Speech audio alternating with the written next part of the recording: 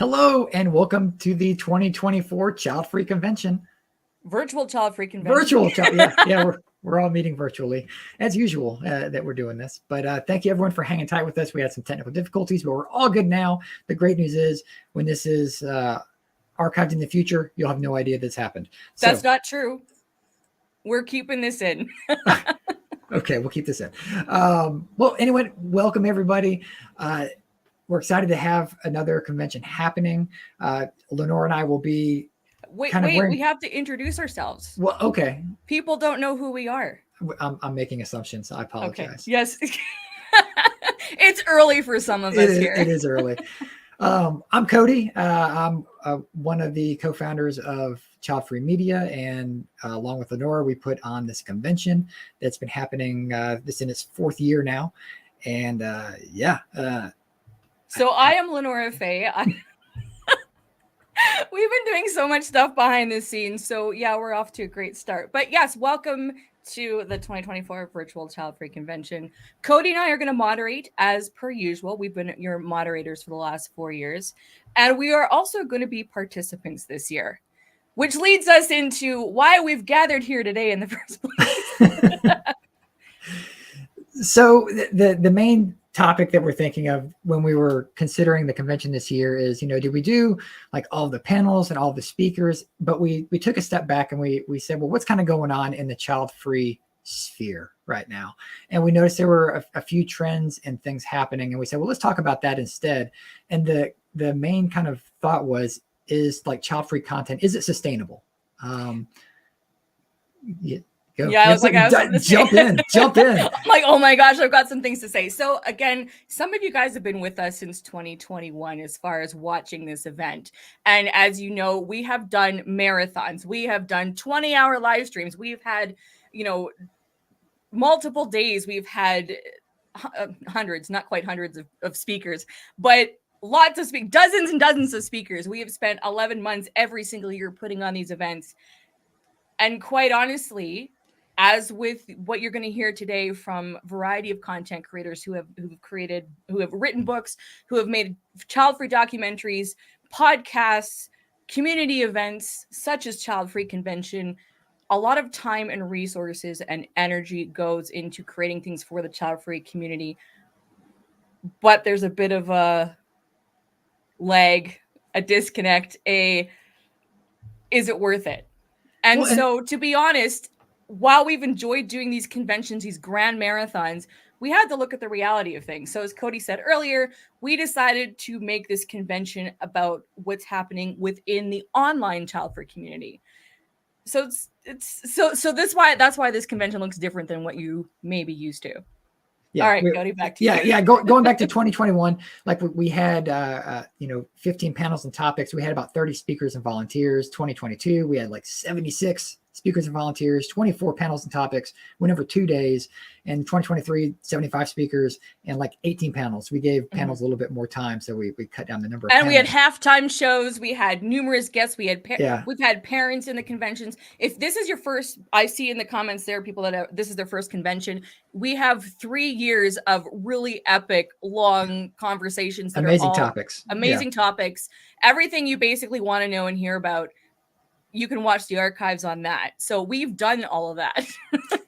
We've been there, done that. Well, and that's the thing we said, like the child-free guys. We had, panels and speakers talking about, child-free guys. Sterilization. And it's like, do we need to keep talking about the same topics this year? Like, and that's where we're going back to what we're kind of talking about now, is looking at the child-free space as it is and recognizing even our own faults. Like, as I like to say, like turning the mirror back on the community and saying, hey, how can we improve?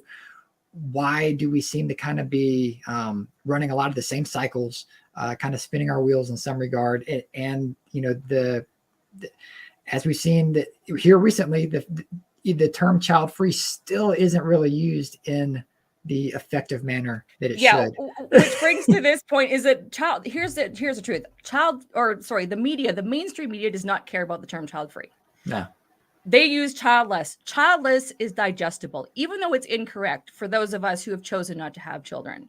We, to try and get anyone to talk about Childfree Convention, International Childfree Day, anything that has the term child-free in it. And now my passion's coming through here. It's basically zero. You get a little bit here and there.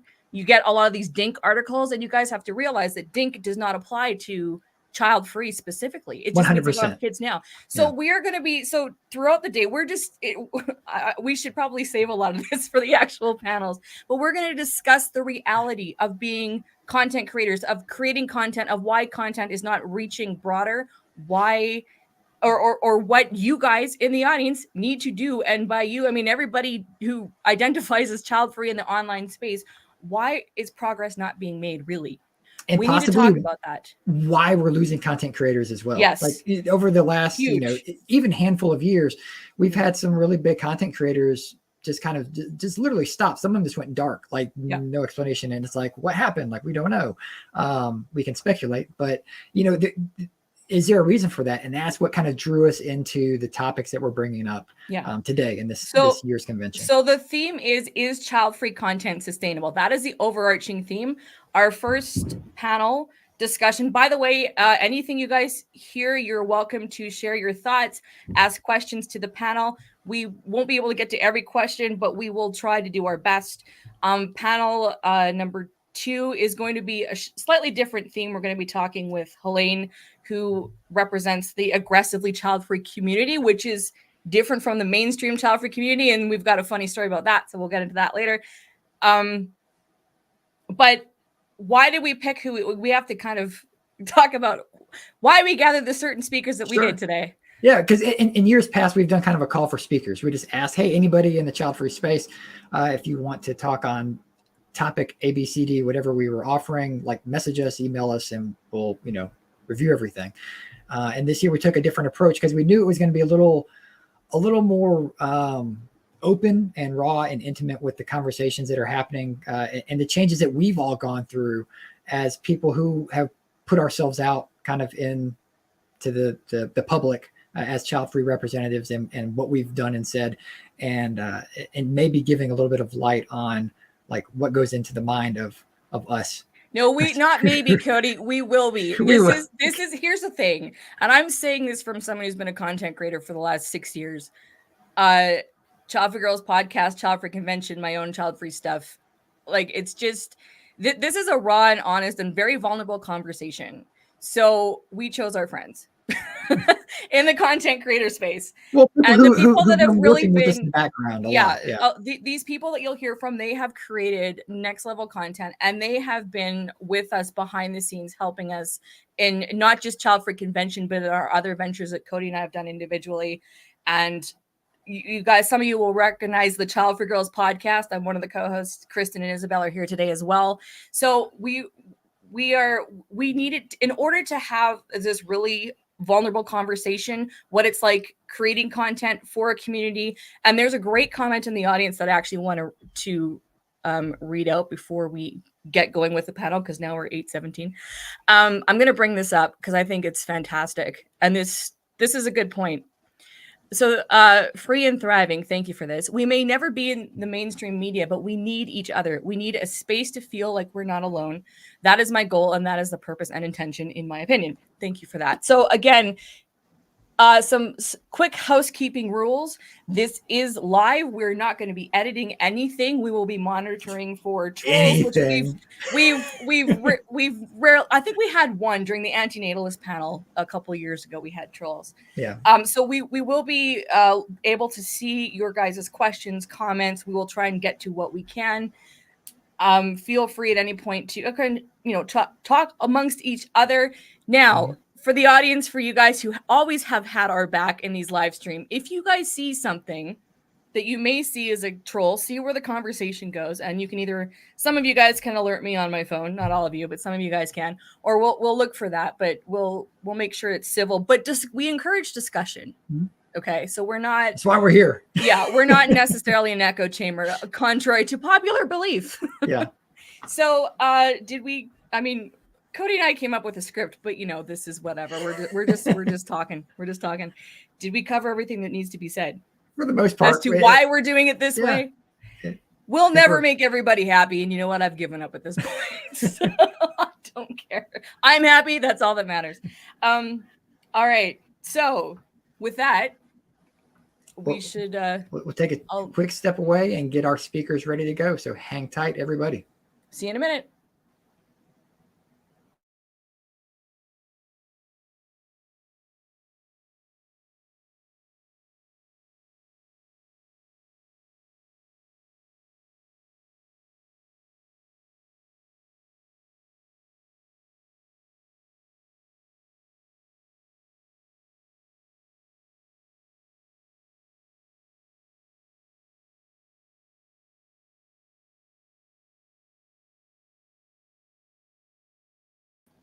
Hello, everybody.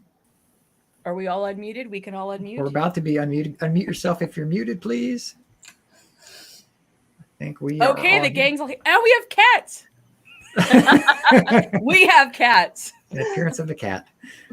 Well, welcome, everybody. If you would, we'll just take a minute and give a quick introduction of yourself. We'll start on the top and work our way around. So, Isabel, if you would kick it off. Hi. Hello, everyone. I'm really happy to be here once more in this Childfree Convention with LeNora and Cody, of course, our gracious hosts. I'm Isabel. For those of you who don't know me, I am one of the 3 Childfree girls, and I am the founder and firebrand of Childfree Firecrackers, which used to be the Uprising Spark. And now I create Childfree content in Spanish. So glad to be here. All right. Thank you. Thank you. All right. Therese, go ahead. Hi, everyone. I'm Therese Shechter. I'm a documentary filmmaker. Some of you may know me from my most recent film, My So-Called Selfish Life, which looks at the lives of child-free women, why there's so much pressure to have children, and kind of celebrates the choice while looking at everything around it that's needs to be better, I suppose. And I'm still screening the film and doing interviews, and I'm still going strong. So thank you, everybody out there, because I know this is because of your support. All right. And Kristen, go. Hello, I'm Kristen Tsetsi, also one of the 3 child-free girls, and primarily a writer who has tried in various ways to incorporate the child-free perspective into writing, whether it's at a newspaper or in short stories. Most recently in my novel, The Age of the Child, which imagines a post-Roe America, published in 2017, so it came first, in which a woman who doesn't want a child is forced by law to have one. And that's just to emphasize the seriousness of not wanting a child and the damage that's done when you're forced to against your will, primarily, but there's a lot of other stuff. All right. And Dan. Good day, everybody. Happy to be here again. So my name is Dan Alexander. My website is in wherever my caption is. There it is. I am the author of Planned Unparenthood, Creating a Life Without Procreating, which was published in 2012. On the 10-year anniversary, I did a follow-up essay reflective on my website because there's things about the book I would change if I wrote it today. And I've written several articles over the years, child-free content, but I'm mostly now I tend to focus mostly now on short nonfiction pieces, things about music history and personal reflections, that sort of thing. And I'm also involved in some animal rights stuff behind the scenes, animal rights activism. Thank you. All right. Awesome. Christine. Hi, everyone. Thank you for having me here today, Cody and LeNora. My name is Christine Erickson, and I'm the founder of New Legacy Institute. And the purpose of founding the Institute is a lot of what I'll be talking about today. The intention was to have a platform really to amplify us as people in this community, and also to come together to take some action to actually change some things. So I'll be speaking more to that later. Thank you. All right. Awesome. And Angela, go. Hopefully you guys can hear me. We can hear you. You're good. Hey.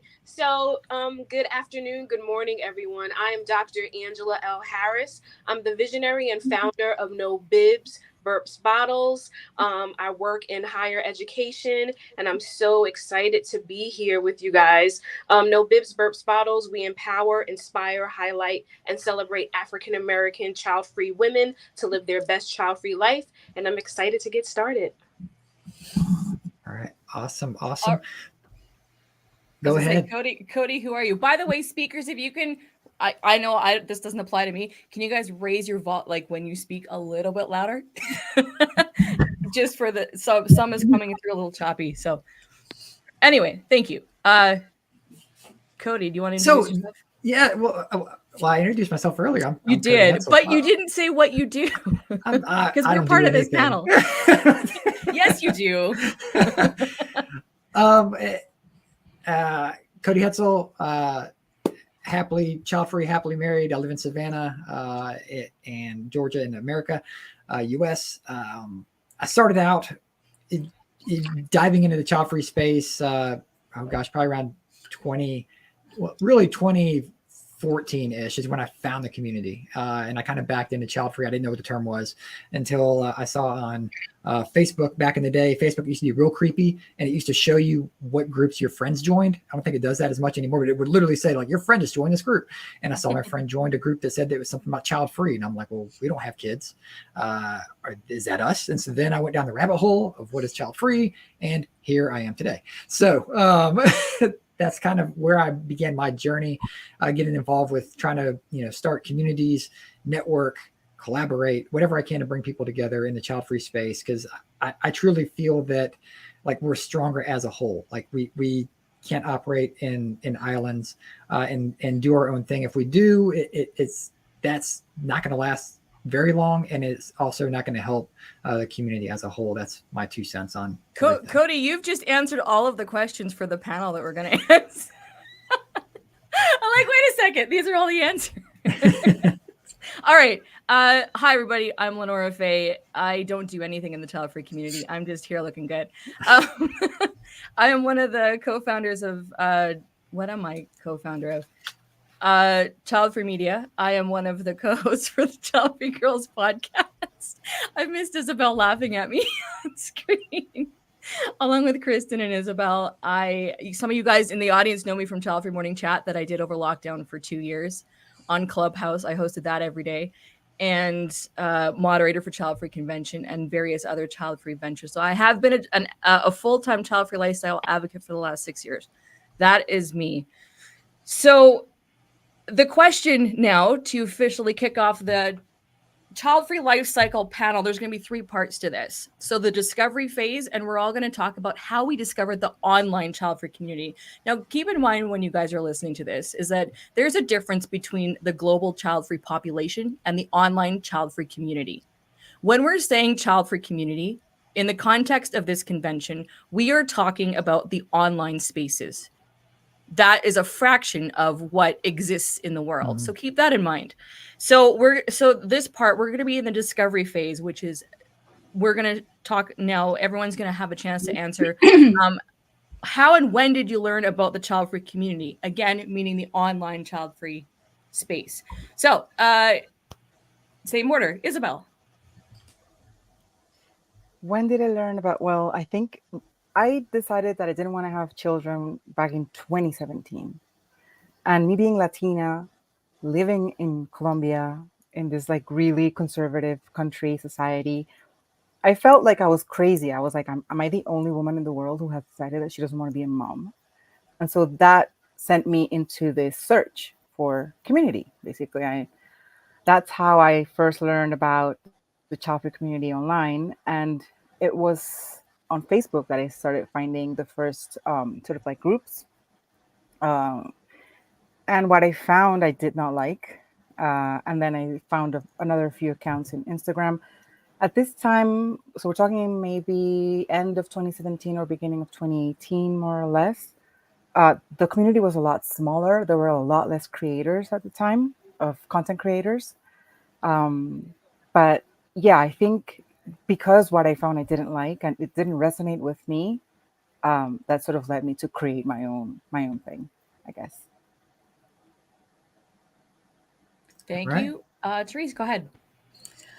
Well, I've known all my life I didn't want children. I have not talked about it much ever in my life until my very dear friend Ann Kingston, who was a journalist, wrote a cover story for News Magazine. And if you've seen My So-Called Selfish Life, you know the story already.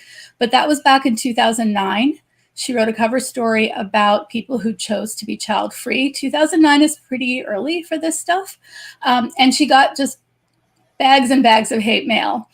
And she said to me, wow, I can't believe this reaction. You should make a film about this. And I said, I didn't even know this was a thing that people were talking about, but it did set me off in search of more on this. I didn't really start the film until 2015 in earnest, but in the meantime, I was kind of poking around. And I think that's where it all came from. And once I thought, well, yeah, I really should make a film about this, I did a deep dive into Facebook groups and Instagram and Reddit, and was kind of amazed at what I found and the like sort of richness and depth of the community. Thank you, Therese. Kristen. Oh, you're muted. Kristen, you're muted. Sorry. It took me forever to even consider looking for a community or that there might be a community. I started getting into child-free stuff probably around 2007 after 2 marriages ended, in part because I didn't want kids. They had thought I would, or I hadn't even considered it as a problem, a potential problem. It was a problem. And at first I was really angry about the expectation that I would have kids. And of course, because this whole conversation wasn't really happening, I had this instinct that it must mean there was something wrong with me, or that I wasn't doing what I was supposed to do, or that I wasn't a good person or something. I was just really mad about feeling like this was something I had to do. And by 2007, I think I had gotten really comfortable with it and I didn't feel pressured by it anymore. But I did resent that I had felt the pressure at all. And I also resented that anybody else would feel that pressure. So what I started doing was just writing about it. I had a little blog on LiveJournal or something. It was one of those really old places. And I just started writing stuff about it in case anybody else needed to know that they weren't weird for not wanting kids or bad for not wanting kids. And I just kept doing that. And then when I started working for a newspaper, I would ask my editor if I could write stories. So I wrote this story about child-free women and interviewed various feminists and professors in the area. And then I tried to also incorporate it in fiction because I think it's important for people to see those characters in fiction instead of the happy ending always being this. And I didn't really find the community, I think, until meeting LeNora and Isabel, because when we started doing Childfree Girls, that was when, we put our account on Instagram and Twitter and all these places. And I had seen forums. I'd seen like Brat Free or No Child, some kind of child-free forums, but they weren't for me. There was a lot of name calling and stuff that I was like, that's not my thing. I just want to make people feel comfortable with not having kids. But yeah, I think getting with Childfree Girls really was what made me aware of the child-free community that seems to have since exploded, actually. All right, Dan, go ahead. So in the early 2000s, I was living in Calgary. You're part of the woods, LeNora, and I learned about the existence of. I'm sad we never crossed paths. I learned about the existence of groups like No Kidding, and there was a local chapter in the area where I lived at the time. But I'm going to echo what Kristen said as far as negativity, name calling, stuff that was on the forums. And I didn't like what I saw, and I wasn't keen on being a part of it. And I was still, for anybody who grew up with internet in the mid to late 1990s, I was a regular user of Internet Relay Chat, IRC or MARC, and there was a server that had a child-free group chat, so I'd occasionally kind of peek in there, and that's where some discussion got started. So that's where I learned that maybe there's a community beyond what I'm seeing initially. So that's where I got my start. Thank you, Dan. Christine, go ahead. Now I know I don't want to say situation. You're a little bit different because you toggle in you're in two communities essentially. Yeah. So if you want to speak to. Yeah, I was going to say, I first became aware of that any conversation around not having children existed first through the childless community. And I want to say, I don't know, when was that? 2012-ish. And from there, really, first I just want to say continuum, because I think, we have these two sort of ends, these goalposts of childlessness and child-free. And I have lived the continuum. I mean, when I was 4, I was adamant I wasn't having kids. And then intermittently throughout my life. But I experienced something around 2010 where I thought maybe I do. And I think I just didn't put energy into thinking about having a child because I thought, well, if I'm supposed to or if I want to, I will, later. And suddenly I was having people respond to me and say things that shaming me. And I was just stunned, even in circles of friends, or suddenly I'd be in a group of women in my own kitchen, hosting something where they all have children and they kind of leave me out or say very strong assertions about what I must think about children or who I must be. And I thought, oh my gosh, this is a thing. What is happening? I wasn't expecting that. And so I sort of started discovering it through there. And again, Facebook was probably the only thing I was on at that time. But it really wasn't part of groups. I reached out to people sort of individually who were doing things or who, wrote books, etc., and kind of built my connections that way. And it was really when I thought about starting the Institute that I really delved into things online and it was a time where even in the last couple of years, things have just grown exponentially online, but I also wasn't active on many forums. So, it's a lot more recent, I would say 2018-ish, where I really sat down and wanted to look at everything and think about it. And so it's been interesting even from that time just to see what has evolved and not, etc. So. Okay. When you guys see me texting, we're talking backstage, so I'm not texting somebody else.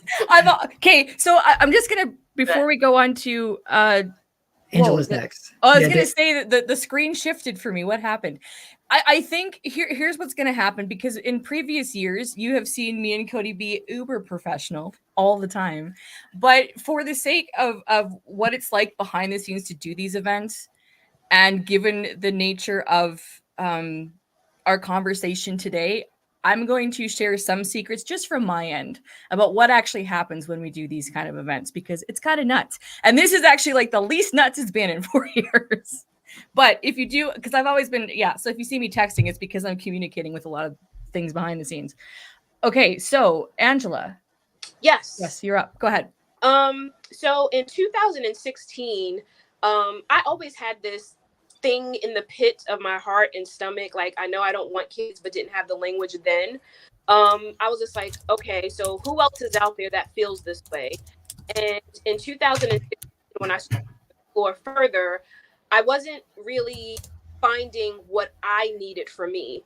But I was also curious as to, are there other women who feel like me, and more specifically, other Black women? So from undergrad to graduate school, all my research, all my papers, every single paper has been on the African-American community.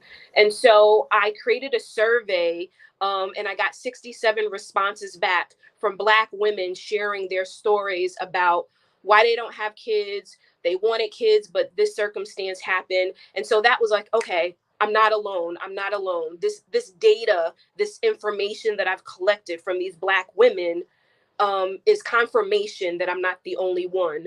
When I started to do more of a dive into, okay, where's my people? Where's my tribe? Where's my community? Like many others have already said, I didn't like what I saw, the name calling, the negativity, and anyone who knows me personally or virtually can pick up that I try to ooze positivity. I don't go for negativity.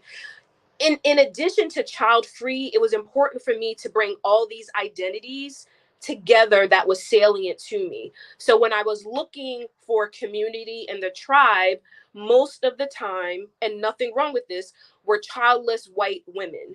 And their forums and their platforms were great. It didn't speak to me. I didn't see me. I didn't see my experience. And so I said, similar to Isabel, I created it myself, and hence No Bibs, Burps, Bottles was born. I was very intentional on, I understand and respect the larger child-free community. However, being African-American, being woman, and putting those three identities together are very salient to me. Individually, they stand on their own, but collectively, they're even more powerful. So I started No Bibs, Burps, Bottles from one, and now we have grown. And yeah, and to be able to extend myself to the community, I remember reaching out to Childfree girls and a lot of other people saying like, hey, I'm on Instagram. Will you be my friend? And some people were like, yeah, who are you? And then some people like LeNora was just like, okay, welcome. And yeah, so it's been a long journey starting in 2016, but I'm pleased with where No Bibs, Burps, Bottles is, as well as all the other platforms. All right. Thank you. Thank you. LeNora, anything to add? Oh, you're muted for some reason. Gee, I just gave my answer. Okay, no, you answer first and then I answer.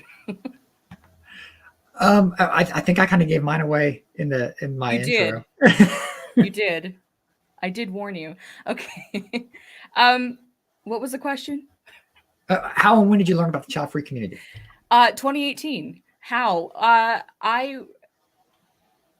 I couldn't find anything at first. I wasn't on social media, but I knew I wanted to start a blog. And again, the question was, what do I want to say? If I could say something to the world, what do I want to say? And the thing that just popped out was, you don't have to have kids to be happy. So I started a blog, and then I just blogged and did a very basic social media in 2018, Instagram or Facebook.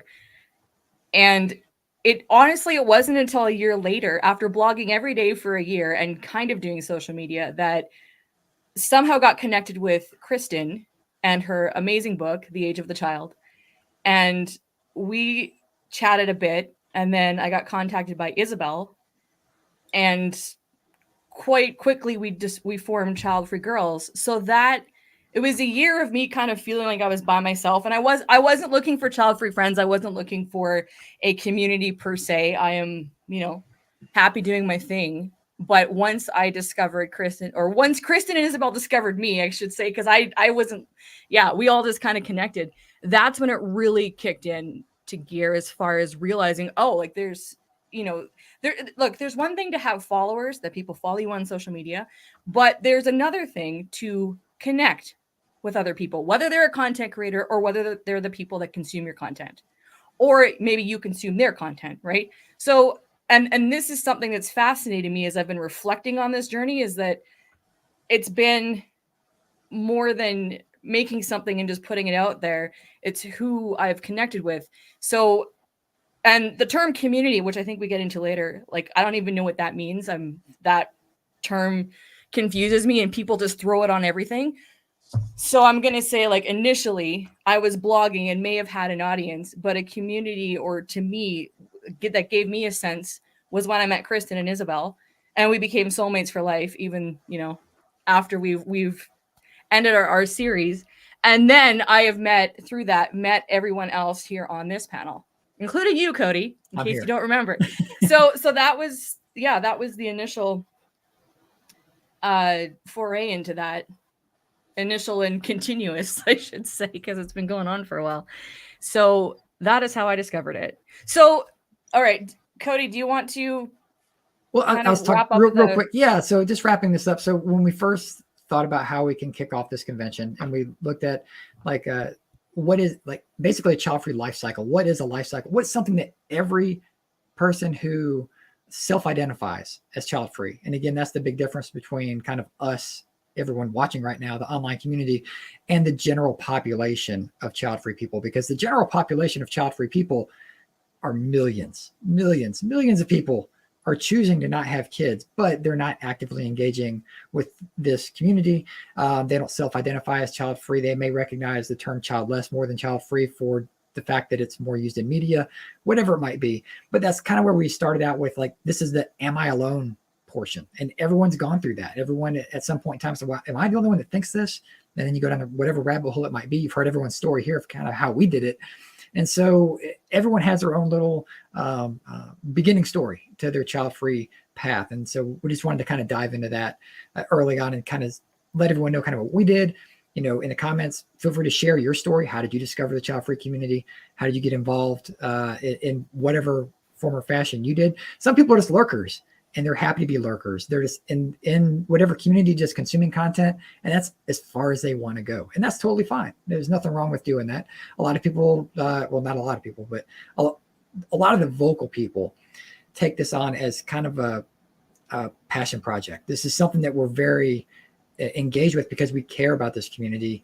We're involved in this community, and we want to make sure it's represented in a way that is in its best light for the easiest part, because it represents us and it represents other people like us.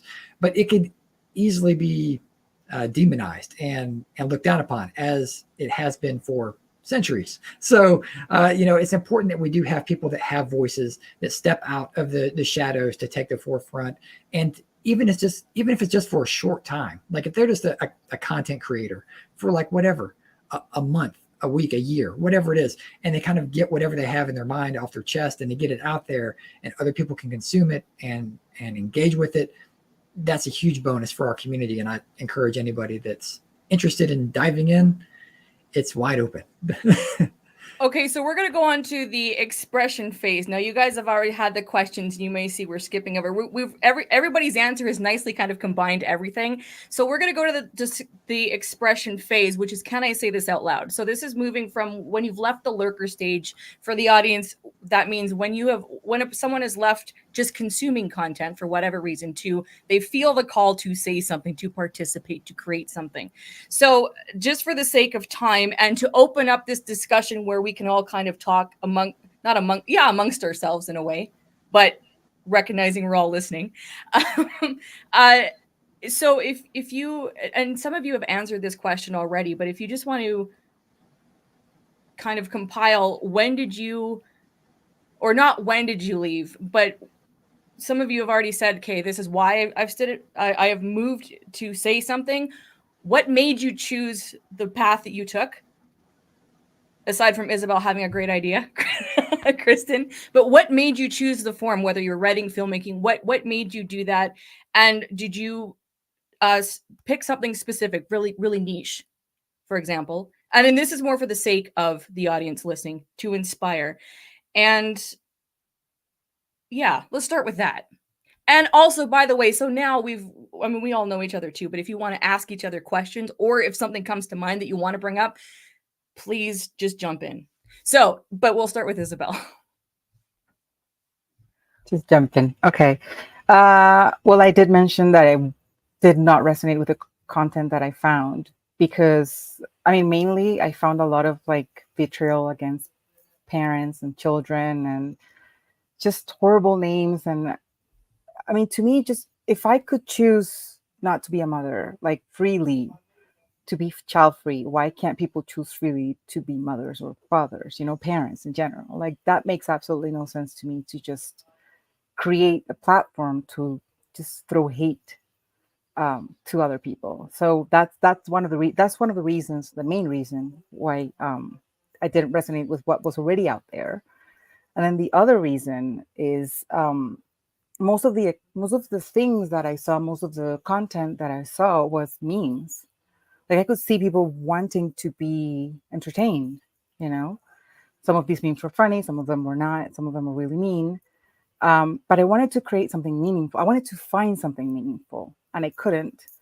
And so I decided to create it. I decided to create the community that I wanted to find for myself, basically, which is a community that was more supportive. It was more about us, our decision, and creating those like bonds between us, and just being supportive of each other, and being able to talk about these issues without having people, I don't know, be horrible about it, because some of us in our real lives maybe have parents or siblings or friends, like Christine mentioned earlier, who can say things that are absolutely horrible just based on the fact that we're not mothers, or that we don't want to be mothers.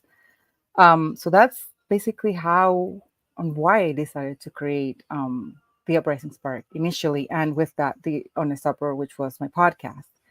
And then finding you, LeNora, and Kristen, it was also like collaborating. It was part of the whole, right? Because it's creating, it's connecting, it's collaborating, and then it's community. Everything has to be tied in. Everything had to be tied in for me, basically. So that was like my main goal around creating the content when I started back in 2019. Thank you, Isabel. Christine. Yeah, well, I'll just share one caveat, is that early on, I think it was 2014 or 15, I wrote a short book, and it was just an ebook. But I initially wrote that because there wasn't a lot of content in the space, or there weren't a lot of things. And I thought I wanted to create a community. And I had done some retreats that tied into other work that I do for women without children. And I realized that that's not what I wanted to do. It's what I thought I wanted to do. And it took me some time to really figure out what I wanted to do. And I had to just allow it to emerge. And so when I decided to put it in the form of an institute, I realized that, oh, this is more my wheelhouse. This is the change that I want to make happen or be a part of. This is what I want to talk about. Is I see all these things going on, and it's growing. And yes, whether it's the mean spaces that we've all experienced or seen, to what separates us. And I wanted to look at what connects us. Just because somebody else is child-free or childless doesn't mean, you're lifelong friends necessarily, etc. And what is impacting us? How are we impacted? Because that's how I started. Like, I was taken back. It wasn't something I was expecting. And I'd lived all over the world, and I really didn't have that experience of that. I mean, a lot of misogyny, yes, but I wasn't at the stage where I had that kind of those assumptions and things thrown at me without even being in conversation about it.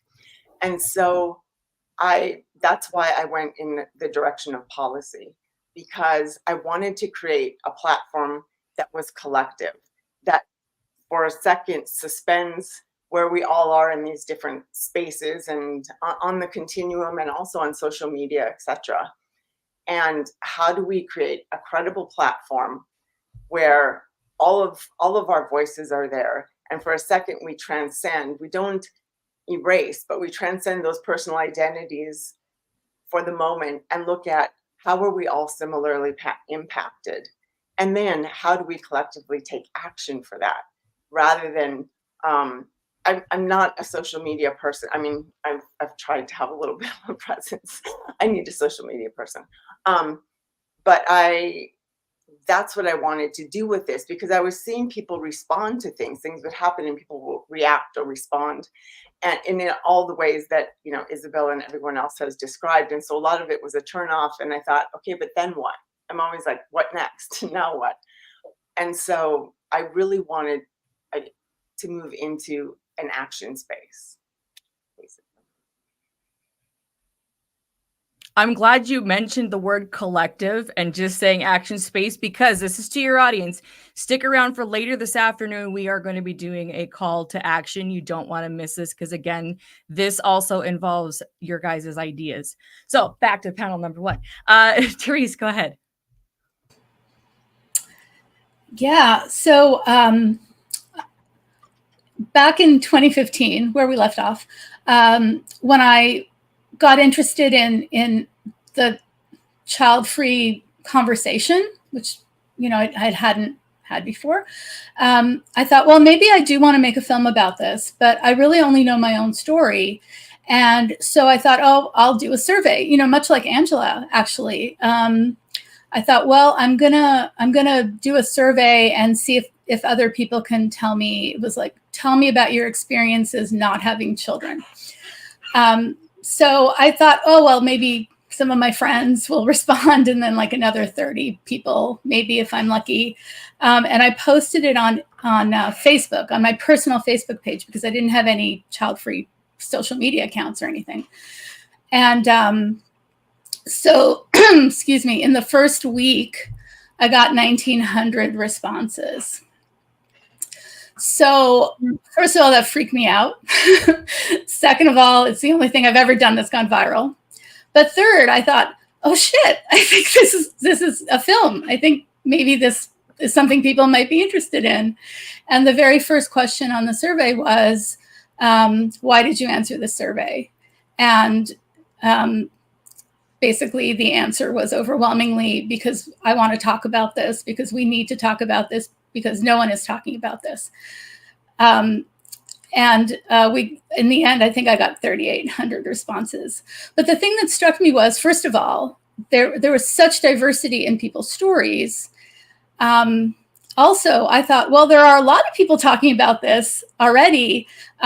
You're just not able to access it somehow. And the other thing I realized was, again, sort of in line with Angela and Isabel, that it was a really white space. There was not a lot of child-free content for women of color, Black women,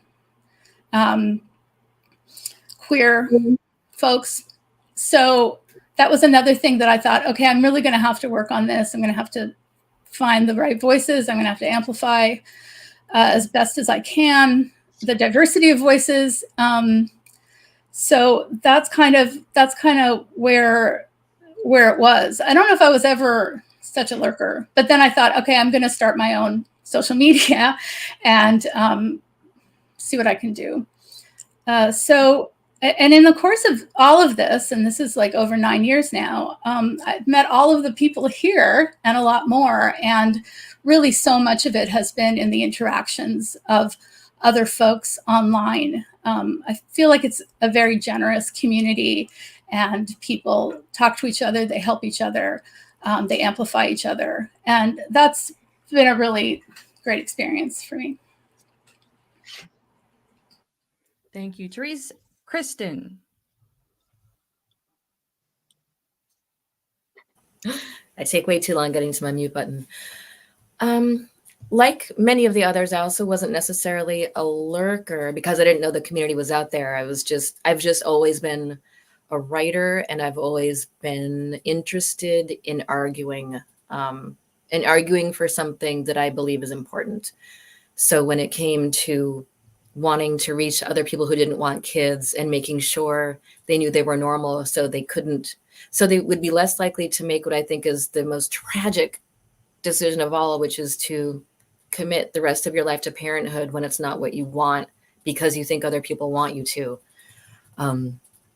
It was really important to reach anybody that I could. And writing is it's the only thing it's probably my only skill. So, and I just love it. I love trying to make a case. I love trying to reach people with it in whatever kind of writing I'm doing. And so it was just the natural course to take, I guess. Childfree Girls was a little bit of a diversion because I'm not a speaker. I do not speak well. I am not eloquent with my words when I'm speaking, and camera's not my thing. I think you understand that, LeNora, because you were the same way. What are you talking about? But what that did teach me when Isabel came to us with this idea, it was kind of a no-brainer, because the thing is, if you can reach anybody, you have to do it any way you can, I think, within reason. So that was how that changed into that while writing in the meantime. But it was just the natural course for me to try to reach people the best way I could, I guess. Thank you, Kristen. Angela, go ahead. Yeah. In starting No Bibs Burps Bottles, it was important for me to make sure I was aware of the cultural considerations. I knew that I was working with a community and wanting to connect with a community that sometimes doesn't trust the bigger picture, right? And so I wanted to be intentional on starting slow, on making connections. And for me, I also knew that my ministry is connecting. I'm a PK, a pastor's kid. So I grew up watching my father preach and inspire people and motivate people and assist people. So I feel like naturally that's part of me. And so I wanted to make at least the community in which I aim to connect with and serve, I wanted them to trust me. I didn't want to just be like, okay, I'm child free and y'all need to get on the bandwagon. No, this is my story and I'm going to be vulnerable with you. And so when I think about No Bibs Burps Bottles, it was also important, not only the child free community. Again, I wanted to be intentional on sprinkling the Black girl magic and sprinkling the Black is beautiful. Like, all of that is important. So to me, it was delivering different messages. Yes, you were child free, but we also have something in our community where a Black woman has been killed, right? And so we're thinking about all these parts of us.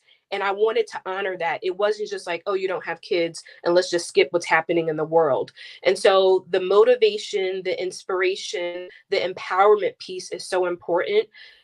And I was looking for that. And I wanted to create something that I was looking for, similar again to Isabel, creating what I needed, because if I need it, I knew other people needed it. So again, starting off with Instagram, I too am a writer. So all this information is, blog, book, being able to meet people where they are. I love responding to my DMs because I think that's where it really goes down in building the community, building the connection. And LeNora, you had an interesting question, and I know we'll get to it. Like, what is community? This is building community. What we're doing right now is connections. Every one of you that are putting something in the chat, or if you're watching and lurking, you're making connections in some form or fashion. So really how I kind of got involved.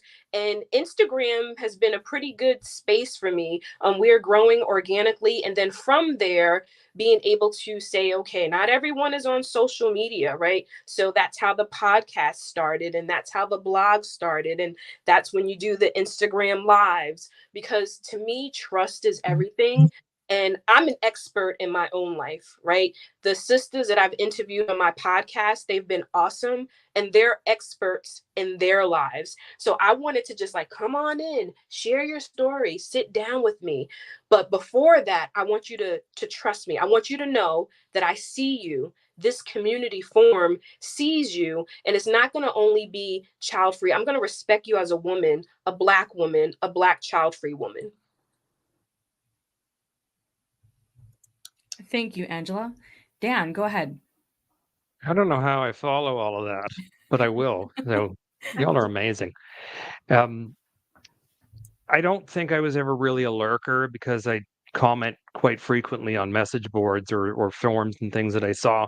And for me, coming to, I'd started my freelance writing career in my late teens doing music reviews. So it was kind of natural that, that would be where the medium that I would use to express my point of view. So when I had social media, and I don't anymore, I might comment or share stories occasionally or post something that might be indicative of child-free status.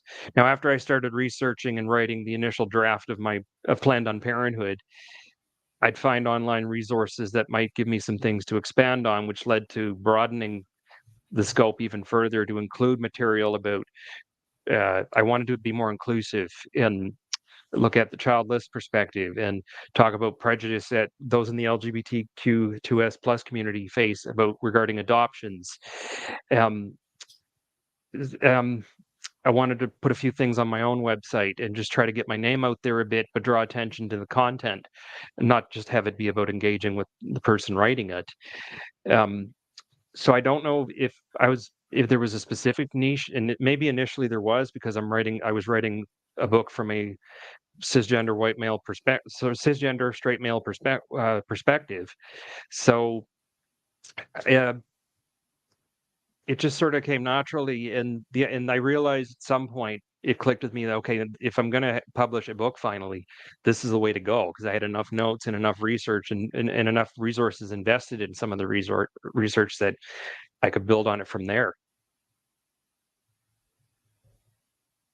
Thank you, Dan. Cody.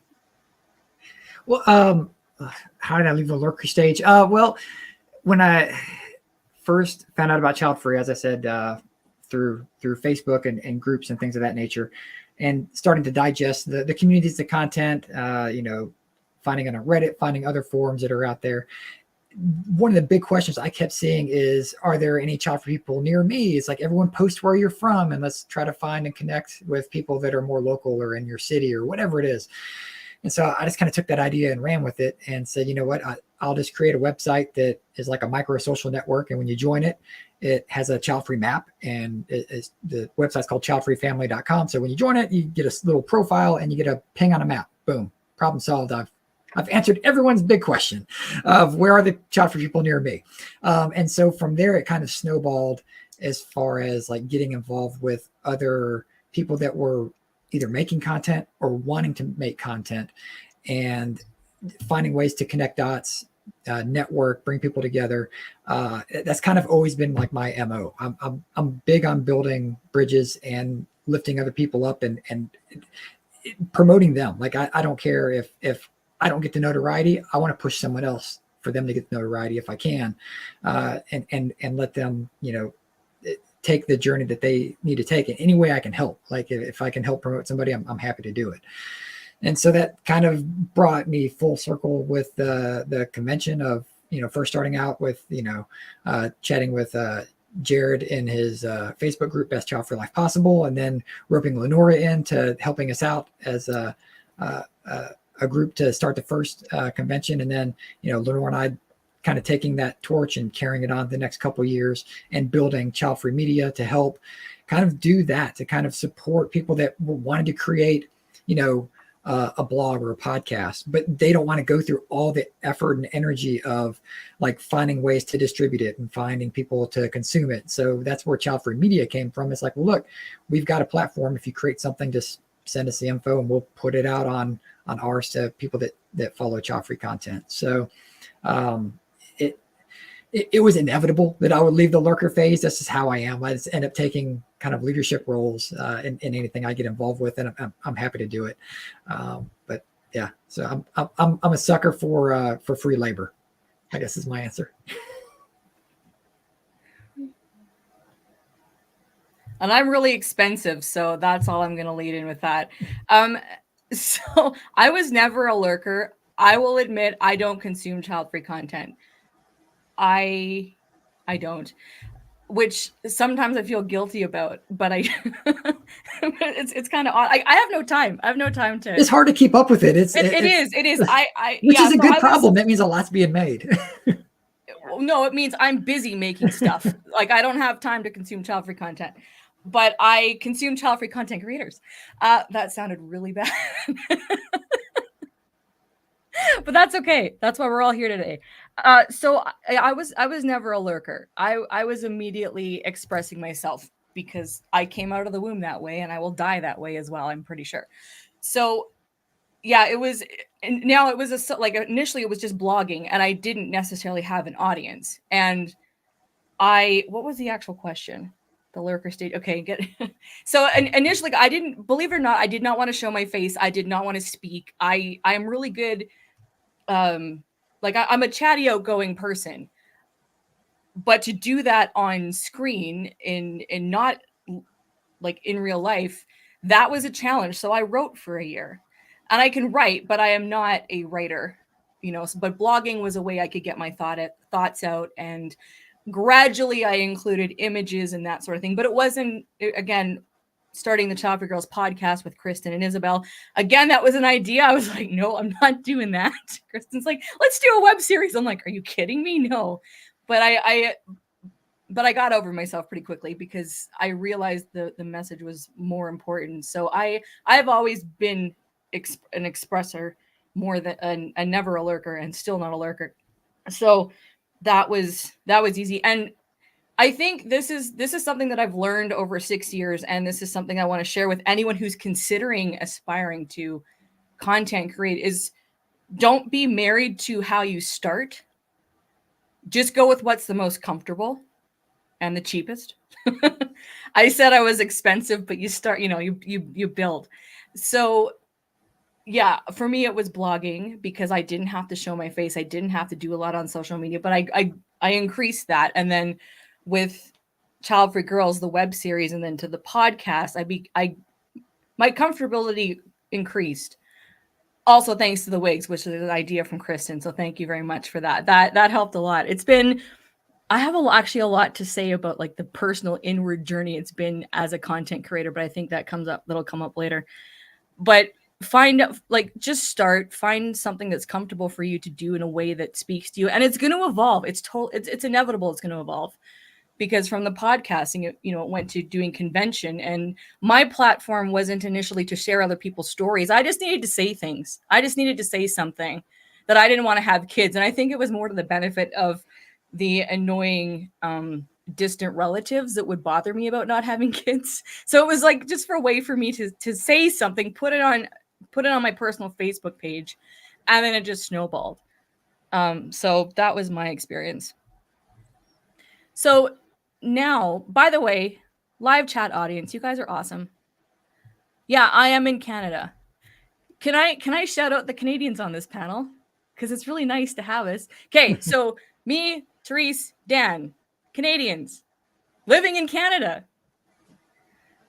Everywhere else is Everywhere else. Oh, and Colombia. Isabel, Colombia. Hello, I knew that. we got the Americas covered. We have the Americas covered. So this has been the introduction portion of the convention as far as where we started, how we have kind of formed. And now the intention now is to go into more of a back and forth discussion on the panel. So Cody's got some fabulous commentary he's going to lead with. Always. And then, as always, and this is funny because behind the scenes, so Cody and I meet frequently to build this, right? And our dialogue in the convention, to do our meetings, which are always recorded, there's so much back and forth, and it's great. Like, it's the stuff that we end up, like, our conversations go so deep. I'm like, how can we possibly get this out into the actual convention? I don't know if we'll be able to, but we'll try. So, okay, Cody, you'll lead with the commentary, and then to the speakers, everyone, the floor is open. We're going to engage back and forth. So now this is more of an interactive.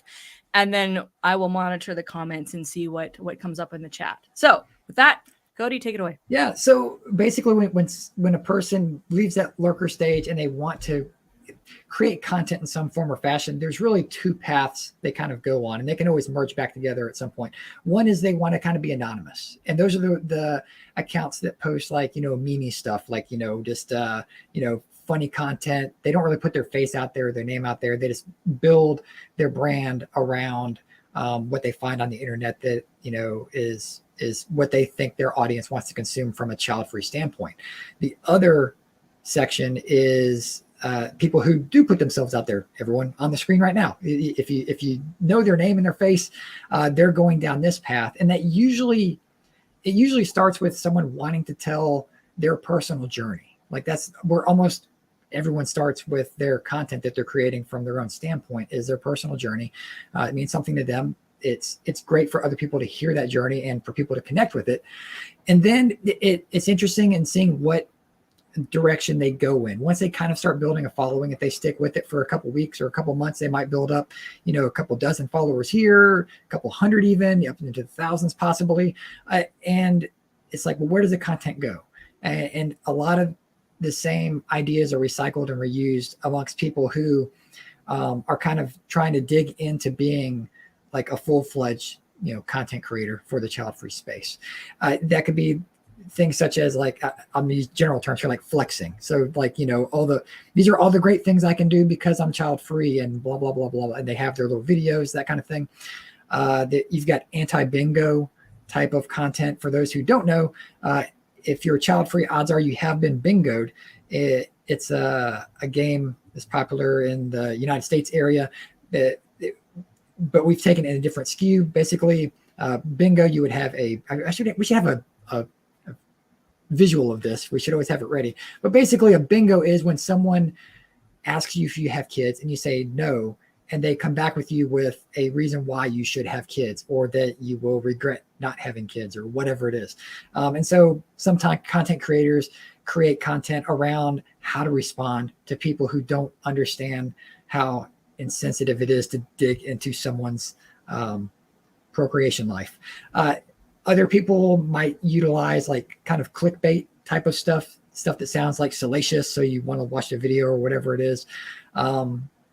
There are a lot of like reaction to videos where the content creator will watch a video of whatever, another content creator. It might not even be someone in the child-free space, but they might be talking about parenting or the child-free space, so they react to it.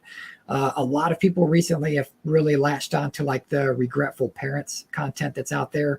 People who are parents that anonymously share their stories about how hard it is being a parent, and that they even openly say they might regret their choice of having kids. And so a lot of child-free people grab onto that, and that does turn into like the clickbaity type of stuff as well.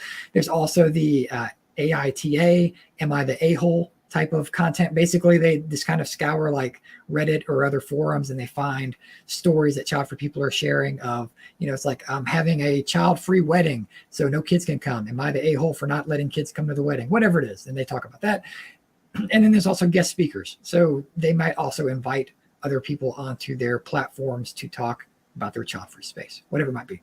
That's a long, drawn-out way to get to my point, is that there are a lot of tried and true ways to like feed the algorithm and build a following. But is it sustainable? Because a lot of these people, again, it's just recycling a lot of the same ideas, the same content. There's a lot of content out there. Some videos, they do go viral. They get tens of thousands, hundreds of thousands of views, like millions of views. But is the content that I just mentioned sustainable, and does that really help like move the conversation of the child-free lifestyle and what really goes into it forward? So my question for everybody here on the panel and in the audience, feel free to jump in. I'd love to hear your thoughts as well. So are people just chasing clicks and views and reactions, or do we just seem to be stuck in this cycle? How can we break free to get to that next level? That's really where the whole base of this convention came from, is we see all the same content, but how do we get to like that next level conversation?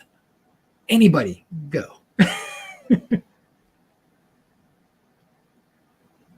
Oh my gosh. I've I'll step in. Dan, go ahead. Go ahead. Here, I think social media has proven that most people are looking for all three. They're looking for clicks, views, reactions. Myself, I'd say maybe I'm looking for readers. And since I've been off social media, a testament to that is I find my website traffic has increased substantially. And don't know what that could be a result of not being on socials anymore. I'm not certain.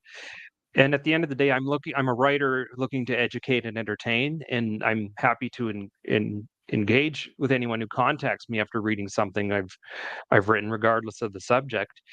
I think recent events in American politics has certainly brought a bit more attention to child-free, childless content. So, are we stuck in a cycle? Yeah, I think we are. But and one of the reasons I left socials was to get out of that cycle and refresh and refocus, and not have myself spend countless hours in the comment sections and on Twitter replies. So we are in a cycle, but a lot of the content that we all produce is very evergreen, and may need a bit of refreshment to be modernized a bit with better content, or to make it more inclusive at times. But ultimately, we're looking to educate and potentially entertain. We're not all looking for clicks. We're not all looking for all of it at once sometimes, I think, but it depends on everybody's perspective. Yeah. Can you guys hear me? Because I was having. Yep, we're good. So I'll jump in. So when I started No Bibs Burps Bottles, I didn't go in and say, "Ooh, I want to go viral and I want to, master the algorithm and I want to," like, that just wasn't even my forefront. Where we are today with social media is that it's fueling and feeding whatever people's needs and desires are. So if you want to be entertained from a child-free space, you got it. If you want to be educated and informed, you have it. If you want a little bit of both, you have it. I like to think that each person is doing what is in their best interest for themselves and their audience. Recycling, yes, that's what we do. But I don't think there's anything wrong with that, right? Moms do it. Coca-Cola does it. Like, social media is a recycle of information. So what we are sharing with you, there is nothing new under the sun. 20 years from now, when people continue to talk about why don't you have kids, they will still be talking about certain themes that we're talking about today. So I find nothing wrong if I see a video on someone talking about A, B, and C being child free, and then I come and talk about A, B, and C being child free. But guess what?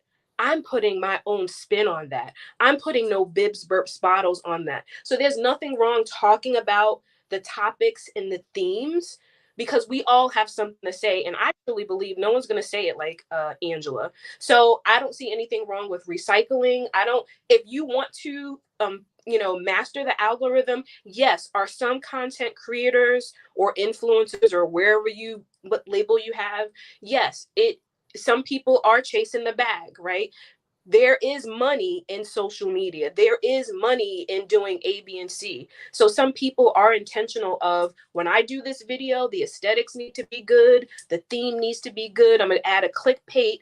And guess what? If my channel or YouTube or whatever is monetized, the more views, the more money. So, and there's nothing wrong. If you want to chase the bag, chase the bag. So I say that I know for me and No Bibs Burps Bottles, what's going to continue to sustain me is the connections, right? The community, the conversations that I have with people online and offline. Yes, it can get daunting when you like, oh, this video no one liked. But if one person comes in my DM and says, "Hey, Angela, I saw that post that you did on such and such. Can we talk a little bit more?" Or I have a question about that. That's what's going to fuel me and sustain me for staying in this game.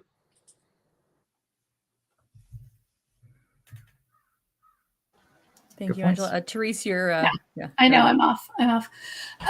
Listening to you guys talk, it strikes me that I am constantly meeting or speaking to people who today did not know that there was anything about being child free online. Like, oh, I can't believe people are talking about this, or like things like that. And I think Cody mentioned this. We have to remember, like, the millions and millions and millions of people who are maybe not online that much, or just aren't seeking out anything in particular. But whatever whatever I posted 5 years ago is probably going to be just as interesting to someone who didn't even know we exist. So I think that that's fine. There may be a finite number of kinds of posts. I've never gone after the clickbait. I'm not good at that, and I don't know. I don't like it. But one thing that I've been trying to do is just to do the stuff that doesn't show up as much. I think connecting this topic to reproductive rights, for example, is something I've been doing from the very beginning, that having the choice not to have children is a reproductive rights issue. And we'll talk about more politics this afternoon, but it's the kind of thing that I just keep pushing and posting on, because I think it's really important. And I think that this is more than being mad at your aunt who's, asking you why you're not giving your parents' grandchildren around the Thanksgiving table. Like, those are things, and people are dealing with them. But I'm kind of over that, and I really want to link what's going on to like much larger like political trends in the world. I think that people who are queer and child-free have their own lens and history that they're looking at this through. Same with people of color, Black women. Thank you again, Angela, for all the work you do. People come with it with their own lenses, and anything you can do to present maybe a richer or less trod upon topic, I think is good. But at the same time, all the sort of stock topics, let's say, are new, really new to a lot of people every single day. Yeah, that's a good point. A lot of people are literally discovering the child-free space today, like right now. To have all this content from all these different people sharing their stories and their thoughts and opinions, it is a good thing. Kristen, you'd unmuted. Did you want to speak? Yeah, I was just going to say that I'm kind of with Theresa about trying to, well, I don't know if it's even intentionally trying to approach, I don't know if we as child-free girls have, like, we always try to create our own stuff just because it's like the graphics we started out with. So obviously we would approach the topics that have been circulating just in our own way, like Angela was saying that she does. But personally, when I started writing about child-free stuff, it was to talk directly to people who didn't want kids and to make them more comfortable, as I was saying earlier. And then later, I don't know when, it started occurring to me that all this pronatalist stuff and all the pro-life stuff and all these things that would urge people to have children when they didn't want them or weren't prepared for them could not be good for the kids that they're trying to force into the world, into the lives of these people who don't want them for whatever reason, whether that includes not being prepared and knowing they're not prepared, or just not being sure they want them or not wanting them at all. And it really just seemed like the people completely absent from the conversation, completely absent from the child-free conversation and a lot of the reproductive rights conversation is, what about these kids we're all trying to just push onto these people who don't want them? And I think as tragic as it is to probably have a kid you don't want and aren't prepared for, the only truly vulnerable, helpless person in the whole scenario is this child that's thrust into it. And so I've done a lot of focusing on that, including in the age of the child, where someone is thrust into the world unwanted, very unwanted.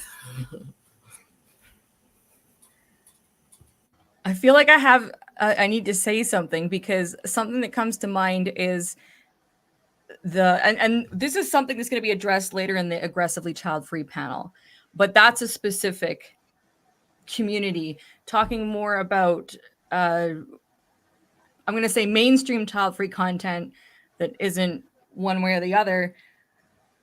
I think after like, I've never approached content from an angry space.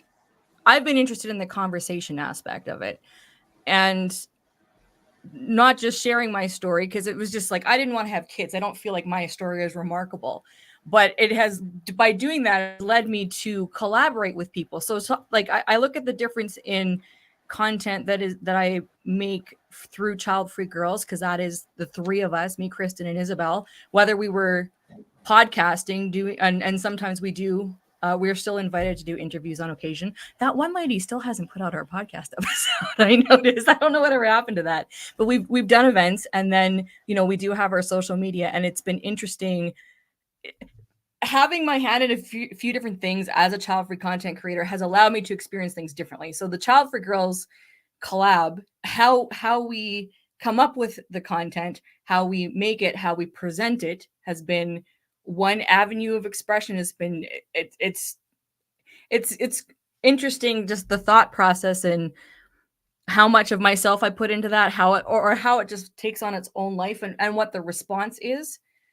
And I think that has been a way I've been able to express myself a little more aggressively, sometimes through Kristen's writing or Isabel's like images or whatever. Like, we can, it's a collective effort, but it allows me to have a little more bite, or learn to have a little more bite in standing up for the child-free choice through that. Convention has been a little more professional. So right now I feel very unprofessional because I'm showing more up as LeNora Faye than as the moderator for Childfree Convention right now. So this is to me personally right now, I feel a little bit like I'm not sure where I am because I'm representing a various different things, and I'm going to have a nap after this. But I think now, having looked at the last 6 years and seeing the repetitiveness, I do agree that it's great to see everyone's spin on it. And now, as I said before, I'm not a lurker, but for the sake of research and seeing what's going on, I do go to Childfree Accountants, and because I know a lot of the Childfree content creators, so I am aware of what people do. And right now, and I don't think we've talked about this yet, but right now we're seeing there's a lot of meme accounts, which has always existed, but we're noticing that kind of clickbait child-free content, whether it's on TikTok, which has, I think, the most active child-free accounts are on TikTok. That's getting the most views right now. Over Instagram. Forget X. X is dead. Facebook, whatever. Sorry, Facebook. I know some of you guys are watching on there. They might kick off that live stream. By the way, come to the YouTube.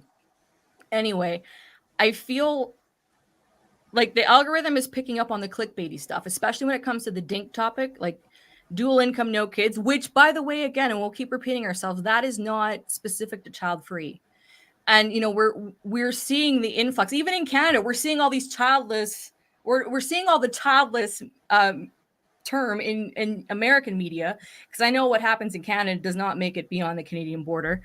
Not that it needs to, but, I'm at the point where I'm like, okay, we're seeing all this same thing over and over again. And I personally don't think much progress is being made. I love the comments where you guys in the live chat are saying how by seeing these videos, you're discovering, and that is a way for you to contribute to the conversation by seeing a video on your chosen platform that you're viewing on, and you're adding your voice, which I think now removing the content creator part of me and thinking as just a lurker, that is really important. So there's a part of me that's frustrated by the stuff that is getting attention because I think it's shallow. I will be very blunt. I think it's very shallow, and I do want to talk about this a little more. Like the content is from a shallow place, but it's a start. It's a start, but I do believe, though, it needs to progress further. That being said, for anyone just discovering the Childfree community, or the online Childfree community, I should say, it does have its place, and it will continue. I'm going to say this now instead of later, that I think that for any of you who are consumers of Childfree content, who want to see your favorite content creators, or you want to see content continue, if you do see something that's a little less shallow, please engage with that too, like Childfree Convention, because that's the thing is what we do, a lot of us, what we do on a different level does not get attention. Therefore, it's hard to keep it sustainable. So at the same time, while people are scrolling and it's easy to see something where someone's dancing and like there's this quippy caption, half the time that content creator is trying to find people to come on their group trips, or they're trying to promote their business that's Childfree related. Like there's usually more to the story. And then there are the Childfree meme accounts that just put the clickbait stuff, right? So and this is part of why we're having this conversation, is that there's a lot more depth to the Childfree conversation, which is not getting picked up in mainstream. It's not getting picked up on media. And it's not helping that content does not get any traction from the people that we're trying to advocate for. And I am... Yeah, someone else jump in, because I am really on like that what fuels me right now. That needs to be said, and it needs to be said like bigger. So Kristen, yeah. or who? Yeah. Yeah. Yeah, I love everything that you all have said. And I think it's important that content is there, all the phases that you have framed this with, right? There are always going to be people coming to that, which will tell. Okay, I'll save that comment for this afternoon. And so that's important. And I think sometimes it's maybe knowing what you are doing and why, what phase are you speaking to? Or if we say phase or life, on this journey, And it doesn't mean that you can't do more than that, but sometimes I'd like to see it more kind of streamed that way. It's kind of all over the place. And for me, I think it's been really different because no one wants to talk about policy, first of all. That's not exciting. And when I say, except Therese. Yay. and when you say that, or when so many conversations I've had, people are like, well, I'm not political. And then I'm like, that's a whole different conversation. And it's like, but our lives are being politicized. Okay. And all the things. So it's perceived as a drier topic. And I'm trying to create a credible platform overall on or off social media. So I'm in this sort of in between where I don't want to repeat that. I feel like those areas are taken care of, like those other phases. And I do feel as a collective, let's just say as the online collective of people who are in this space, whether they're looking at content or creating it, that this is kind of a new space for us because the conversation is so new. I mean, it is and it isn't, okay? It's been happening for many decades before we all started engaging with it. But in this way and online and, people, all the phases we talked about, people needing to support, to find someone else. And so I feel kind of caught in between because I don't, how do I infuse my personality in this, but also pull back and create something that, because it is serious, and people are died because of pronatalism. It's the online space is really tricky to me because of that.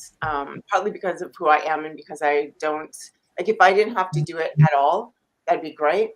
And at the same time, I have met people through that online space, even with our small space, that are part of my life forever, and that wouldn't have happened if we weren't arguing on Twitter or misunderstanding each other or whatever it was. That's really special, and that's what kept me in there. But the amount of time that it takes for me to do anything in that versus what my real work is just a constant challenge for me. Yeah, well, and you bring up a good point too about talking about this expression phase, and LeNora, you mentioned this as well, like how big like TikTok is right now for the child-free space. Before that, it was Instagram. Before that, it was Facebook and also Reddit. And it's interesting to me to see how the expression is changing with the next generation of child-free people getting involved, making content. Child-free Reddit, it shows 1.5 million, users or followers or whatever it tracks for Reddit, but it's been 1.5 million for like 3 years. Like it hasn't grown at the exponential level that it started out as. So that tells me that people are moving away from Reddit. The Facebook groups, they are still very active, but they're not growing at the level that they once were. I think the biggest one might be like 60,000 people in the group, which again, talking about the community and the population as a whole for child-free, that's nothing, like 60,000 people. Why do some groups have more active members than other groups? That's to be said. But again, as far as like active content being put out there, like, yeah, Instagram Reels was big for a while, and now it's like, it's all TikTok. So that's a tricky thing too, I think, for content creators, is to find where you want to invest your time and how long that will be popular, because you might still be vested in an old or a dying media that's out there. Who knows, TikTok could literally go away because of the US government not wanting it to be there. Like all these people investing into the content, it could all go poof. We don't know. But that's just kind of my tangent on like the platforms that we use, and that we need to have more of a cohesive a base. There has to be somewhere where we do all kind of have a converging voice and thought and opinions. And while we're all on our own little islands, we need to have these bridges built as well, just to protect us in case something goes away and we lose all this great content that's out there. Moving into the next thought, unless anyone else has anything to add. I want to see if Isabel has something to add. Yeah. If there's anything you want to share. I think Angela wanted to add something. If you want to go first, Angela, and I just have something because I'm thinking about sustainability. Go ahead. No, I think you get the baton, Angela, and then Isabel will go. You guys can still hear me, right? I can't tell. Okay. Yep, you're good. I guess going back to Cody's like first question, like the next level. What is the next level, right? And that could be interpreted in so many different ways, and that can be construed in so many different ways. The next level for one person is like, hey, I'm going to a brunch to meet some child-free people. Great. The next level is someone saying, when is someone going to make policy and we're going to march at the State House? Like some other person is just like, I'm just trying to be entertained by a meme. When we think about other movements, and I know we're going to talk about that later, when we think about the civil rights movement, women's movement, GLBTQ movement, it's hard to get everybody on the same page. And not that each person has the agenda, but some people have their own agenda. So I understand the child-free community or collectively coming together to say, okay, let's get to the next level. Let's not be so shallow. Let's start talking about other things. But it's hard when some people are just like, I'm just sharing my story. And then the other people are like, no, we need to be marching at the State House. We need to, child-free people need to not have taxes. Like, and then all those people in between. What I would like to say is that if you are a consumer of child-free content, find your lane. What resonates with you? Everyone that's on this convention today, they're here for a reason. Maybe they just want to be informed. Maybe they're a supporter. Maybe they are trying to get answers to what is the next level. And we have to meet people where they are. So when Cody asked that question, I was asking myself, like, what is the next level for No Bibs, Burps, Bottles? But what is the next level for the child-free community collectively? And I think that's hard to answer when some people are just like, hey, I have my lane, which is me. Like, I have my lane, I have my voice. I want to honor my community. And is that enough? And for some people, that's enough. And then for some people, they're looking for more. So I just wanted to return back to that next level because I thought that was a really good question that Cody asked. Thanks, I'm full of great questions. Isabel, go ahead. Yeah. I just wanted to add, regarding how sustainable it is creating or rehashing the same type of content. I don't think it's sustainable for one creator. Like it can be sustainable for the community. Yes. As Angela pointed out, we all have like different views about the same kind of thing. And there are people discovering, the community now. But for one individual creator, it's not sustainable. And this is what happened with Childfree Girls. So when we sat down, LeNora, Kristen, and I, to discuss what's next with Childfree Girls, the question was, what else can we talk about that we have not already said? And for us, it became sort of like, okay, maybe this is the end of the road for us. Maybe it's not. Let's just leave it for a little bit and let's see if maybe in the future we're going to pick it up again. Because it got to the point where we had, talked about the same sort of topics over and over again. And the same thing happened to me. And it gets really frustrating after a while because maybe some of your views have changed. Maybe some of my personal views have changed regarding X or Y topic, but not all of them. Most of them are more or less the same. They've been for the past 5-6 years. So it gets also really tiring to sort of like talk over and over again about the same exact thing, because people's memories are also extremely short in terms of what they're seeing in social media, right? So maybe you put something out in, 3 months ago, and if you publish the same thing today, there's a lot of people who have seen it 3 months ago who don't realize they don't remember, and then they see it today. But for me, creating the content, it's like, why do I have to repeat myself? and like I said, it's not sustainable for one. It is sustainable maybe for the community, but as an individual content creator or maybe individual collaborations, you need to start finding that next level that Angela just mentioned. And it is listening to your community and listening what they are telling you they need. And whatever they're telling you they need, which of those things resonate with you and what you want to do? Because you have to meet them also in a place where you're going to be, having fun and wanting to invest the time and effort and energy in creating that content and those spaces, so that was my thought. I was going to say, it is important to remember, like, what do you want? Yes, you can ask your audience, I will say I've always put my individual needs first when it comes to being a content creator, because it is my time, my energy, and I want to make sure. I mean, yes, there are certain, like, look, I could post about cats and dogs, but I'm pet free by choice, and I don't want to talk about that. I don't. So I don't. Like, you don't see that stuff on my feed. You're Even missing though out on like that, I know I'm missing out on so much. I know. Well, that's I know. fair. We know I that. need something to chew my wigs, seriously. So, but to your point, it is important to remember yourself first. Like, what do you truly want to give? And then, I mean, you can experiment on how you say it that might meet the needs of your audience. But I do believe that, you know, because it's coming from you, and people resonate with what you're putting out. So it may as well be something that does align with you. Kristen, you wanted to. Yeah, I was wondering if one of the things that might aid in sustainability overall is if we could answer the question, is there a thing we are trying to do for child-free people as child-free people? Are we trying to reach the individual? Is there something that needs to be done on a societal level that will change society's view of people without children? Like, as if there's with all these offshoots of all the things that we're doing that have value, is there a core thing that we're trying to achieve? I think that is a question that, I mean, if there were a core thing that would allow us all to address that core thing in our own way, reaching people in our own ways and people who receive information in their own ways. And it wouldn't obviously all have to go to this core level, but it's almost, but like, what is it?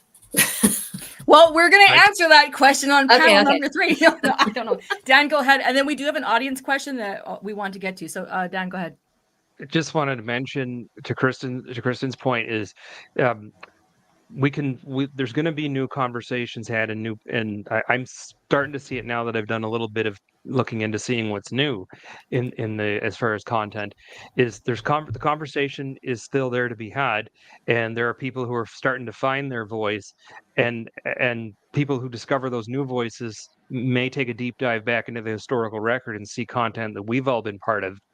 And, you know, and content that goes further back. I'm thinking of like Marcia Dredd Davis's book and her content, and there's others as well. So, you know, we can say we're part of creating the historical record of conversations that have been had, and that, you know, are helping to encourage others to have new conversations and see new content.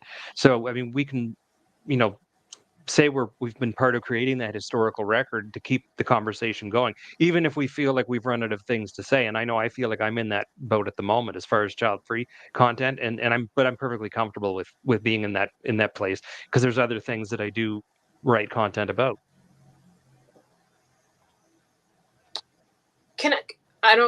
Free and Thriving made a comment about, and I appreciate this comment, free and thriving, talking about, like, if you get to a point where you may need to, like, take a break, if you're, like, either running out of content or ideas.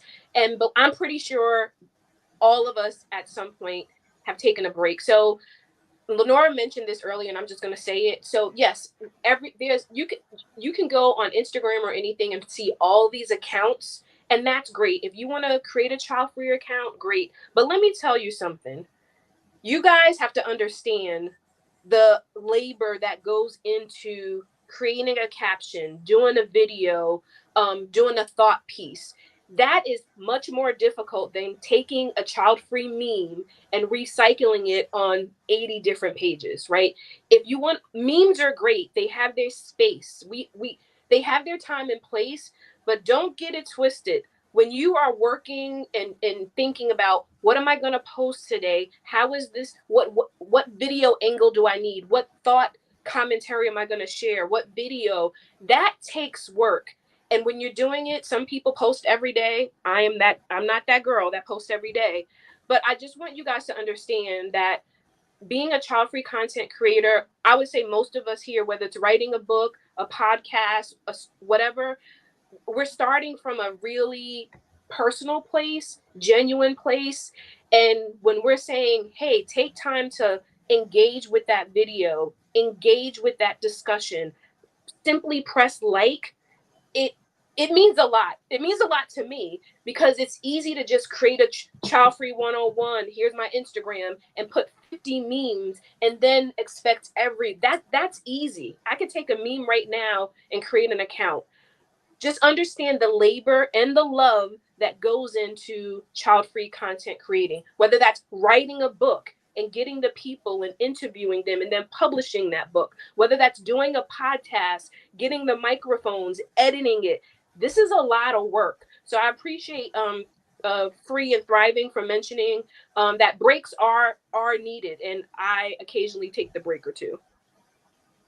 Yeah, and putting together a convention and the podcast, like it's amazing. Like people go, oh, you can just do a podcast for fun, and these I've had that comment from people that saw me after Childfree Girls. I'm like, even for fun, it's a lot of work, right? Kristen and Isabel, we were 3 of us, and we did it every 2 weeks consistently. We never missed a schedule for 3 years, and that was a lot of work. People, it's true, Angela. People do not understand. And I don't know if we have enough words or time to convey just on this panel alone how much time has gone into doing anything that we've done, and so I had made a post about the level of entitlement that can come with, when you're advocating and the people that you advocate for and the audience, but that's a whole other topic. We do. Okay. So there's a couple things. I think we're taking a 10-minute break at the top of the hour for the audience and for the speakers. And we have some audience questions. So I'm going to show this one here. And then I know there's another one. So this one's from Len. Thank you, Len. So the question is, what are child-free content creators doing to get mainstream media to tell our real stories instead of speculating about the child-free community? I don't think we have enough time to answer what really goes on with media for those of us who have been in the media. To me, this is part of the crux of the problem. All right. So who wants to start with this one? Kristen, go ahead. Go ahead. When I worked for the paper, I approached I don't know if you were here when I said this earlier, but I got a job working for a paper where I lived. And after about a year of being there, I went to my editor and said, hey, so a lot of people are talking about being child-free, not having kids or whatever. I should probably write about that. So I did that and got that into at least my area's mainstream media. And I have written press releases to local TV stations in my state, well, obviously local, and gotten on those shows to talk about not having children and how normal it is to not want children. I don't know, that's just what I have done. I understand how important it is to try as hard as you can to reach the widest regular audience you can. So that has been the only way I've thought that I had access to it. If you have, I think anybody who's child-free, probably, if they have a story they want to tell that kind of bumps up against what's happening in the local news, that even remotely mentions child-free stuff, you could figure out how to write a press release and try to get on somewhere locally, try to talk to someone. I'm sure everyone else here has genius ideas. That's what's so great about mind melds and groups. So that's pretty much all I have, but I do recognize the importance of trying to get mainstream.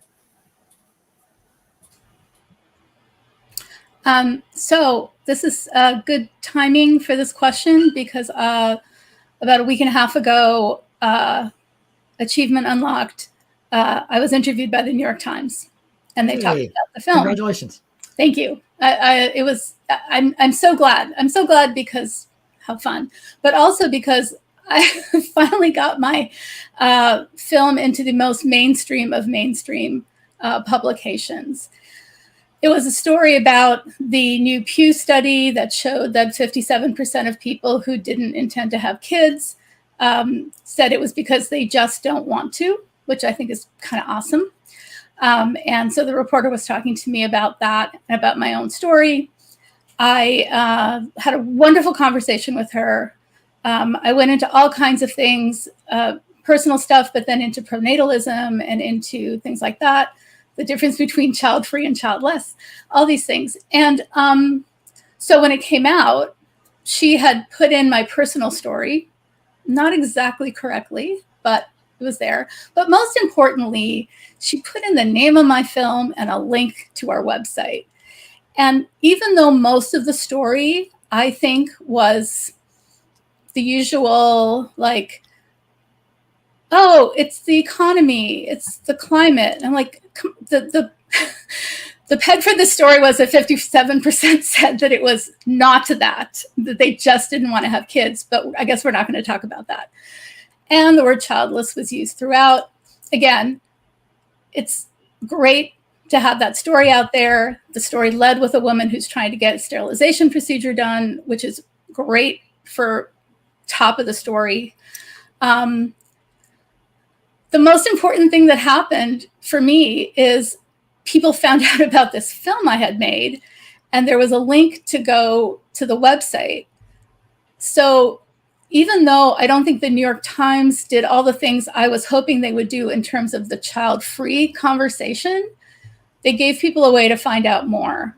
And I immediately got, I don't know, like 75 signups for the newsletter, and like 35 people rented the film. This is all in a matter of days. So they may not say what we want them to say all the time, but as long as they like give people a place to go to, if they're interested to learn more, I thought that was really, really important. Oh, and frankly, because I was in the New York Times a week and a half ago, there is other press that is now interested. So we're hoping we can meld all the things going on right now in the US in particular, to really bump up this conversation, and ultimately for me to have the film more widely seen, more widely talked about. So that's my experience. That's awesome. I kind of gave up on getting asked deep questions in press interviews for Childfree because like I said, I don't have a story that's remarkable. I led with that, but it's like, I just didn't want to have kids. And, I see a lot of fluff pieces, right? Because I mean, that's a start. There's a place for that. I have Angela's voice in my head right now. Like there is a place, and I know there is a place for that. Some of us want a little bit more, but I will say one that I did say yes to this year. It featured my dad, and Therese, you were in that, Laura Carroll was in that, and I can't remember who else, but it was really fascinating because my dad, who obviously has children, and my brother has 2 kids, so he is a grandfather. But my dad's been very supportive of the work that I've done, and people choose, because he also has siblings that chose not to have children. And so this was for the Globe and Mail, which is a big publication in Canada. And Canada is a country, attached to the US, for those of you that don't know. We don't live in igloos. Although sometimes it feels like that. But anyway, so this one, I was talking to the journalist, and I don't know how my dad got into the conversation, but then she asked if she could interview my dad, and I thought, well, he's traveling right now. I'll see if he wants to. Now, my dad is not on social media. He doesn't, he doesn't put his name out there or anything like that. And my dad agreed. So that was really cool because it was, because I didn't want to talk. Here's the thing. If I'm going to be in the press, I want to talk about Childfree Convention. I want to talk about International Childfree Day. These are the things that I'm attached to. I want to talk about the Childfree Girls podcast. I don't need to talk about myself. I want to talk about the work, the advocacy stuff that I do, but the press isn't interested in that. And I don't want to be full screen right now. Sorry. I don't have it. Yeah. I'm shy sometimes, believe it or not. So I need to see the support of my people on screen.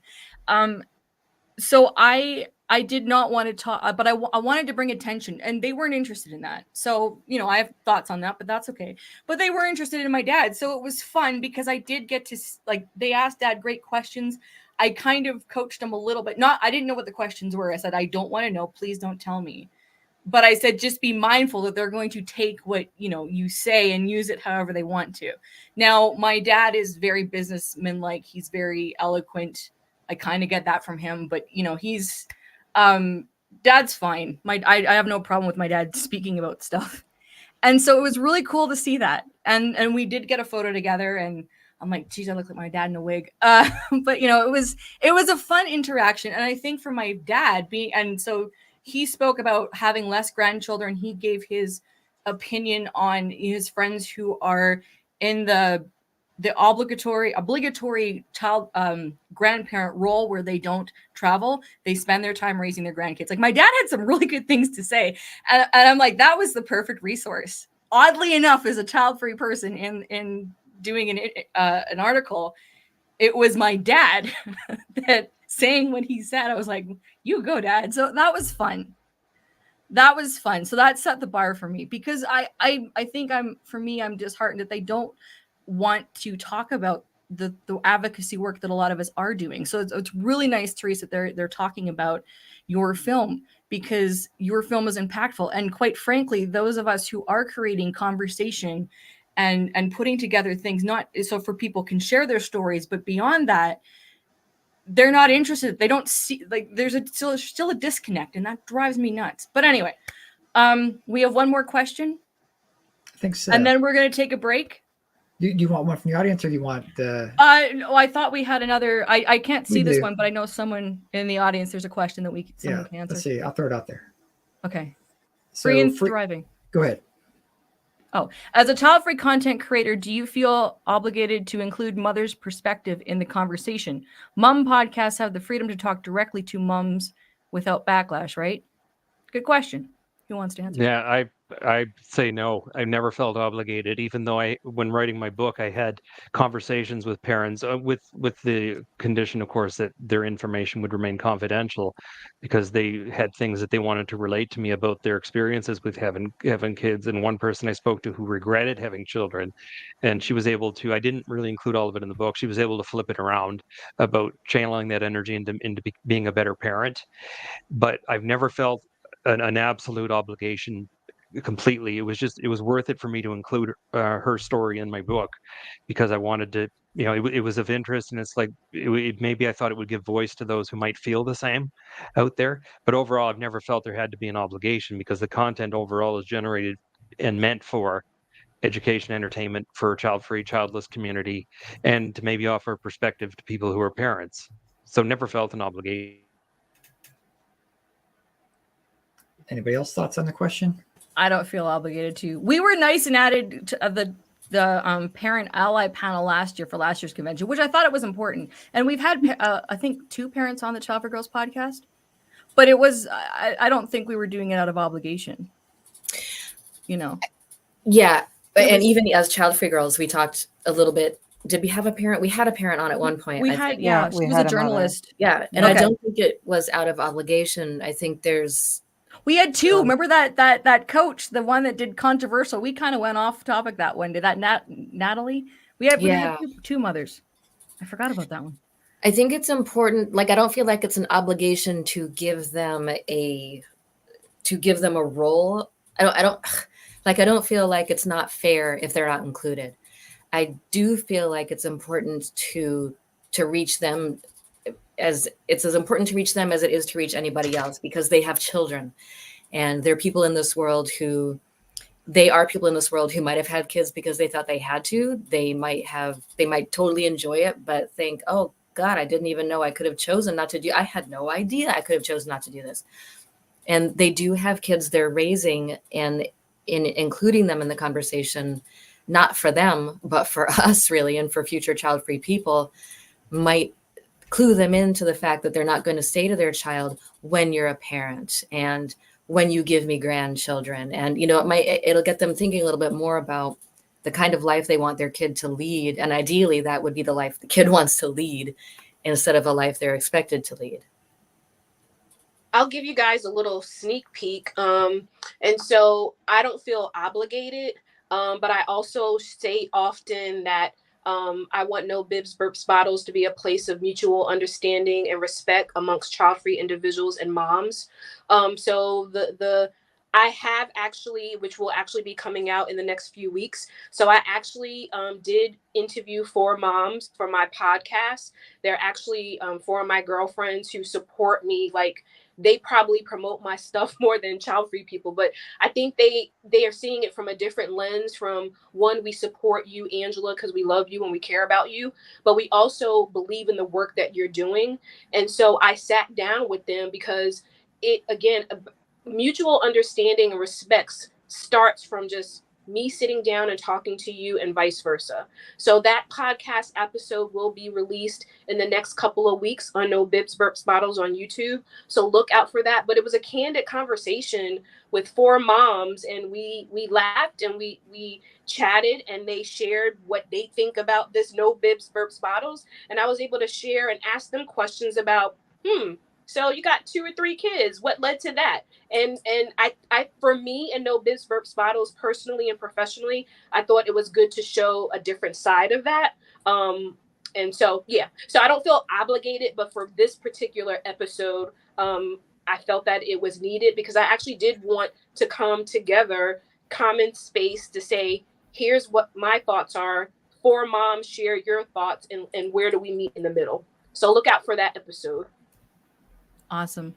Okay, so I think we're going to take a 10-minute break. We have one more section of the panel called Acceptance, What's After Childfree, so you don't want to miss that. And then in an hour, we're going to be with Helene in Sweden for the Aggressively Childfree panel. So that's what's coming up. So we are going to take 10 minutes now, and this panel will be back. Yeah. See you in a minute, or 10, actually.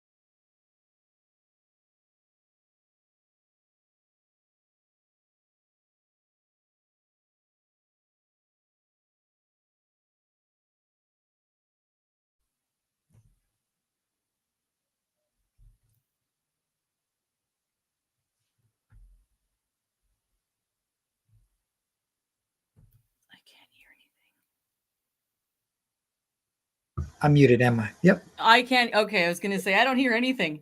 Sorry. Can you hear me? Yeah, I can hear you. I Okay. think. All right. All right. I'll break for the moment. But Angela brought up a great point when she was talking about the amount of work and effort that goes into creating content, just in general, and it kind of brings up a thought of, were there any like unintended consequences to becoming more vocal in the child-free space? That could be like just people wanting more content than you're putting out. Do you have any trolls? Like that ever happens? Requests to join collaborations and do things like this. Like, what kind of came along with stepping out of the shadows and into the light, so to speak. And we can kind of start with any we want to raise your hand. It doesn't matter. It's kind of an open question. Well, I'll start. I had to start showing my face on camera. That was my unintended consequences. And I discovered now I have child-free friends, like legit child-free friends. And this is probably the thing that I've wanted to say the most out of this experience in 6 years is that I mean, I've always been a social butterfly, and most of you know that I despise butterflies, but I am a social butterfly. It's not hard for me to meet people and all of that. But, I mean, I'm in my 40s now. So as we, evolve through life and you look at your social circle, you look at what you need. And I was 35, I think, when I started this. And I was not seeking friends. I was not seeking a community. And my unintended consequences is now I have one. And I don't mean people that follow me. I mean the people on this stage, the collaborations that I've had, but my friends some of them are in the chat. And I've met some of them, but also like I'm talking like on an emotional level, like support on an emotional level, and not just for being child-free. And I will say this, that child-free people are still people, and we don't always connect with everybody. So just because someone's child-free does not mean you are going to be best friends. So I never thought about having friendships or developing friendships or even collaborating initially, but that has been my unintended consequence, and I freaking love it. I really do. This stage makes me happy. I will admit I am not showing up as LeNora Faye, the moderator for Childfree Convention. I'm just showing up as LeNora Faye, who's like a little bit quirky or a lot quirky and whatever. Like you guys know me this way, though on stage, and some of you in the audience know me this way. So that it's really, I've come out of my, hard to believe, I've come out of my shell. And I'm working on it. There's LeNora Faye now needs to be like out there more, and will be out there more after this. But the unintended consequences, I've really discovered who I am as a person, and as child-free has allowed me to really evolve on a personal, deep personal level. And I was going to end with that, not open with that. So I'm sorry, but it really has. It's been amazing. So thank you guys for all being a part of it. Sincerely. And we're done. Thanks for coming to the 2024 Virtual Childfree Convention. Anybody else? Okay, Unintended consequences? I mean, I could just echo Lenora's point, was meeting all these people that I've like people I've enjoyed some great collaborations with, and written content for, and had interviews, podcasts, just the experiences, because I know doing this, the unintended consequences, opening doors that I didn't expect would open, and that continues to happen, even if it's related to child-free stuff. Me coming to do this, first time this year I've addressed any child-free related content. But this is the place I'm happy to be then, if that is the one time per year that I'm talking about the subject. Yeah, I would definitely say connections. And I know that's like a word that I've probably said a lot today. But, in any of the work that we do, there's always going to be like a counter thought to it. Like people are just like, what is this? And what are you talking about? So I'm prepared for the trolls, even with being kind of thrown into the spotlight and what's going on in America and the US in regards to politics and things. And I don't say yes to everything, because I want things to be genuine. And so I agree with LeNora. Even though people don't believe this, I am an INFJ. So I am an introvert, but I practiced this so long that it just comes out naturally. But I like one-on-one connections, and I've been able to do that through No Bibs, Burps, Bottles, as well as connecting with some of you.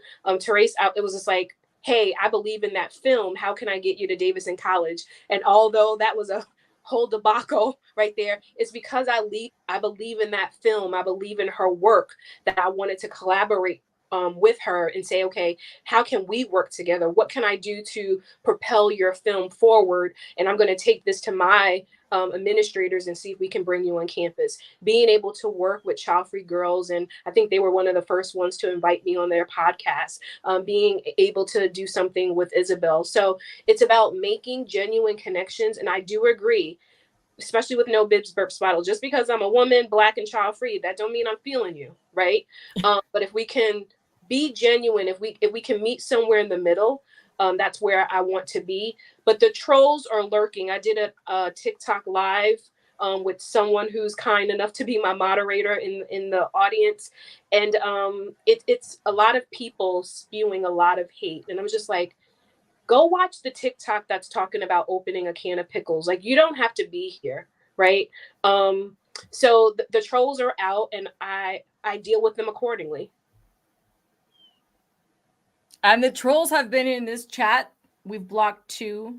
Some of you may or may not have seen them. So they do exist. We've set a troll record, Cody, I think. We now have, we've had 2. We doubled 2. Mission accomplished. Thank you, Angela. And thank you, Dan. All right. Everybody else.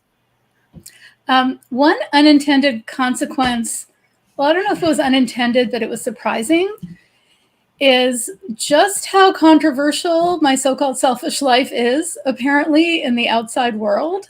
I didn't think I was making a particularly controversial film, but turns out it has been, in some ways, a barrier to getting it to all the places I wanted to get it to.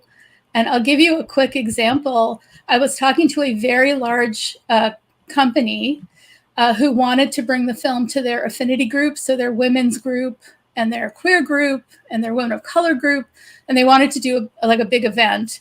And I sent the film to them to look at it, and it was all great conversation. In the space between them getting the film and getting back to me, Roe v. Wade was overturned. And I got a fairly formal message from them saying, due to the recent political developments, we're going to have to put a pause on showing this film.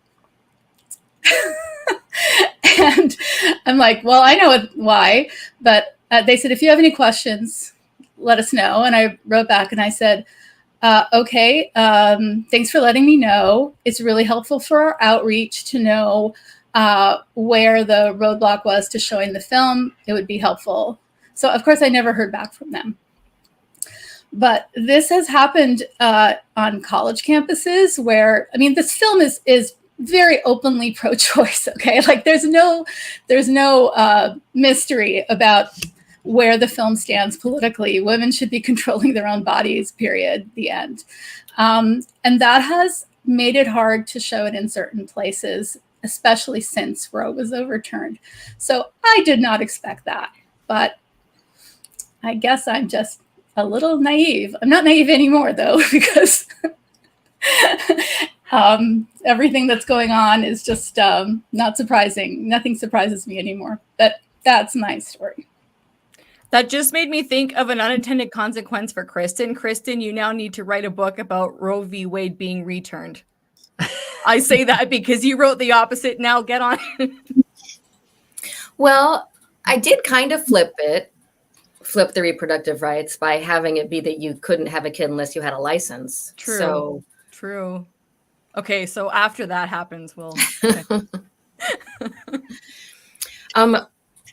What was I going to say? Oh, I was going to add an unintended consequence. I know that all of us are in this to reach people and help people and expand the conversation. But for some reason, I was really surprised after I started writing about child-free stuff a long time ago to get, and this doesn't happen as much anymore, but very early on when the conversation wasn't online that much, someone messaged me to thank me for making them feel less crazy and let them know that, wow, like this is a thing I can do. And because I didn't, you want to reach people, but you don't know if you will. And it's not a real thing until someone gets in touch with you. And that was a I suppose it was an intended consequence, but I don't know if I actually believed it would happen. So that, it sounds really lame and cheesy to say this, but that was a super consequence that I was not prepared for, honestly. But then there's also meeting all of you. And that's reason enough. Yeah, I'll just echo that too. I think that continues to surprise me unexpectedly, of, you know, those connections. A couple of things that I have found interesting is focusing on policy. I can't tell you the number of people that have told me the time isn't right. It's not, it's too soon. It's all of these things. And I'm like, well, too soon for what? Like freedom, like access, autonomy. That was stunning to me. People within the community as well as not in the demographic. And it continues to stun me. And then, you know, with recent events, which I'm sure we'll talk about more later, that, and then, you know, back to what we were talking about before about content. I don't consider myself a content creator, and that is clear if you look at what is there for the Institute. I need someone to create the content. I mean, I have the ideas and stuff. I don't have the time to be everything, which is what I've had to do, and I've had to learn it.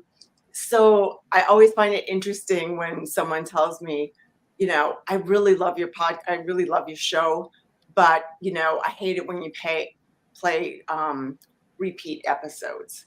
I have a weekly show. I don't know what I'm doing. I started it to do something because something needed to be done. Of course, you get better over time, right? And there are so many elements that go into it. Scheduling people for a live show every week. People are used to podcasts. And so they're like, oh, well, can we do this another day? Like the morning of it. It's like, I've done all this stuff. No, we're going live in 2 hours, and that happens. So I'm not just, you know, throwing the same show up over and over and again. And yes, I would love to have a live show every week. That's why I'm doing it. But that kind of comment when they have no idea what it takes. And I'm like, I just get that so many times. Or on reviews where they're like, I would have given it a 5-star, but like she repeated an episode. And I'm like, oh my God. You know? So when I take breaks, which is not good. So I saw how people do it, and they're like, oh, I'm going to be away, or I'm taking a mental health break or whatever. I just do what I want. I go if I need to go, which is not good. But that's because I thought, why am I justifying this? And I'm going to do the best I can do on any given day. I never said I could do it all. I started it with a group of people to be a collective from the beginning for many, many reasons. And I'm like, you know what? This is what I can do. And this isn't the only thing I'm doing. You know, I have to work to support this thing, all the other things that I'm sure we'll get into. And so it's those kind of things that I think, wow, that's not what I was thinking about. I was thinking, oh, this is really bad because I can't actually have the conversation I need to have because I have to get this thing up before the show. And it's like, wow, that's what you're worried about. Cool.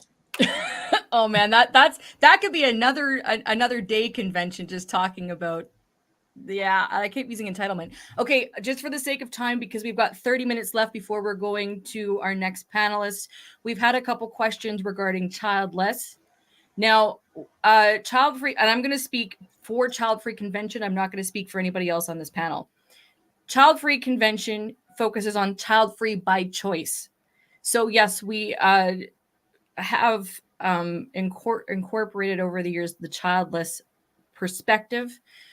But for the most part, when we're talking when we come from a child-free by choice place, it's not a matter of being delicate or whatnot. Our audience is child-free by choice. They did not want to have children. There's a distinction between child-free and childless. And I'll let someone else answer or say else if you want to, but I'm just trying to because those are really good questions. Mm-hmm. But for Childfree Convention, our focus is on those people who have chosen not to have children. They did not want to have children. Again, sometimes so it's not a matter of being delicate. I make it very clear who the target audience is. Childless people are welcome to consume the content. To me, being delicate, there's no point. you know what? We cannot appease everybody. Heck, we're not even aggressive. As you'll find out in the next panel, the Childfree Convention is not even a child-free enough for some people because we've had the childless and parent conversation a little bit. So sorry, what was the question? So there's two questions and we have to move on. So I'll read them both. So one of them is how do you delicately handle the people who want / demand that we include more women who can't have kids and the grief around that. So that's in the child-free space. And again, so that's as child-free content creators, how do we handle that? Okay, I said what I've said. So if someone else wants to quickly, I would like to say something to that. Okay. I think one of the reasons it's so important to have the whole conversation about the choice to not have kids is because it also touches on the whole pronatalist agenda as a whole and pronatalism as a whole. And one of the problems with pronatalism as a whole is this insistence that people have children. And I think the insistence that people have children and the insistence that what makes a woman a good woman is having a child only compounds the devastation someone feels if they can't have kids. Because not only can they not have a child they want to have, now they're a failure as a woman. Now they're not going to achieve their life's purpose. Now they're never going to be fulfilled. Now they're never going to be happy. They're never going to know love. Blah, blah, blah, blah, blah. So the whole, I do think it is important to blend those two things. And it is devastating. I would imagine it's just as devastating to not be able to have a child you want as it is to have a child you don't want. They're both lifelong, just bad. Mm. And I don't have anything against childless people. Obviously, I get your life goal just as much as I would like you to someday get mine. But yeah, I think it's the treatment of people without children, period. I know that there's a special hatred for people who choose not to have kids, especially if you're a woman, because we're supposed to want kids and be trying to have them. But I think it's easier for a lot of us who choose not to have kids to deal with that judgment than it is for people who are already grief-stricken over not having kids they want. Never mind how many of them even wonder whether they actually want those kids or whether they were told they want those kids. And you know what I mean? So I do think there's definitely a place to include all of that. Maybe not in the Child-Free Convention, but I do think in the Child-Free conversation, it's really important to include childless people. Thank you, Kristen. And with that, we have to move on to the final portion of this panel, which is acceptance. What's after child-free? So please, Cody, can you set us up for success for this final conversation on this particular panel? So has anyone experienced as an advocate accepting kind of the end of your public journey due to any exterior factors, or witnessed another child-free advocate maybe stop due to feeling like defeated, pressure from the outside, maybe career or family won't allow them to keep continuing with making their content, or it maybe being not anymore financially feasible, because it does cost money to do really anything. To be a content creator, you're spending money somewhere. A lot of it you can get away with for free, but sooner or later you've got to start spending the subscriptions per month to put your podcast out or whatever it is.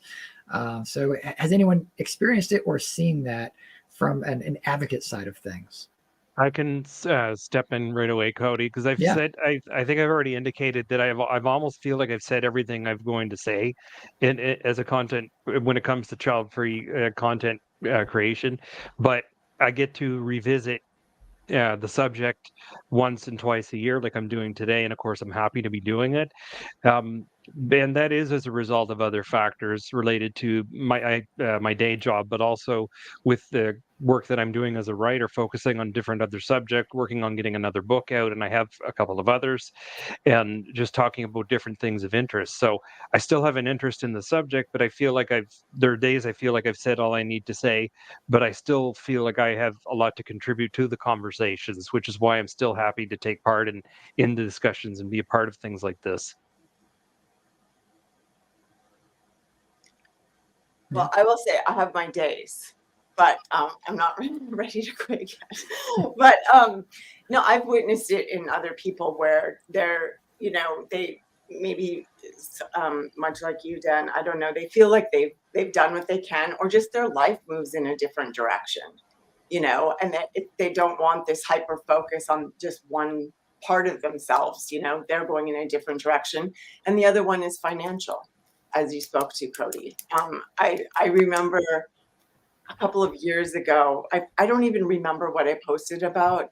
And I got all these messages in my Twitter inbox about, what would you need money for? And like, why don't you just hook up with other women's organizations that already have money? Yeah, because there's no competition for resources. And because those things, whether it's subscriptions or your podcast or all the things to maintain, just those operational expenses, even if you're one person holding the purse, so to speak, and doing that, is a lot. And I just don't think people realize that. That is exhausting, the worry of that, you're never free to just do, or I don't feel free to just do my thing. I'm doing all those other things. Mm-hmm. Yeah. I'll jump in. I know there's been times throughout this journey where it has been very overwhelming, and not from the audience or overwhelming, meaning like you have a system, you have a schedule, and there's days when I'm just like, this break feels so good, I should just continue it, right? I typically take one during the holidays and different points. And I also try not to announce like, hey, I'm taking a break. But again, behind the scenes, it can be very costly, right? So again, I'm not the best editor, so I outsource that.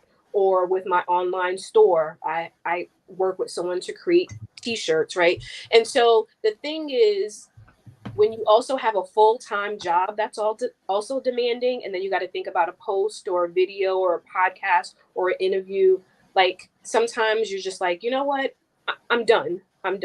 But again, it takes that one person to send me an email or a DM to say, hey, I saw your video. And then I'm like, oh, that's why I'm doing this. Hey, let's jump on a call and let's talk a little bit more.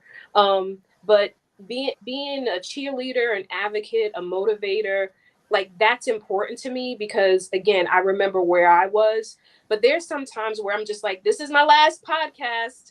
I'm arrivederci.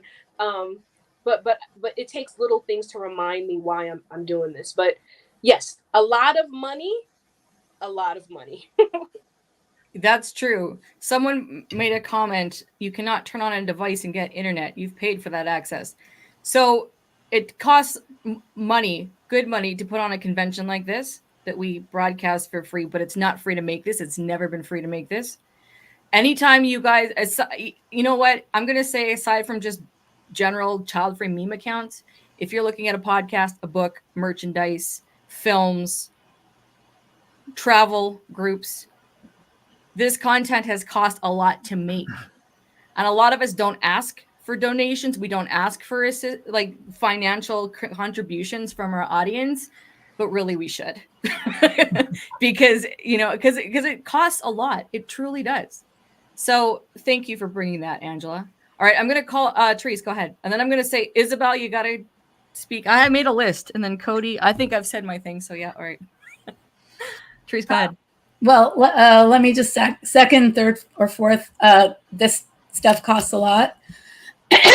As a documentary filmmaker, these things cost hundreds of thousands of dollars to make. And funding for feminist child-free films requires a lot of work to get. And a lot of our support came from this community. So thank you again. And continues to come from the community every time someone rents the film or books a screening. It is supporting our work. It is helping get back the funds that we have personally invested in this film. So anyway, having said that, when I started doing social media on this topic, like 8 years ago now, I think, I had some very specific goals.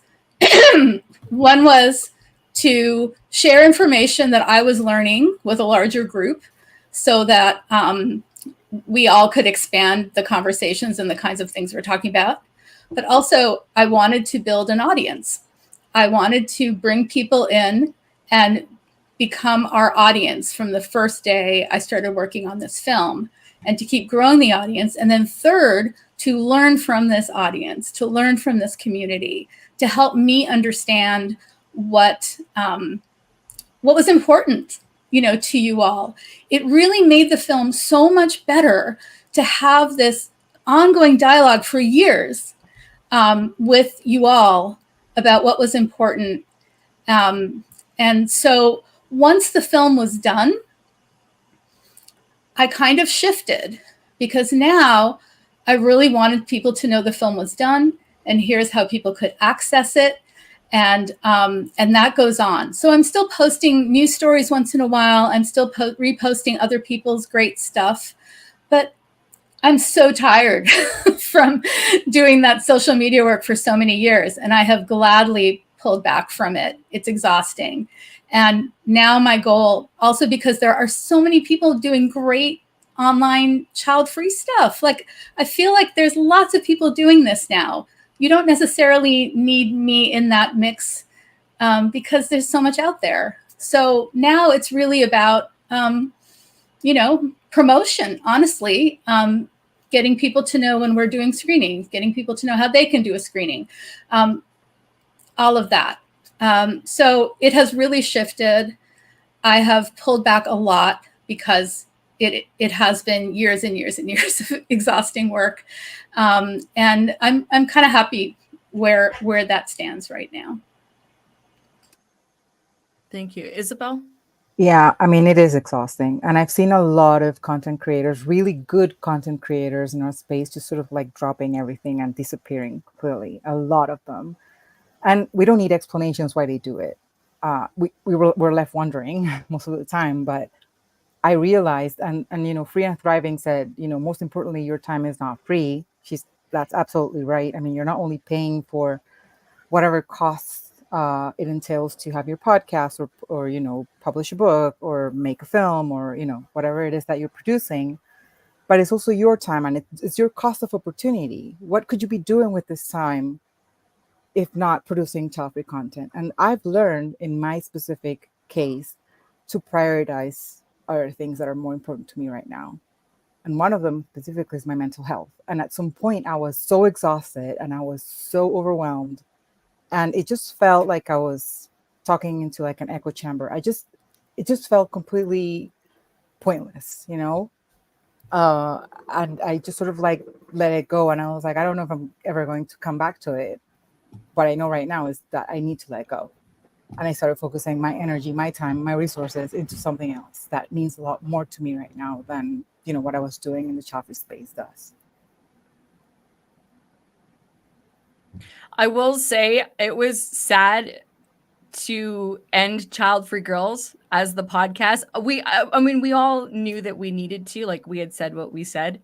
And the thing is we're still, our chat is still epic. So that hasn't gone anywhere.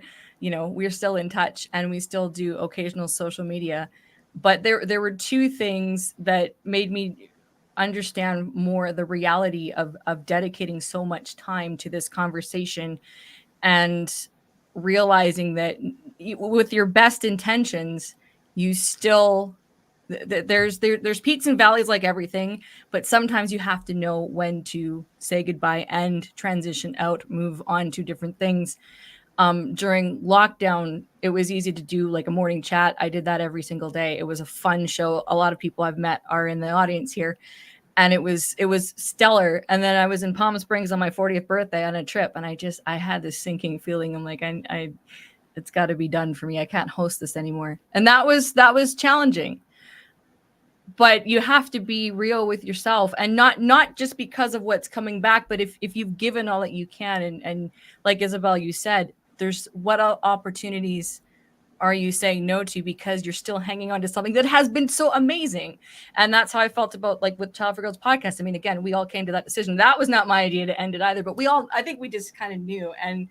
And of course we get those emails. Well, there's so much more you can say, blah, blah, blah, blah. I'm like, well, we have our thoughts about that, but it does come down to, what is best for you. And content creators, whatever stage you are at in your content creator journey, don't forget about that, because there, especially when something has served you so well and you've had this great vibe, it's been amazing, it's been such a great run, you've met all these people, you've just had the best time collaborating, and then the spark naturally dissipates, and that does happen. I'm saying this from personal experience, and I've had a lot of experience in that area with collaborating, so it happens, and you gotta give yourself time to be honest that that's what's happening, and then say goodbye in the way that works for you. So it's not easy.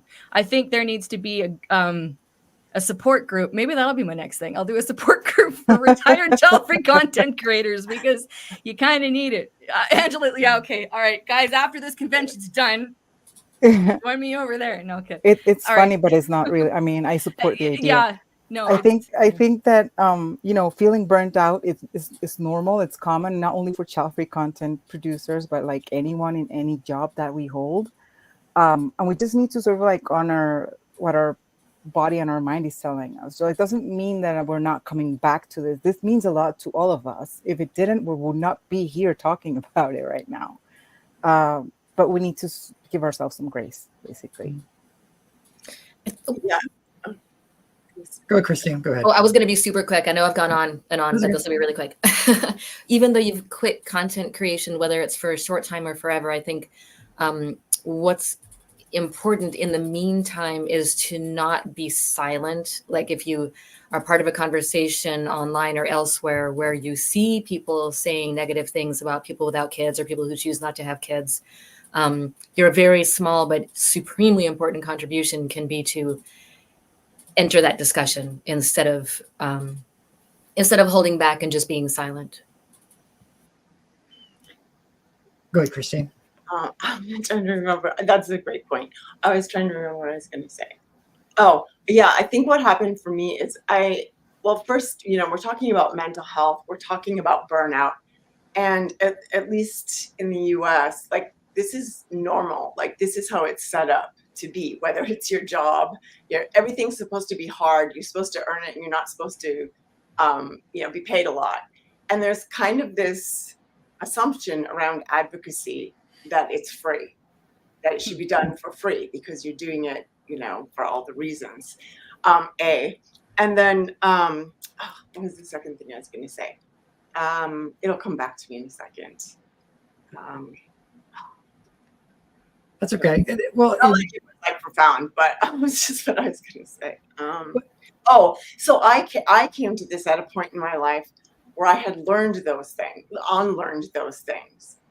So getting onto social media at that point was why I didn't want to do all of this by myself. Not just social media and content creation, but the whole thing, because I already knew these things. I teach these things. I have a business that does this. And so what that looks like for me, or what I believe in doing, is at odds with that. But instead of just holding that, there's a constant pressure. And if you're not consistent, it's like a growth model, right? Whether it's followers or whatever, and then that's what you're assessed by. That's what opportunities, press opportunities, etc. are. And I get that. It's the same with businesses. There are many businesses that should not be in business. There is a time to move on, but that's not how capitalism conditions, at least, I'll say. And so I think that made it even more on and off for me, like my go forward, pull back, because there just wasn't a medium way to do it. Like there wasn't a good balance is such a bad word, but there wasn't a balance. I didn't find a balance because it took me so much time, and then it was cutting into something else. And if I did that, then I couldn't do that. And just to piggyback on that quickly, again, going back into why people may take a break or just the financial stress, it might be easy to say, well, if you need help, just, hire a media consultant or hire someone to do your this. Or like, again, all of that cost money. So sometimes when you're solo, you have to say, okay, what's in my wheelhouse? What's in my capacity, right? And it has been, okay, I need to hire someone to edit this video for the YouTube, or I maybe need to hire a social media person to assist me with post. But again, all of that cost money. And I just wanted to also shout out to Isabel, because I also think we also have to protect our mental health, right? You know, yeah, we can all manage a troll or a negative comment or two, but when it starts, like, you just got to step back and you're like, wow, people are really so mean. And if you don't protect your spirit, if you don't protect your mental health, it could become dangerous for a content creator if you actually don't take a step back. So I wanted to shout out Isabel for one, and all of us for that fact, who have maybe have taken breaks or paused to protect our peace, but more importantly, our mental health. And I want to say something about like the hiring or I'll say outsourcing. And I've noticed this, and I have not personally hired somebody as a consultant for business on the child-free topic, because that's all I've done for 6 years. But I also want to say that because, you know, okay, if you're on LinkedIn, you get propositioned all the freaking time for, hey, I can help you with your copywriting. I can help you with this. I can like get more followers. I'm like, first of all, do you understand what Childfree is? I had someone from Alberta, because I live in Alberta, Canada, and Childfree Media is a corporation registered in Canada. So the minute that was like public, as far as like the government side of things, you start getting, you know, this is why I have a post office box in a different part of town, because people start soliciting you. So I don't think I told you this, Cody, but I got I got letters from all sorts of consultants for like in 2022 offering their services. Childfree is so niche and it's so undersupported by even the community that we serve that nobody knows how the frig to even like do any kind of consultation for child-free content. I'm sorry. I don't care how good you think you are. I don't care what your promise is. I don't care if you're freaking Tony Robbins. Like, sorry to mention his name. I think I might get shut down for that. Like, this is a topic that people don't want to touch. And so I'm gonna tell you this as someone, if someone's in the audience thinking about doing child-free content creating or trying to do any kind of business, if someone comes to you and if they're child-free and in the child-free space, maybe they have a shot. But if anyone comes to you and promises you that they're going to help you, if they do not understand what child-free is, if they're not part of the community, if they have not even been in a Facebook group or any kind of participation, they do not have any understanding of what the audience is that you're trying to serve. That's true. I will claim to know this because I've been doing this.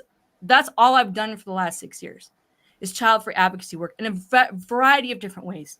They do not know we barely know the audience, and we serve this audience. You know, I mean, honestly, Childfree Convention should be so much bigger than it is, but it isn't. That's why we're talking about this. Why is that? I mean, and again, that term community will probably decimate that in panel number 3 as to what that means. But this is why you guys who are watching the replays need to step up, because we cannot continue to go further with this passivity, which is going to lead into panel number 3, but we have to get wrapping up the panel number 2. Helene's in the background, I think. So I'm just saying, and this is, again, from a very passionate place, in case you guys haven't picked this up by now, like, we've had a lot of fun. We have done this from a very pure place, but there's a reality and there's a cost to it. And I'm not just talking about financial. So if you guys genuinely want to see more, and not just from us, from people who are aspiring that haven't even begun, you have to think about what your level of participation is. And if you can only participate in a certain level, that's totally fine. But encourage other people to participate as well. Because can I say one thing? This was in the comment, and I think I saw something where it says there are content creators who are making bank. They got a nice little check coming in from TikTok and from Instagram. Most of the time, and this is just my observation, most of the time those who are getting paid are white couples who are promoting heterosexual couples who are promoting child-free, and they're getting brand deals and they're getting money. But most of the time I'm not seeing single individuals, I'm not seeing people of color, so not everyone is getting paid, and people are putting out good content. So I wanted to at least acknowledge that comment. Like, yes, there are some child-free content creators who are definitely making bank, I am not one of them. I've seen content creators, and you all have as well, that have had followers in the tens of thousands, in the hundreds of thousands, literally walk like from the child-free space. Like they just shut it down because they're moving on to whatever the next thing might be for them. But like, to me, it's one of those things where, you know, when you start something up, it's like, well, what's your end game? Like, what do you want to do with this? What's your goals?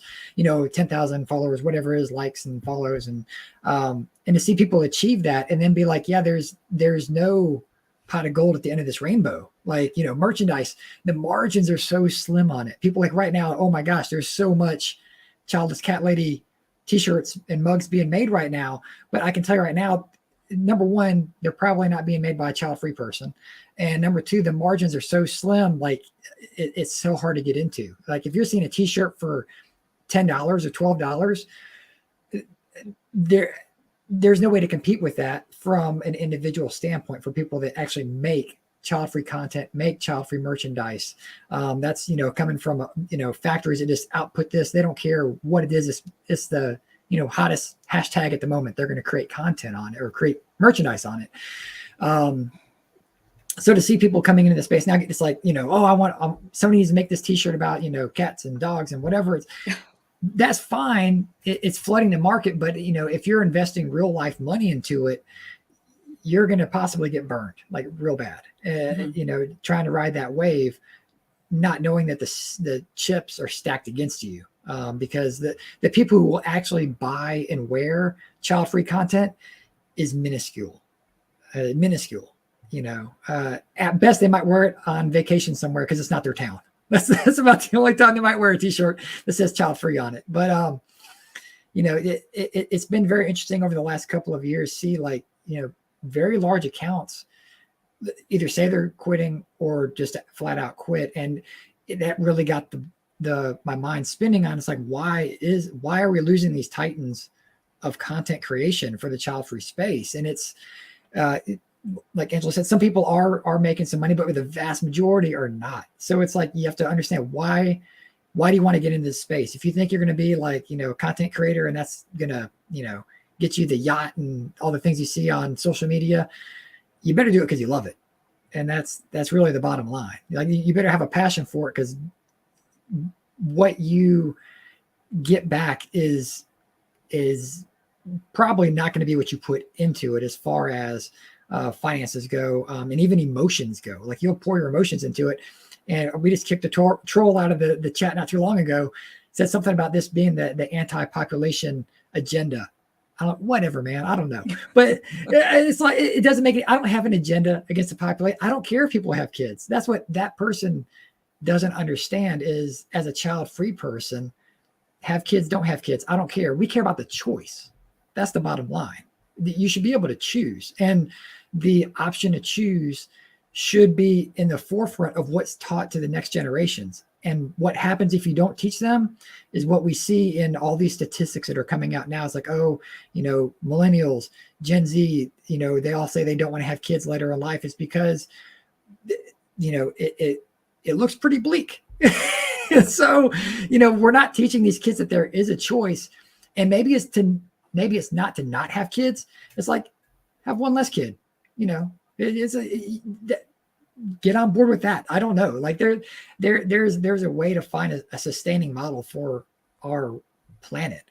You know, whether people want to think climate change is real or not, or whatever, things are going to happen, and we cannot sustain the trajectory we're currently on. It's statistically impossible. I don't think there would be any, you know, credible scientist or mathematician to even come out and say, oh yeah, no, we can, you know, we just hit, you know, 8 trillion people like last year, or whatever. Like, we're going to be 10 trillion in the blink of an eye. Like, just imagine adding 2 trillion more people to this planet right now. It's crazy. But anyway, I'm getting on a soapbox here. All right. So we have to wrap up this panel. Thank you guys so much. We will see you back in about an hour, 10 minutes. Helene is now going to join us for the Aggressively Child-Free panel. You guys don't want to miss that. Thank you, everybody. We'll continue this for panel number 3, which is a call to action, and we're gonna tackle Elon Musk, JD Vance, and pronatalism all in one and kick their collective backsides. But stick around for the aggressively child-free. I'm starting to feel aggressively child-free right now. This is great. All right, thank you guys so much, and thank you to our live chat audience. Don't go anywhere. We'll be right back.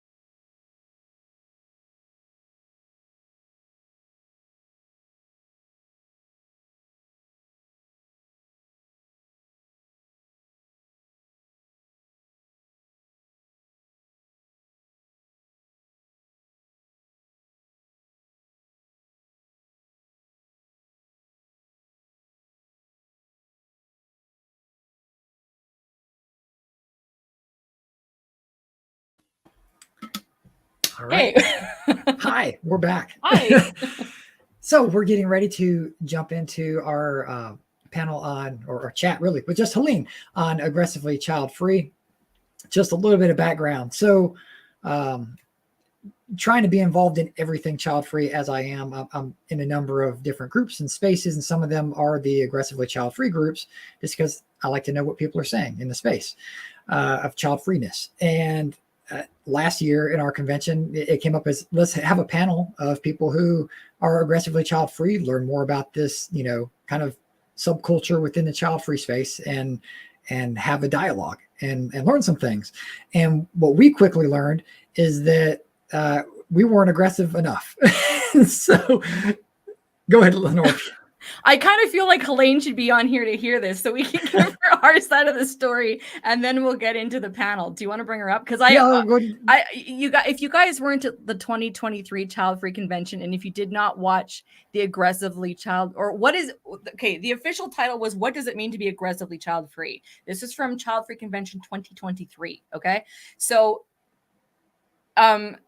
this is our mea culpa to Helene to redo this panel, and we're going to tell you what happened during that panel. If you guys missed it, it was interesting. So let's bring Helene up so then she can at least hear this. Hi, Helene. Hi. I've heard you the whole time. Okay, perfect. But I wanted to see your reaction. Also, too, you're joining us from Sweden, correct? Yeah.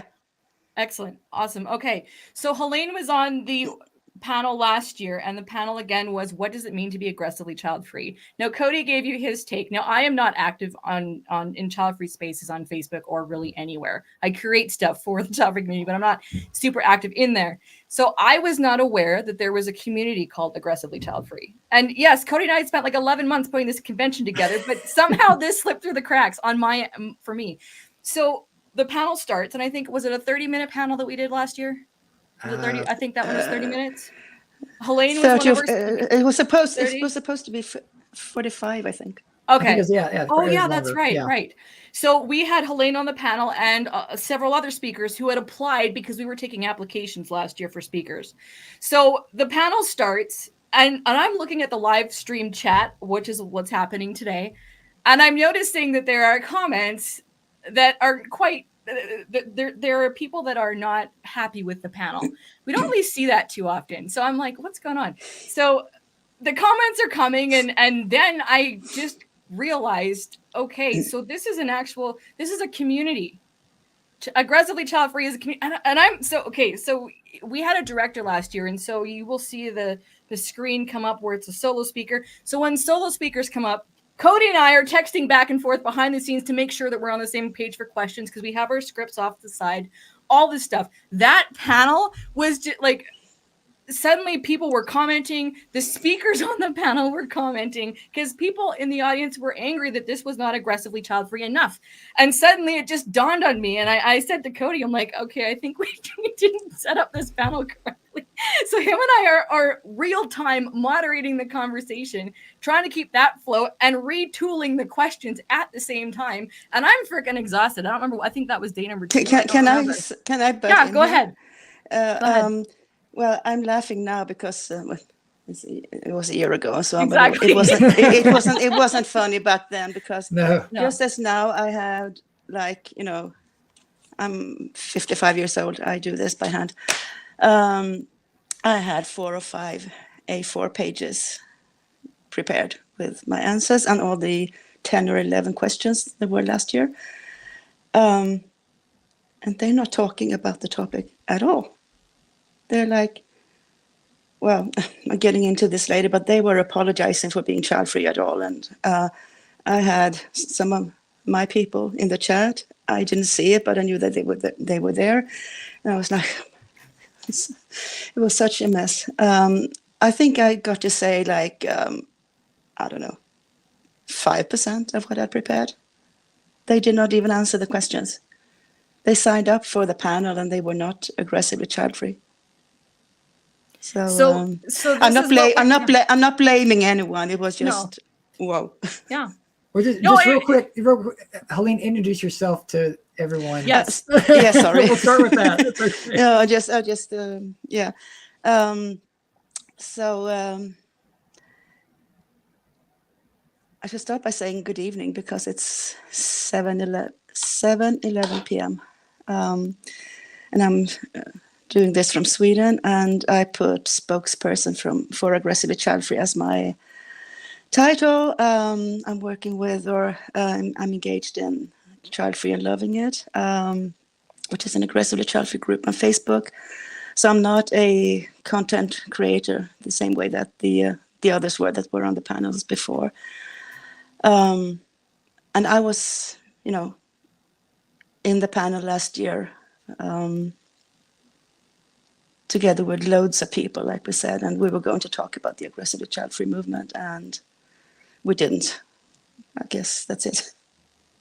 So it was one of those examples where you are learning in real time, and that's to potential content creators out there, when you're doing live streams, and even if you do research, you got to be able to move on the fly. So that was the quote unquote hilarity from my end, going, oh wow, okay, we walked into some. I mean, it was very. It'll remain one of my favorite panels only because completely, you just had to shift completely, and I haven't had an experience like that, so it was intense. So Cody, do you want to set up the panel, because we want to get into what actually is aggressively child-free? Well, that's really my first question. I'm gonna lay it all on Helene, if she would just what does it mean to be aggressively child-free? How do you or that community define that term?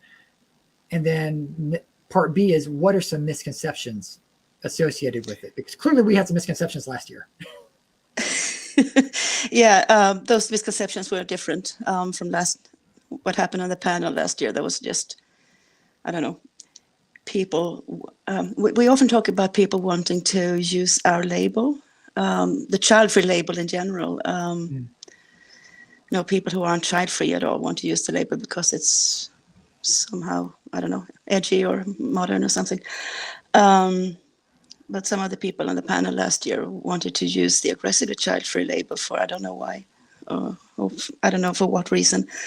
But anyway, the way we just define to be aggressively child-free,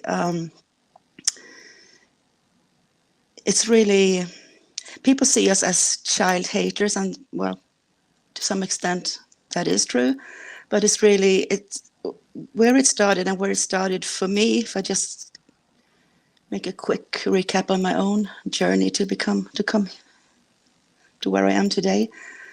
I've always been child-free. I've always not liked children, or I've always not been interested in them. And that's not condoned in society. You cannot not like children. You have to like children. And when you're constantly told that you have to, oh, they're just children. You were a child too once. And all the other bingos, you're backed so far into a corner that you become aggressive. And I think that's where a lot of us, where we started. So it's really a movement that we've been pushed into. We just wanted to live, or I just wanted to live child-free, not just as in not having children or not wanting to have children on my own, but not being around children, not being, not wanting to be associated with them, or, don't come near me, sort of. And when and when we're told that that is not okay, that is not accepted, okay, what do we do? What the human psyche does? We fight back, or we defend ourselves. So what we want, we really just want to be child-free and left alone with it. But society, and to some extent, mainstream child-free people, those, we call them softies in our circles, because, yeah, it's okay. Because they want to, suck up to the societal view of child worship, or how I should put it. And they keep pushing kids and the child agenda into our faces, both figuratively and literally. Here, look at my child, holding up the phone in front of you. Isn't my child lovely? Don't you want one yourself? And so on and so forth. So being aggressively child-free is our response to this agenda, really. And the more we question, the more aggressive we get, actually, when we just wanted to be left alone. I wasn't planning on holding an address or a speech, so if we can just maybe, no, but... well, I mean, I don't know if you want to, yeah, we have to ask for questions, Cody. Yeah, just ask something. Well, people are like, oh, aggressively child-free, like, you say you don't like kids. There are parents who don't like kids too. Like, let's not fool ourselves. I've heard parents say that they only like their kid, they don't like other kids, but somehow that's accepted. But the aggressively child-free stance is not. So how do you respond to the criticism and the judgment then? That from let's say the mainstream child-free community? Yeah, I wanted to reply to Cody's comment here first, because it was interesting. When parents say that they don't like their children, and when parents want to join, well, not our group, but there is another group that is called Beep Them Kids. You can fill in the first word yourselves. They think that that group is for, bad-mouthing their own children, F those kids. And so everything is okay if it's a parent that says it. If we say the exact same thing, it's not okay. You have to be a parent, you have to be a child lover to,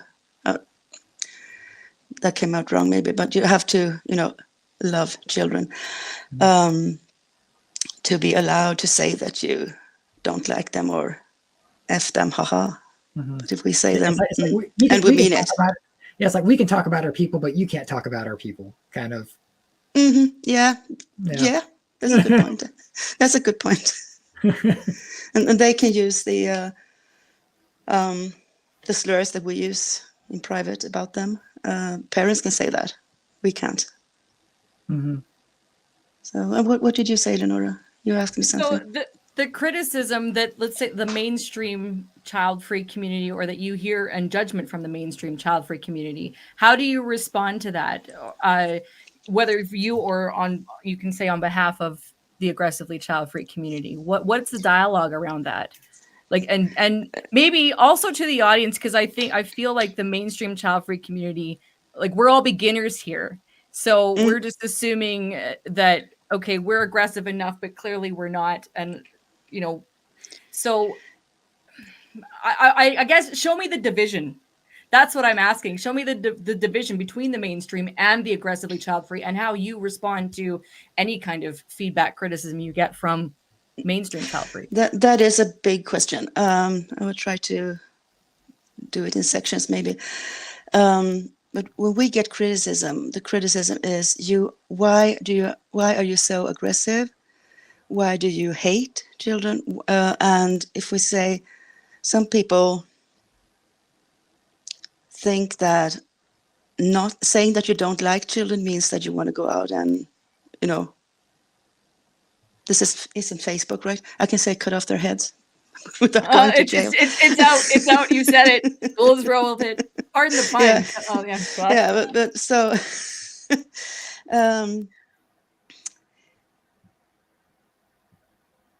we are told that we are not allowed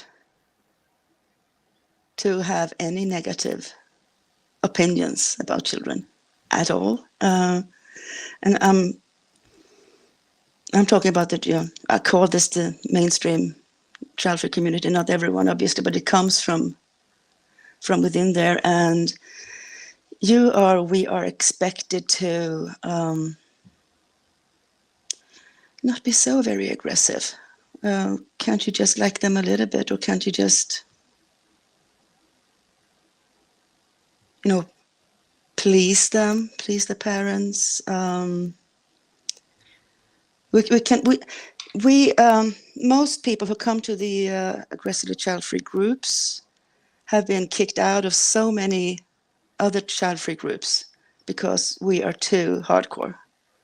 Okay, so you guys, the mainstream child-free community kind of holds their punches with how they really feel, versus aggressively child-free, where you say what you really want to say. Is that would you? Some of them, I guess, would like to be more aggressive, and some of them are not. I'm sort of taking points from all of my different sections of my notes here, but now I lost my thread.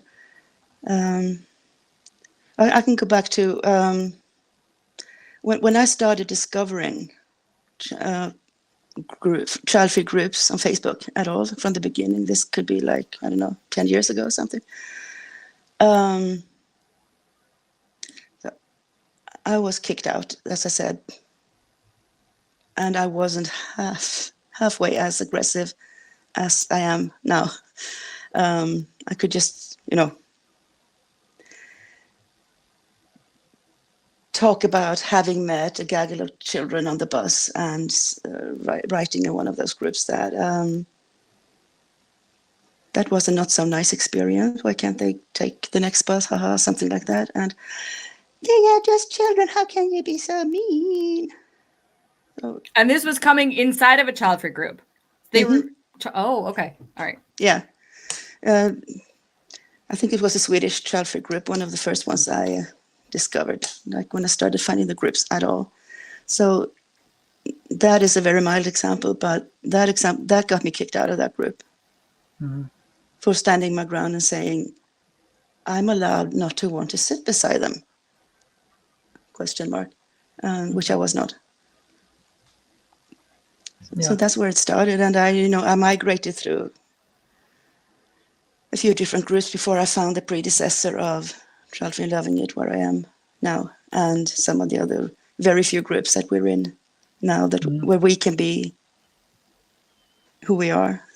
And I think I talked about this in the previous panel about like Facebook groups and Reddit and things like that, and how kind of over time that they have kind of like filtered and settled of what the temperature of that room is going to be.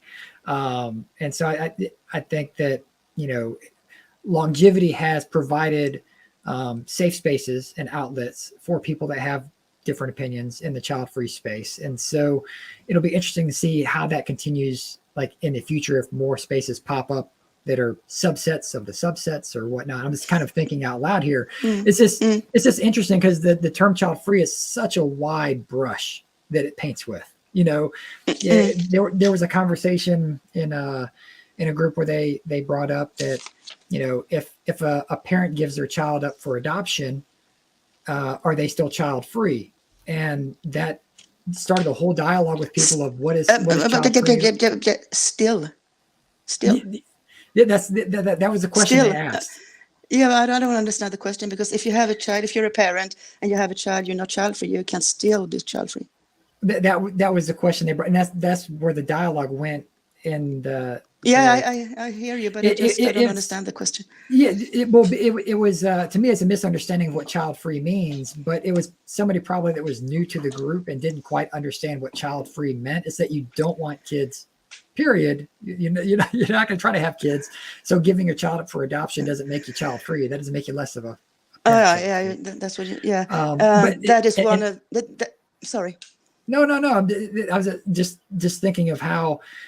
Like, again, how all the conversations and all the groups, eventually, if you're in the child-free spaces, you'll kind of find your way. You'll find your group sooner or later. Like you mentioned a minute ago, like, you know, eventually you get kicked out of groups, or some people even make recommendations. It's like, you should probably leave this group and join this group instead. That's more like the speed of what people are talking about. Yeah, but this thing that you started talking about now, the definition of child-free, it's... we get this all the time, and it is all over the place in all of the child-free groups. Some groups, you know, they're not so hard on the definitions, and they allow different kinds of definitions, which we don't. And like you said, child-free is child-free, but then people will start saying, "Oh, but if you're together with someone that has a child, you're child free, even though you're a step parent, or if you live somewhere where you can't have an abortion and you are forced to have the child, you're still free." Some people think this, and this is an ongoing argument. But we don't accept any of this. Child-free is child-free. You don't have a child. You don't want a child.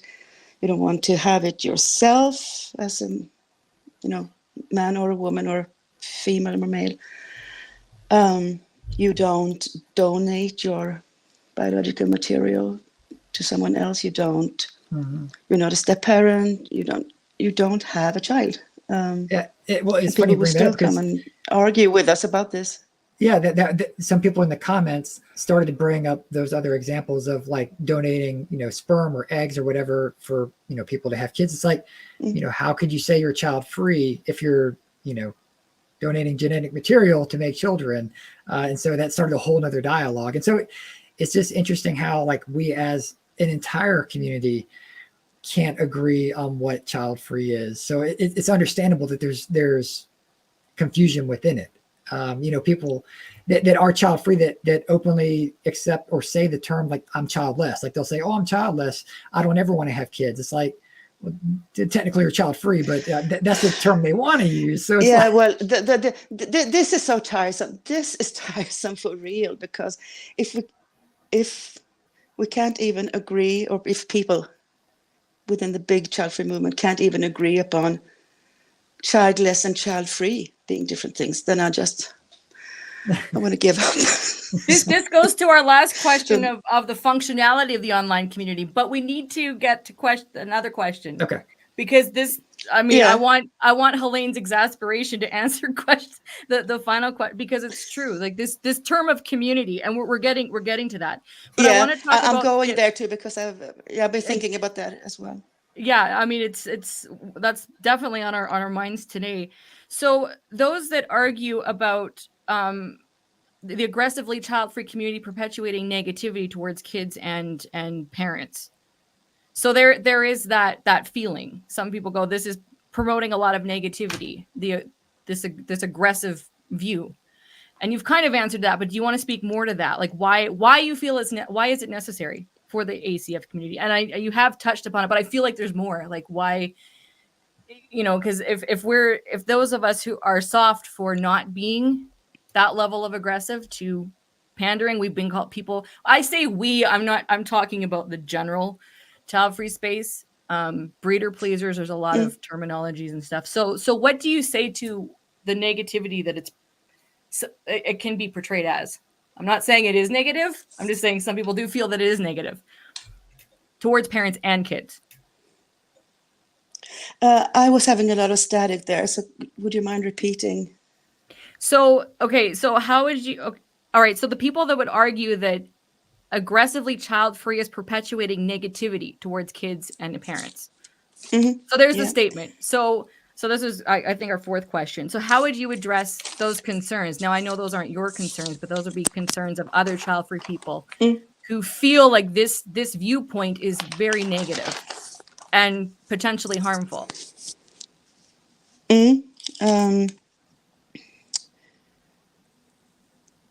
So I would say that, like what you were talking about before, Cody was saying that there are subgroups within subgroups within subgroups in the child-free community, which is why I really don't want to use the term child-free community at all, but we get into that, at the end. We are so different, coming from so many different directions. And I would say that the overwhelming majority of child-free people in general are more or less, or to some extent, positive to the parent and children society. They might be genuinely positive to it, or they might feel that they have to be because societal pressure is so high on everyone. First of all, it's very high on everyone that, we can't really be child-free at all because everyone has to want to have children, right? Sarcasm. And if you do, those of us who do identify as child-free, we are still, like I was saying before, expected to be, have positive feelings for the parent and children society.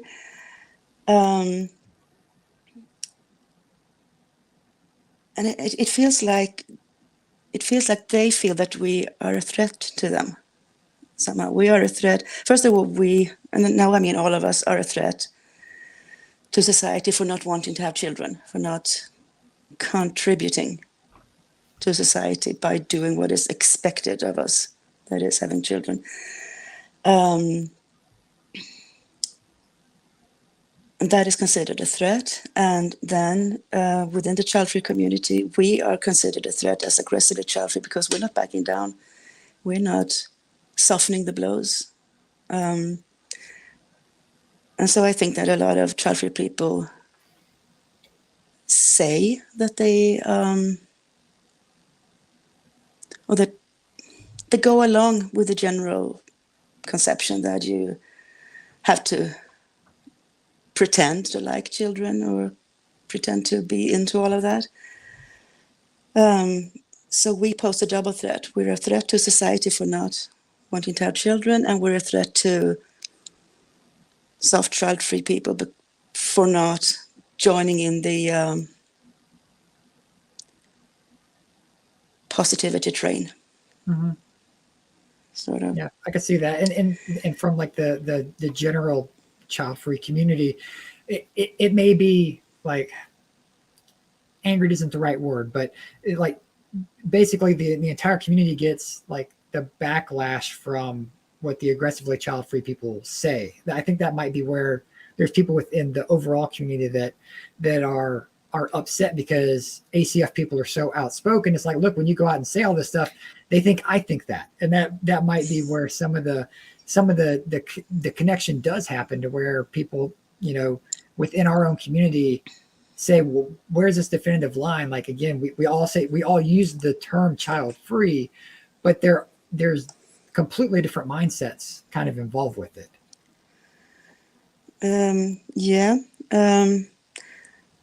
The problem is that to some people outside of the child-free community, then to some of those people, it's a threat to even say that you are child-free. It's a threat to say, I don't want children. Yeah, we've kicked them out of the convention already. They were already in the chat. Okay, I'm glad I don't see that.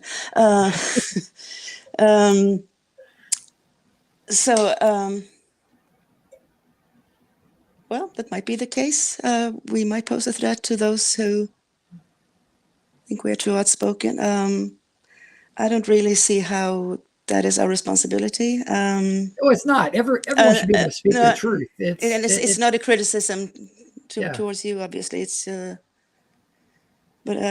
I can see that, and I can see that people are so anxious. People want to be accepted, and like I've been saying this a lot lately because we've been getting an influx of new members to our group, and I think we deny like 75% of them at entrance because they reply to the entrance questions that I like, or I love children, and like, oh yeah, so you apply to an aggressively childfree group and you love children. Good thinking. And those who do get in, some of them fit in perfectly. We've got a few really good new members, but some out themselves as, you know, they don't fit in. They're not really aggressively child-free at all, or they just don't read the group description when they enter. So we boot them. Like you, yeah, I was connecting with that also. You said before, groups are really, you know, niching themselves right now. We want our little corner, we want our space, and we don't want people because if you come into our space and tell us what we can and what we can't say, then you pose a threat to us. That's something that stood out to me when we had, the three of us had our initial meeting before convention and we were discussing the idea for this panel. You had said, and you've said this already, but it's like, you know, aggressively child-free, you want to exist and be left alone. And that actually hasn't left me. So I'm looking at the questions that we've asked, we've given you, and you've actually answered a few. You've actually answered them already, but there's just something like the impact that you're hoping to achieve through aggressively child-free. Again, the example you gave about entrance questions, about denying the people applying because they do like kids, and you can sense that there is a positive look towards parents and children, and that you don't want that in the group. So I would guess then, is that the intent? Is that the advocacy that is that the point, I guess, is my point, is to protect that space where those of you who are at that level, and that's really the only goal? I mean, I don't want to put words in your mouth, but I'm getting that sense. No. No? It's not the only goal. Okay. The goal is to have a space where we can be ourselves among ourselves, and we can be free to speak and say and think what we think, and not be judged for it the way we are everywhere in all other spaces. And to achieve that space and to achieve that level of security and safety for our members, especially for members who might be new to this, or they are a lot younger. I don't care as much anymore. I don't care what people think about me. You do when you're 20, right? Or I did more anyway. So I'd say that we do a lot of what we're doing, or I do a lot of what I'm doing for myself and for everyone else. And I'm not in it to win a popularity contest. Because I'm obviously not winning that contest because I didn't even enter it. I think that is also what really gets on people's nerves. You know, the general Childfree, or the softies,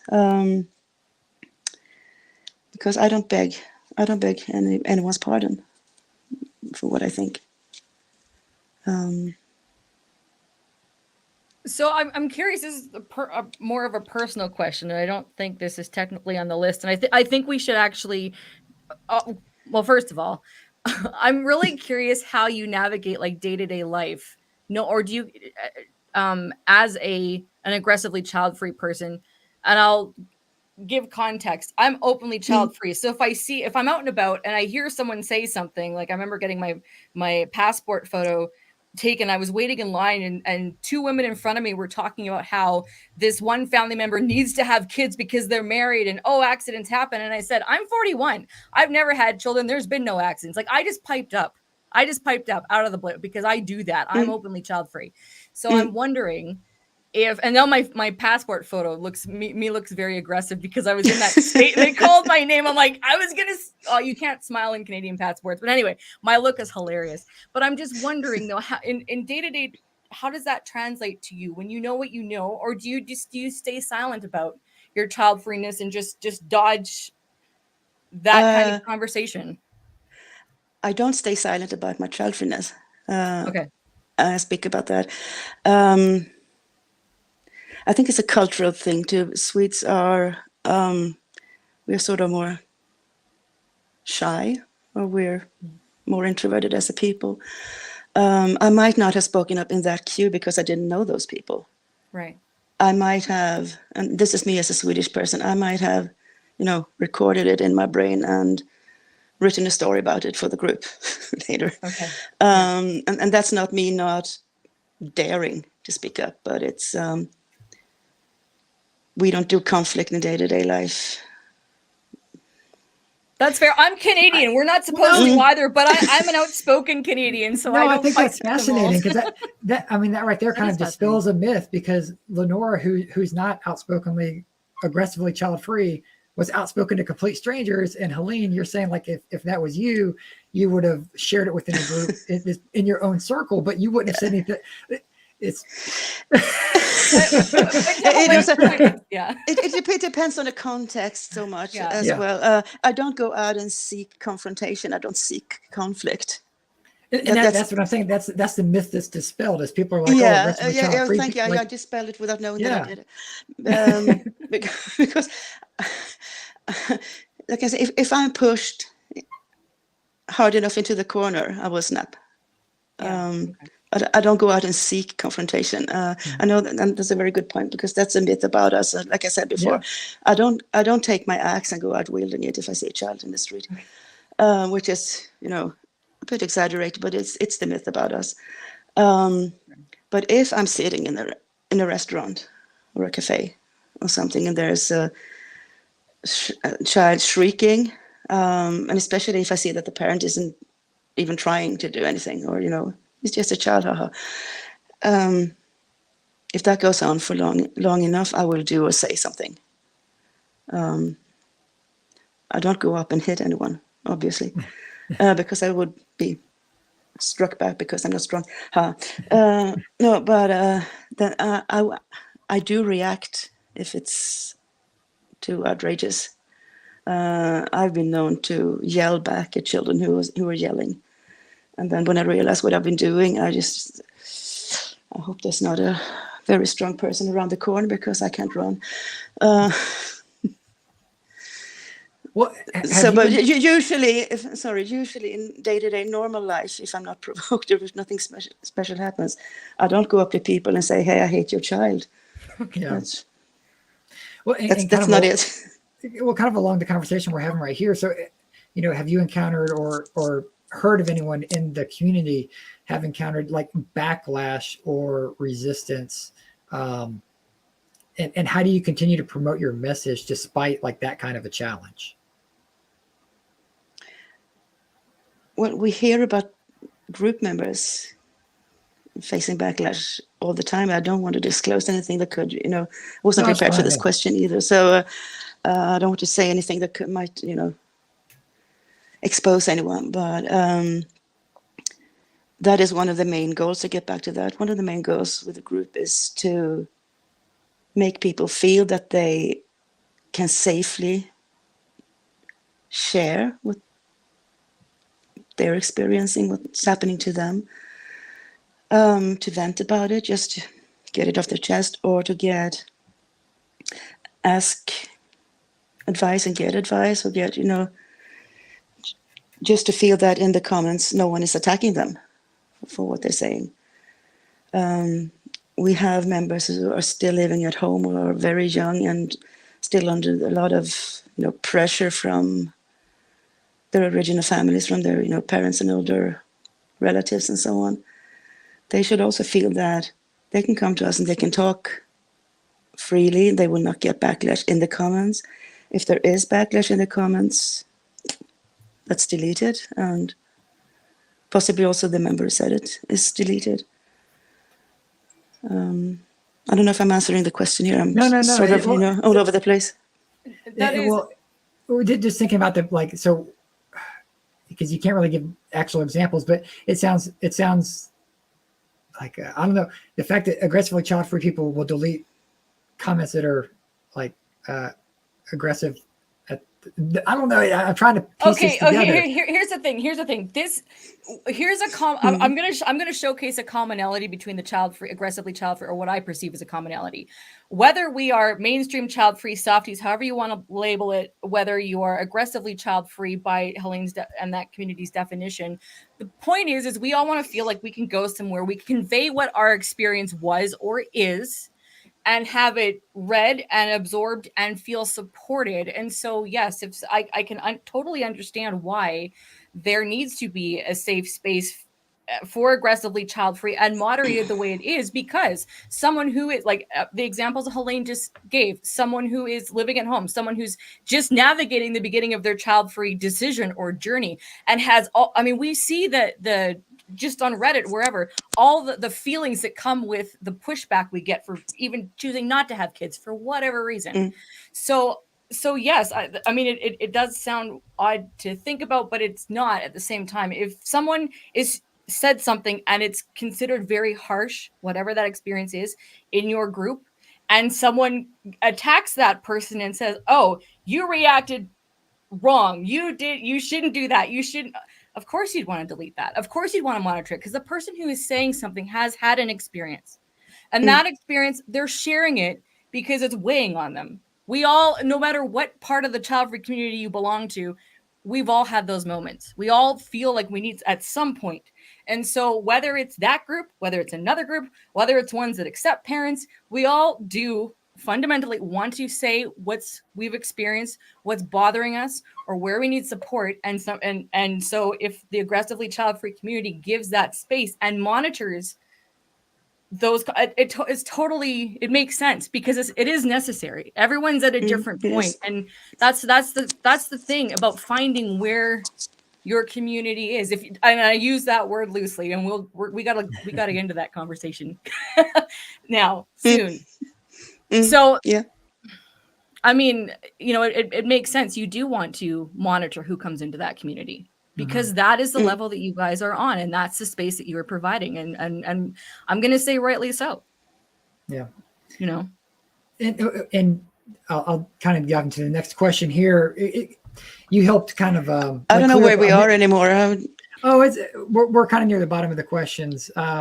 This is the one about the antinatalism. We had a quick dialogue about that, but I'll lead into it. So, like, in my opinion, I was like, well, clearly, like, ACF community must be like 90% like antinatalist, or are they antinatalist who masquerade under the child-free umbrella because they don't want to say they're antinatalists? And you actually gave some great insight to me about that, well, there are actually antinatalists who are parents. They can adopt or whatever it might be. They just don't have their own kids. I think we should just briefly explain these labels where, Yes. Because a pure antinatalist does not have to be child-free at all. Correct. An antinatalist does not want children of their own, and that's often for environmental reasons or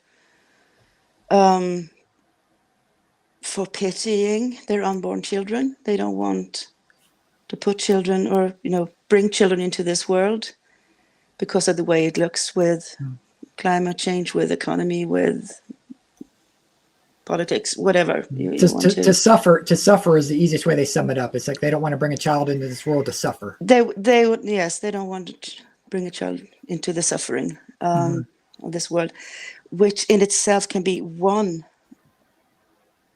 of the stones of being child-free. But if that is the only reason that you don't have a child, then you're not child-free, then you're antinatalist. And I was listening to an interview on Swedish radio the other week about an antinatalist person, and in the beginning he sounded child-free. A lot of what he said rhymed with child-freeness, but then he got into wanting to adopt. So, no, of course, you're not child-free. And we usually say that to those people who absolutely want to have children, it's better to adopt than to make a new one. But that is not child-free at all.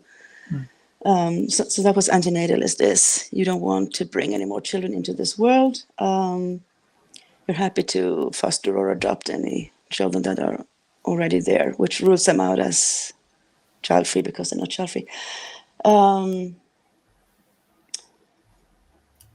And I cannot answer you with any percentage about how many within the antinatalist, how many within the ACF community are antinatalist. A lot of us are, and in the years that I've been active in this, my feeling is that more and more of the ACF people go in that direction. But that is AAC. We call it AACF, antinatalist. Okay. Aggressively Childfree. So that's a subgroup of the subgroup of the subgroup. Do you think that they discover antinatalism a little bit more through ACF, or do they already come in kind of knowing that they're antinatalist and being like, okay, you're my child-free people? I think both. Yeah. I think it depends on the person, but I think if you're generally or mainstream child-free to begin with, and you swerve towards the ACF sector, then you swerve towards the antinatalist sector as well. Especially if you are on the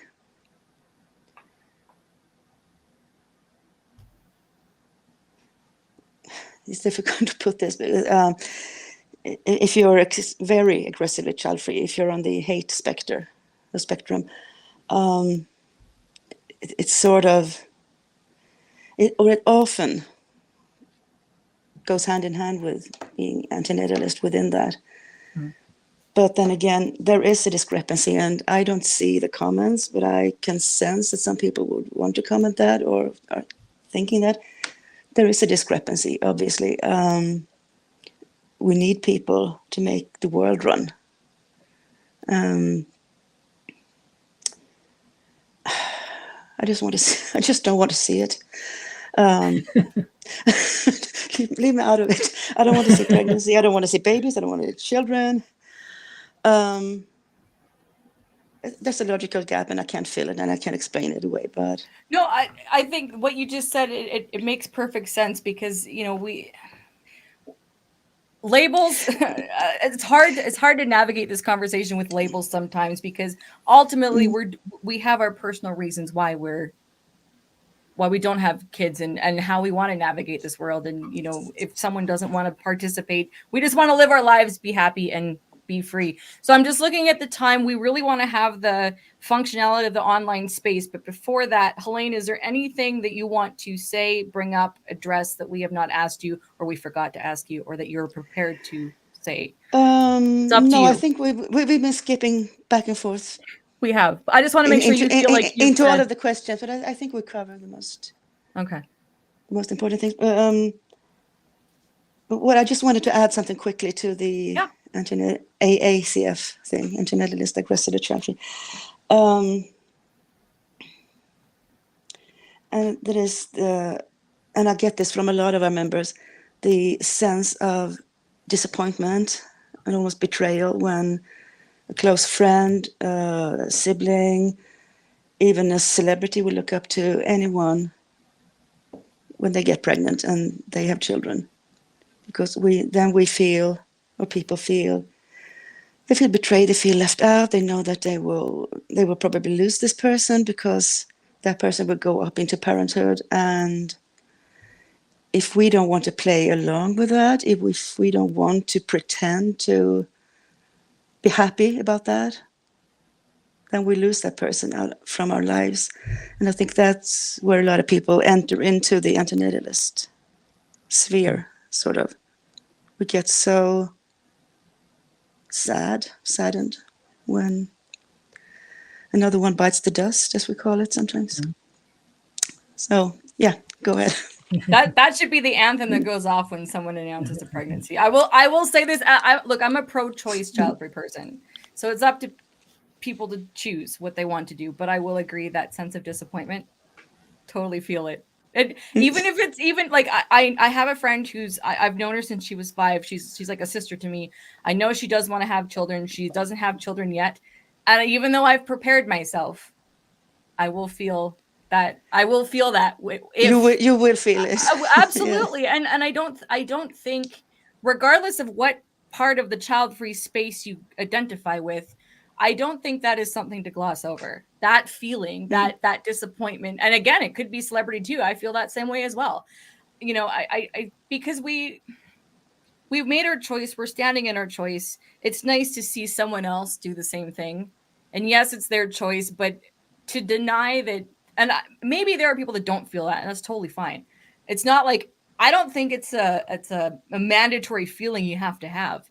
But I think to be able to say that you feel a level of disappointment, there's nothing wrong with that, whether you're aggressive or not. Because I feel it. I feel it all the time, you know? That's another thing that's another reason why we need this space so much. Because if we go out in other more mixed child-free groups and even breathe about, I'm so disappointed because my best friend is pregnant. Oh, but you should be happy for her. Yeah. No, I'm sad for me. Thank you. That's it. We can be sad for ourselves. I don't know how you feel about this, but you can be sad for what that means, the change in your friendship. And that doesn't mean you can't be happy for them, but they'll have enough attention. I think it is important to focus on how you feel, you know, when that happens. And I think, I don't think that's expressed enough. And that is, again, the beauty of and the necessity of child-free spaces, whether it's a meme account or a convention or a paid wall community or whatever, Facebook group, whatever, where we can say that. Because when you harbor that feeling, whether it's sadness, resentment, grief for someone else, like, because that changes the friendship, whatever dynamic, to hold on to that is detrimental to you.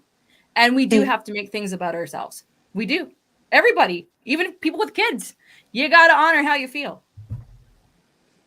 You do. Exactly. Yep. That's right. LeNora, ask your question that we've been waiting to get to. All right. So the final to wrap this up, and this conversation may go for a little bit.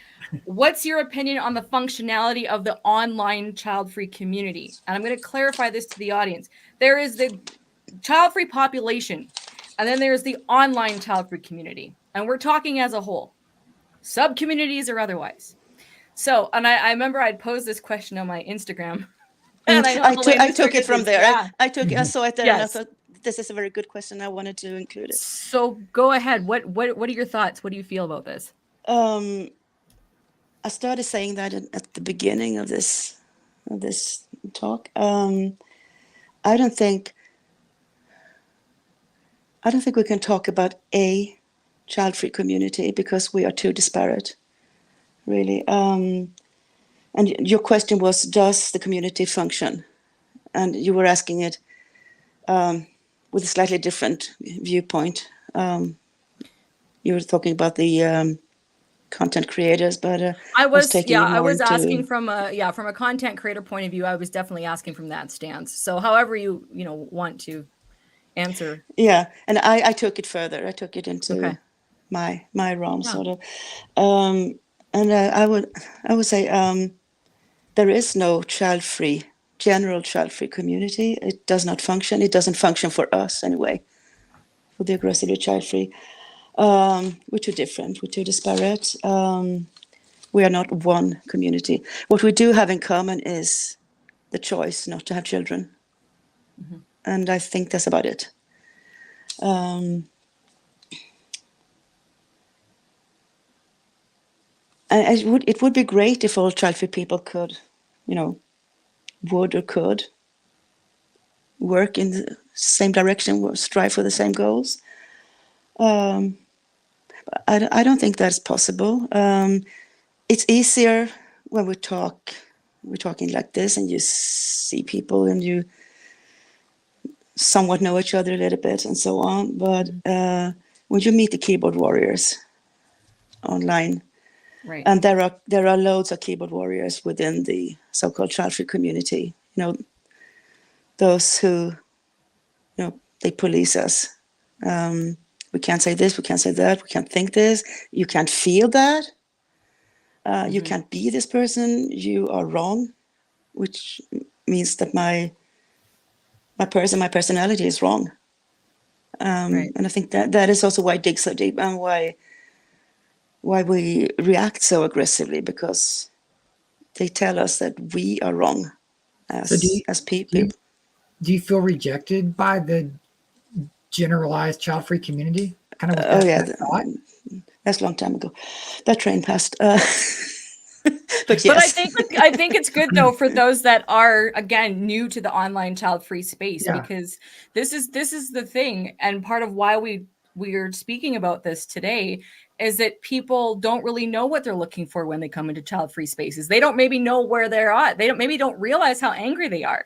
Maybe they don't realize that they're antenatal. Like, it's a big, I'm going to say, like, it's a big realization to, first of all, say that you don't want to have kids, but then find other people that do that, and then how to navigate the nuances, because no one said, hey, this is what you're going to experience. You're going to find some groups that are too happy about kids and are all about their nephews and nieces. No. And there's going to be child-free people who hate kids and want to kick them. And there's going to be people that want to make conventions and be nuts on screen. And everyone else wants to be a keyboard warrior. And some of us aren't. We put our faces, our names, we speak. You get to hear what we're really saying. Right? So it's such a... That community thing, it's I agree, it's not there yet. But the whole space and the whole community is obviously necessary, because when you're new to the idea, whether it dawns on you later in life, or whether you're young and only starting to realize who you are or what you are, you need to start somewhere. Yes. But you also need to have different kinds of groups, different kinds of spaces, and to be able to find the space that's right for you, obviously. So it is needed, and not everyone realizes that they're that angry or that aggressive to begin with. I didn't either, and I lived like the first 30 years of my life without the internet, so I didn't have anyone to talk to about it.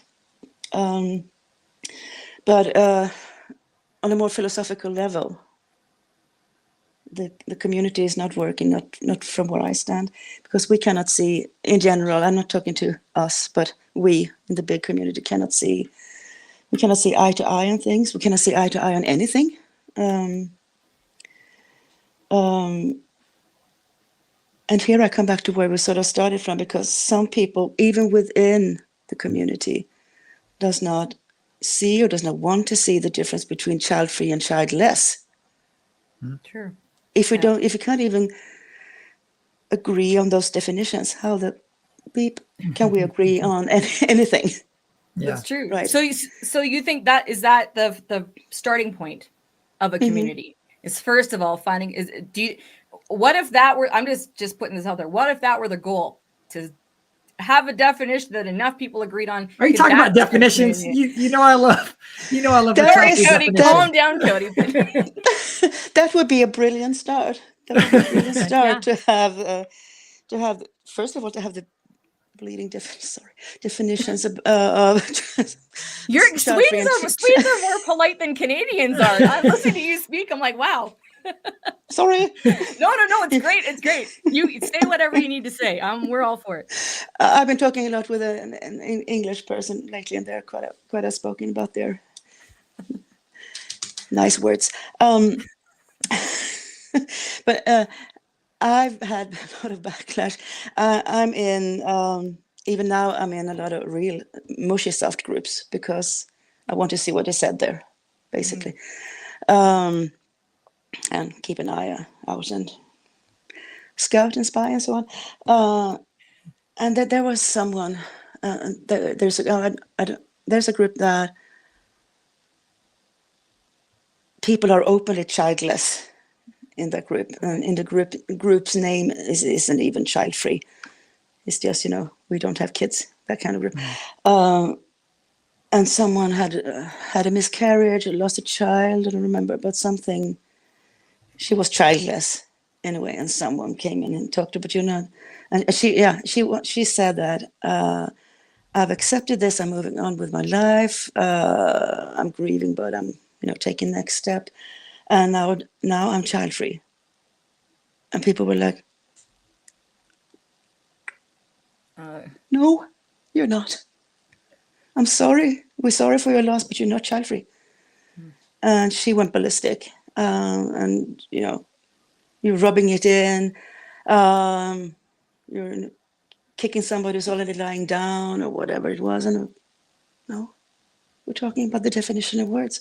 If I have an apple and a banana, I can't say that the banana is the apple. Yeah. So that's where we can't even agree on that. So I can't really say that we have a community. We might have lost her. Oh no, because I had one more thought. She said she might disconnect. Well, hopefully she'll get her. Okay, her router. because this, we'll wait for her to come back. Oh, but I pulled her off screen real quick. Just to the audience, this question had been posed earlier on the last panel, and then we're gonna wrap up this one and go to panel number 3.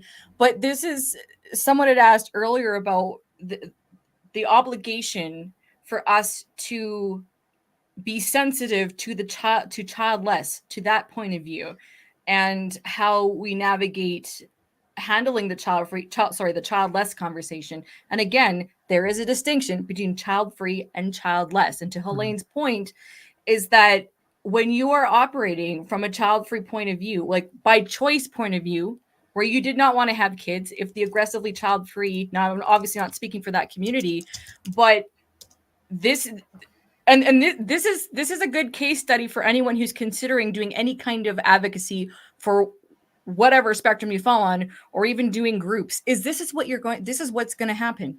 You are going to have different cases. You're going to have different people's different life experiences.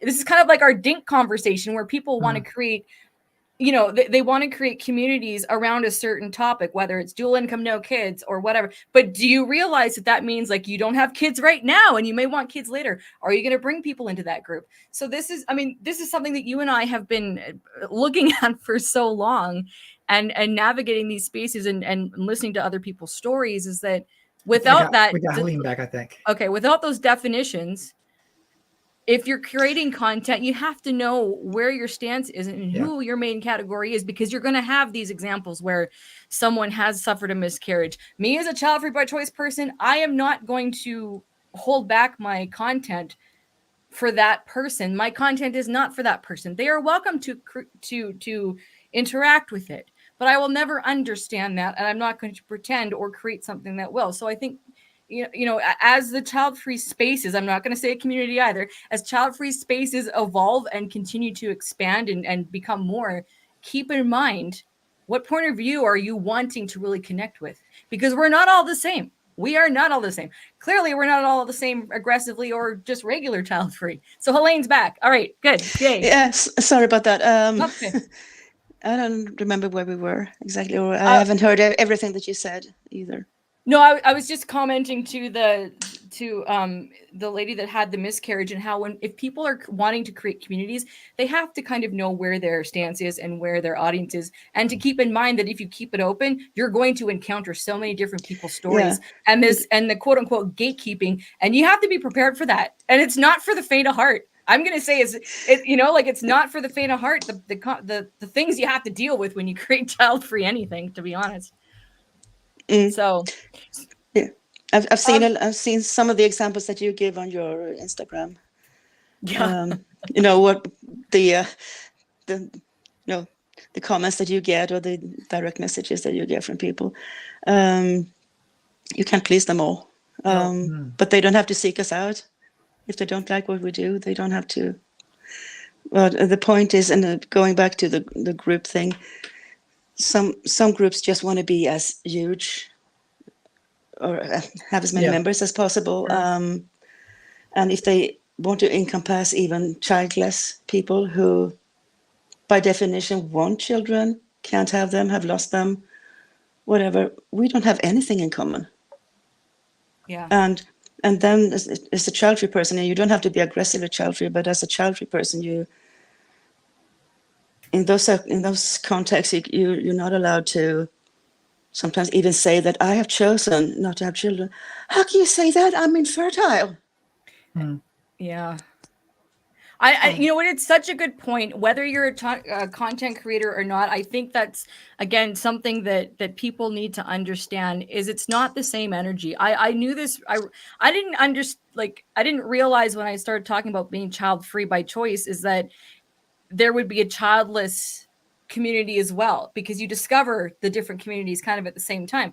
And I picked up right away the energy coming from even if it was childless by circumstance and transitioning to happy, like to be accepting, I should say, it's still a different energy. Of course it is. And people, I think people need to understand that it's going to, like, if I am, and even in collaborating, for me, it was more child-free by choice, because that's my energy I'm giving out. I am never going to apologize for not wanting to have kids. If your Childfree Convention is for the by choice community, anyone is welcome to consume this. Anyone's allowed to participate, to listen, what have you. But we are not going to apologize for not wanting to have kids. We're not going to apologize for making our content geared toward people who have chosen not to have children, even if they're aggressive or not. And again, saying as a Canadian that there's no, like, we apologize for everything. Apparently, we're not gonna, no, there's no. You do have to take that stance. I guess I get aggressive in that regard, not for child-free, but just for from a content point of view. If you are child-free by choice, do not apologize for creating content to celebrate that choice. Don't. We have so few spaces anyway. There are so many spaces. First of all, for parents and children, obviously, but also for childless. Don't seek us out. Go to your peers. Yeah. So, no, we're not apologizing. As we kind of wrap things up, I guess a very basic question can I ask, because it's one of those things where it's like, well, clearly ACF people, they must be so unhappy because that's all they exude towards children and parents and whatever. It's like, so are ACF people happy, Helene? We are very happy, and the group is called Childfree and Loving It, right? No, joke aside, we're made out to be, we're bitter. Well, we didn't have a nice childhood or happy childhood. We will die alone with our cats or our dogs or whatever. We're just the same as everyone else or anyone else. We're just as happy or unhappy or content or discontent or whatever. But in the spaces that we're in, that's what we talk about. We don't go about our day-to-day lives bitterly hating things. That's not what it's about. And coming back, wrapping it up again, leave us alone. Leave me alone with not wanting children. Leave me alone with not wanting to be near them. Leave me alone with my misophonia because I can't stand the shrieking sounds. Leave me alone. Don't push this in my face. And I'm not aggressive. push it in my face and I get aggressive, even as a Swede.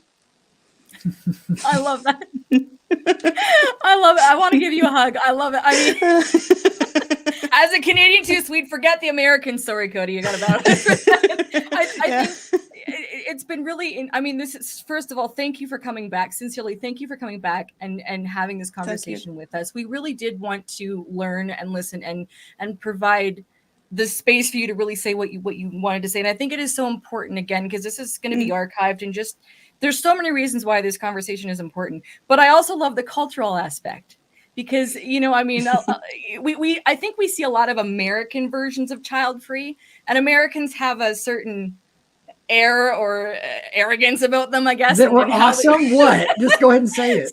So, you know, I mean, I won't say I'm a typical Canadian, but what you say I resonate with. I'm like, yeah, because it's kind of a similar culture. Like, we're not, as a Canadian, we're generally quiet or passive. There's only 38 million of us in this entire country, which is huge. We're 10 million. Well, yeah. So I what you say resonates. I'm not in the aggressively child-free community, but how you've presented yourself and represented this community, I think it's fantastic. And thank you again for really being open and sharing, because it's important to hear all these different aspects. Thank you for having me again, because I got to say what I wanted to say last year, and 10 times more, obviously, since I'm alone here. It was a great opportunity to get this panel to myself and to get to say this, because I was really frustrated after last year. And yeah, it's been really, really nice talking to you. Awesome. We're happy to have you. Thank you. Yeah. And so thank you also thank you to the live chat audience. Helene, you should be, if you want, you can stay backstage, and if you want to scroll through the comments, if you want, you don't have to, or at another time you can watch the replays, because there's been a really good discussion based on what you've shared. And I think all members of the aggressively child-free community have interacted with the mainstream community, and I think there's been, I would hope that questions have been answered. I haven't read it yet, so we'll see. I think this has been really eye-opening on that level. So I know you haven't read the comments, but I think this was a success. I'm going to say good. it was. I'm going to say Good. it was. That's good. So again, to the audience, thank you. We're now going to we're going to take a 5-minute break. We're going to get the panel together. This will be our last panel. We are going to talk about, again, we're going to fight JD Vance. We're going to fight Elon Musk, and we are going to, I mean, verbally, and we are going to talk about the do it physically, please. Yeah. We don't fight in Canada. All right. Hockey sticks. But we are going to we're going to discuss the call to action, and we're going to discuss why this needs a community. We're going to come out fighting now, guys. We've warmed up. We're ready to go. So thank you. We'll be back in 5 minutes. Thanks. Thank you.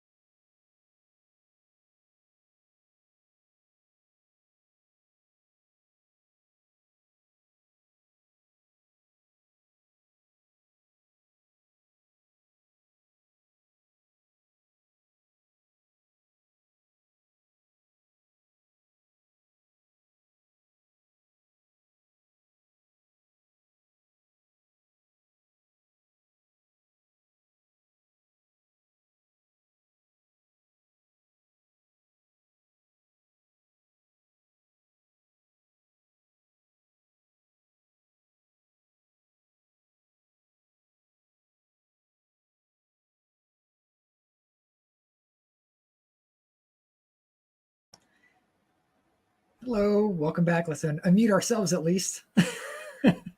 Again, another great speech. You missed it all. Okay, I was muted. We are back. We're back, Panel number guys. 3. Thank you to our lovely. Can we just shout out to our lovely live chat audience? Oh my gosh.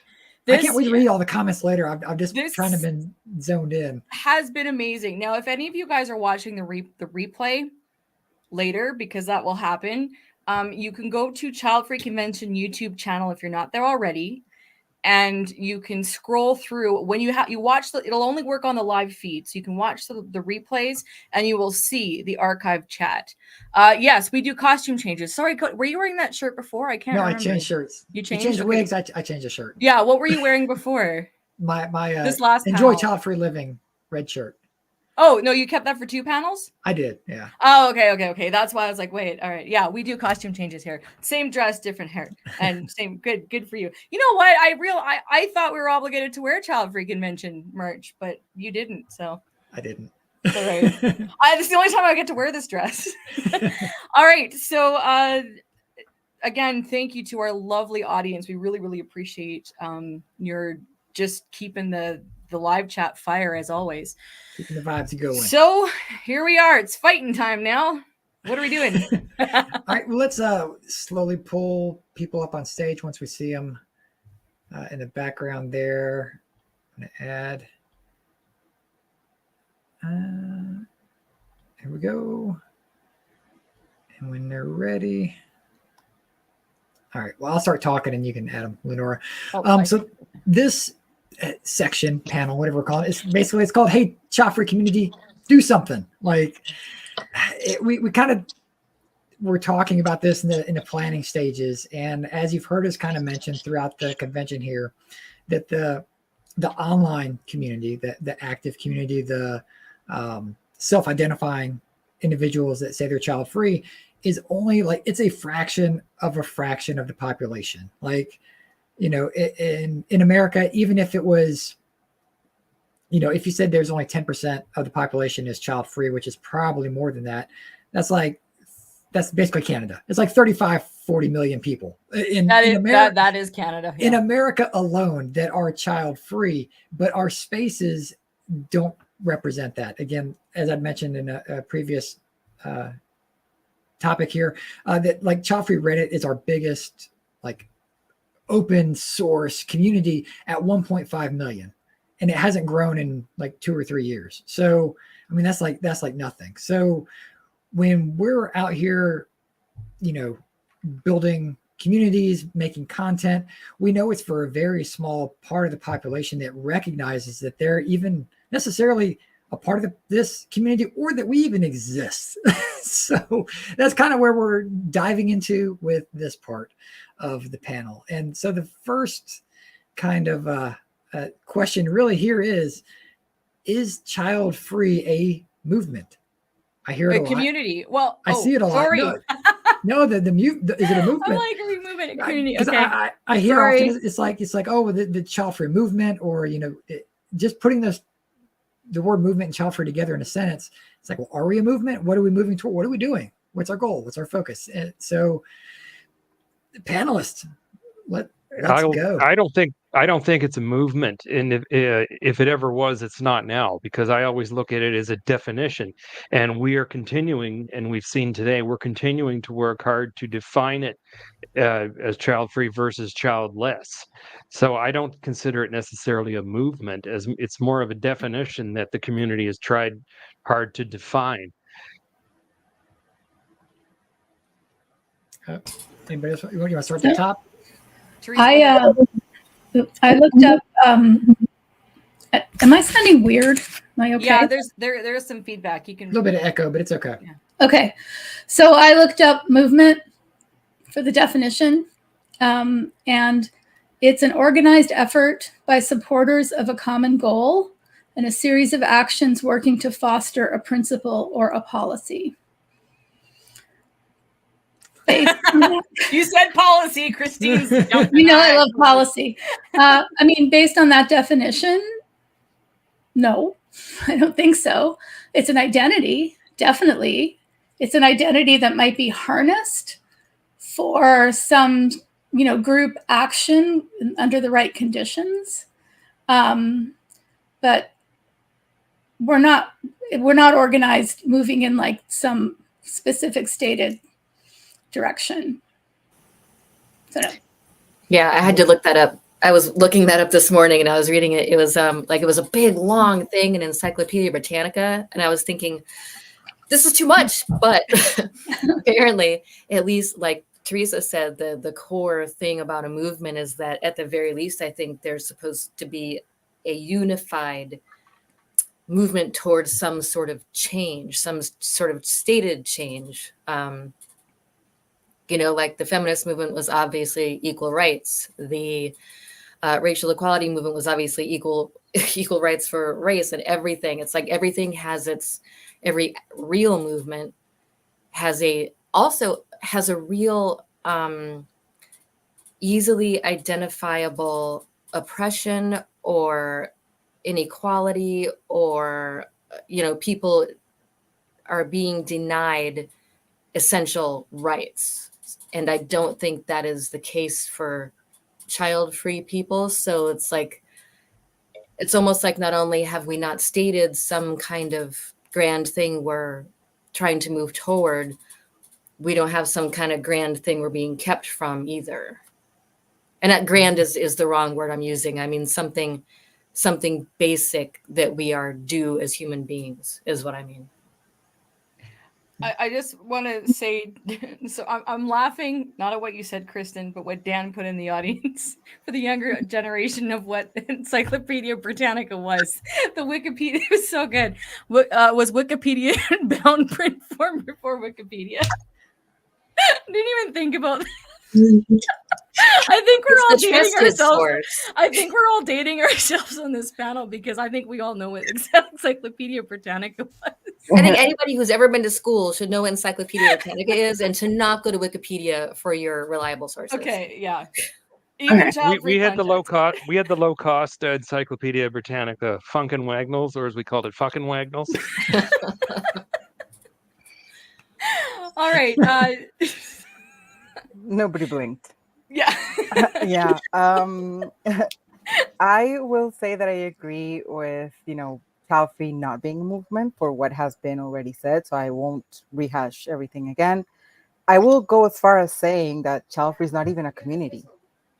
Like there's so many different groups within like the Childfree people, that's like we all define ourselves as Childfree. Yes. But there are like, so for example, the Aggressively Childfree, and then there are the childless who are now embracing the Childfree lifestyle. And then there's a Childfree, regular Childfree, if you want to call us that, and so on and so forth. So I don't even think we're a community. Angela? Yeah, I agree. I don't believe, and Kristen kind of gave a good description of this, not a movement, because when I think of movement, I do think of rights and liberties and policy, things that people needed to fight for, women being able to vote, slavery ending. Like there were definitely things that came together to propel our United States of America forward.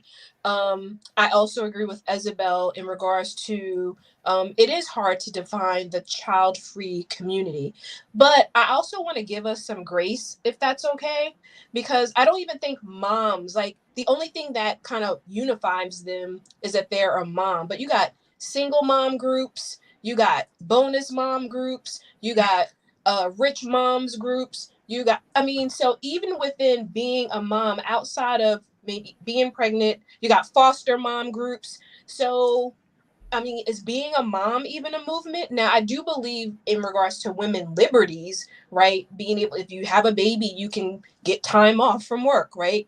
Me being child-free with this pretty face, no one's giving me extra vacation, right? So we're not a movement, but I would like to think that each of our platforms, whether you're writing a book, doing a podcast, being on a news station, it gets us closer and closer to people just saying, this is who we are. But I don't believe moms have a movement, and they can't define within themselves what it means to be a mom. Are you really a mom if you didn't give birth, but you foster 10 kids throughout your lifespan?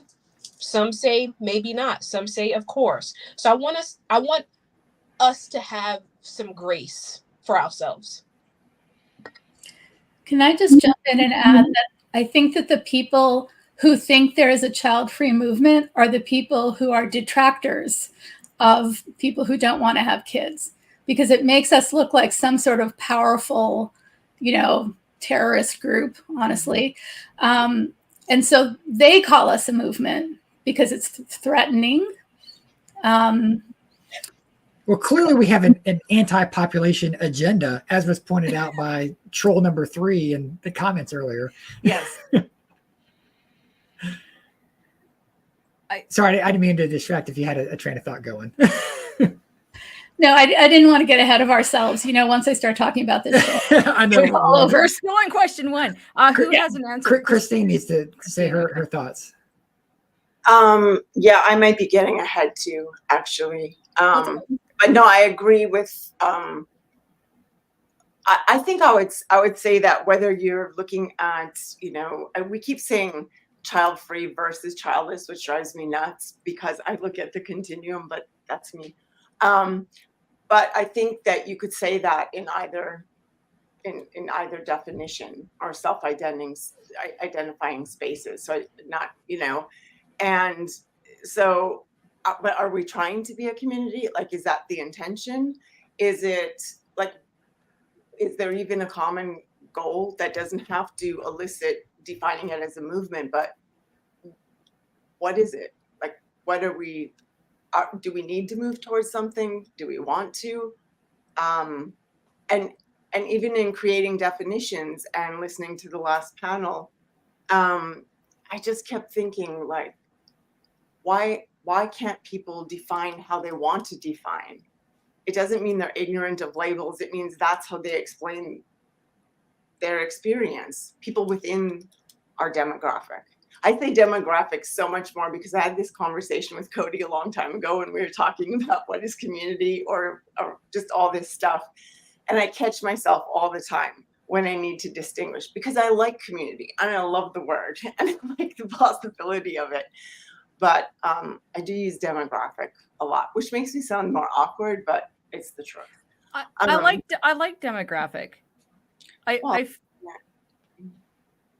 I feel like, and now I'm going to answer this question. Sorry, were you done, Christine? I didn't. Yeah, go on. Okay. So we get this panel is the last one, but we can go for a while if we need to. So I'm gonna say this from a content creator / business point of view. So keep that in mind when I give this answer, or give my answer, I should say. I feel like using the term movement and then also using the term community are buzzwords that people need to use to gain traction for whatever they're doing in the child-free space. I don't actually I feel like you can get a sense of community in the child-free space. I look at this panel here. You guys are my friends. We've had conversations that have nothing to do with being child-free. Well, except Cody. Cody and I only talk about child-free content. That's all we talk about. For 3 years, it's just been business with us. But I've interacted with all of you on different levels. I get a sense of community through child-free spaces. But it's a good word to use to bring awareness and to get traction for what you're doing. Same with movement. But listening to everybody's thoughts and having spent time in this space now for a while, I feel like until there's some definition, and basically what Christine said, if there is, if something can be defined finely, then there might be a shot. It's not that it's impossible, but I just think that community and movement are just easy buzzwords, and everyone's going to find a sense of community in this space in some form or fashion. I'm not knocking that because that is true, but is it an actual community? I don't think it is. But you can still get a sense of community. Yeah, and I really like that you said that. I think also, like, if by having to have everything defined so that we feel safe with sameness and or difference, like, is that the goal then? Is that the goal, to get to a community space? Is it based on identifying terms? I think you just said your call to action for the end of this panel. but I mean that no, but I mean that's it's a good thought though. But I think this is where we're leading to in this discussion now is what do we need to do to And feel, why? and yeah, and why? Okay, so I'm sorry. Do we Final thoughts on this question? So as I like to say every time I have the chance to, is like, to me, we're not a movement because we don't recruit, we accept. And to me, that's the like simplest way I can put it. We're not out trying to recruit people to not have kids. Like, we just accept those that say they don't want to have kids. Like that's a pretty lazy movement. So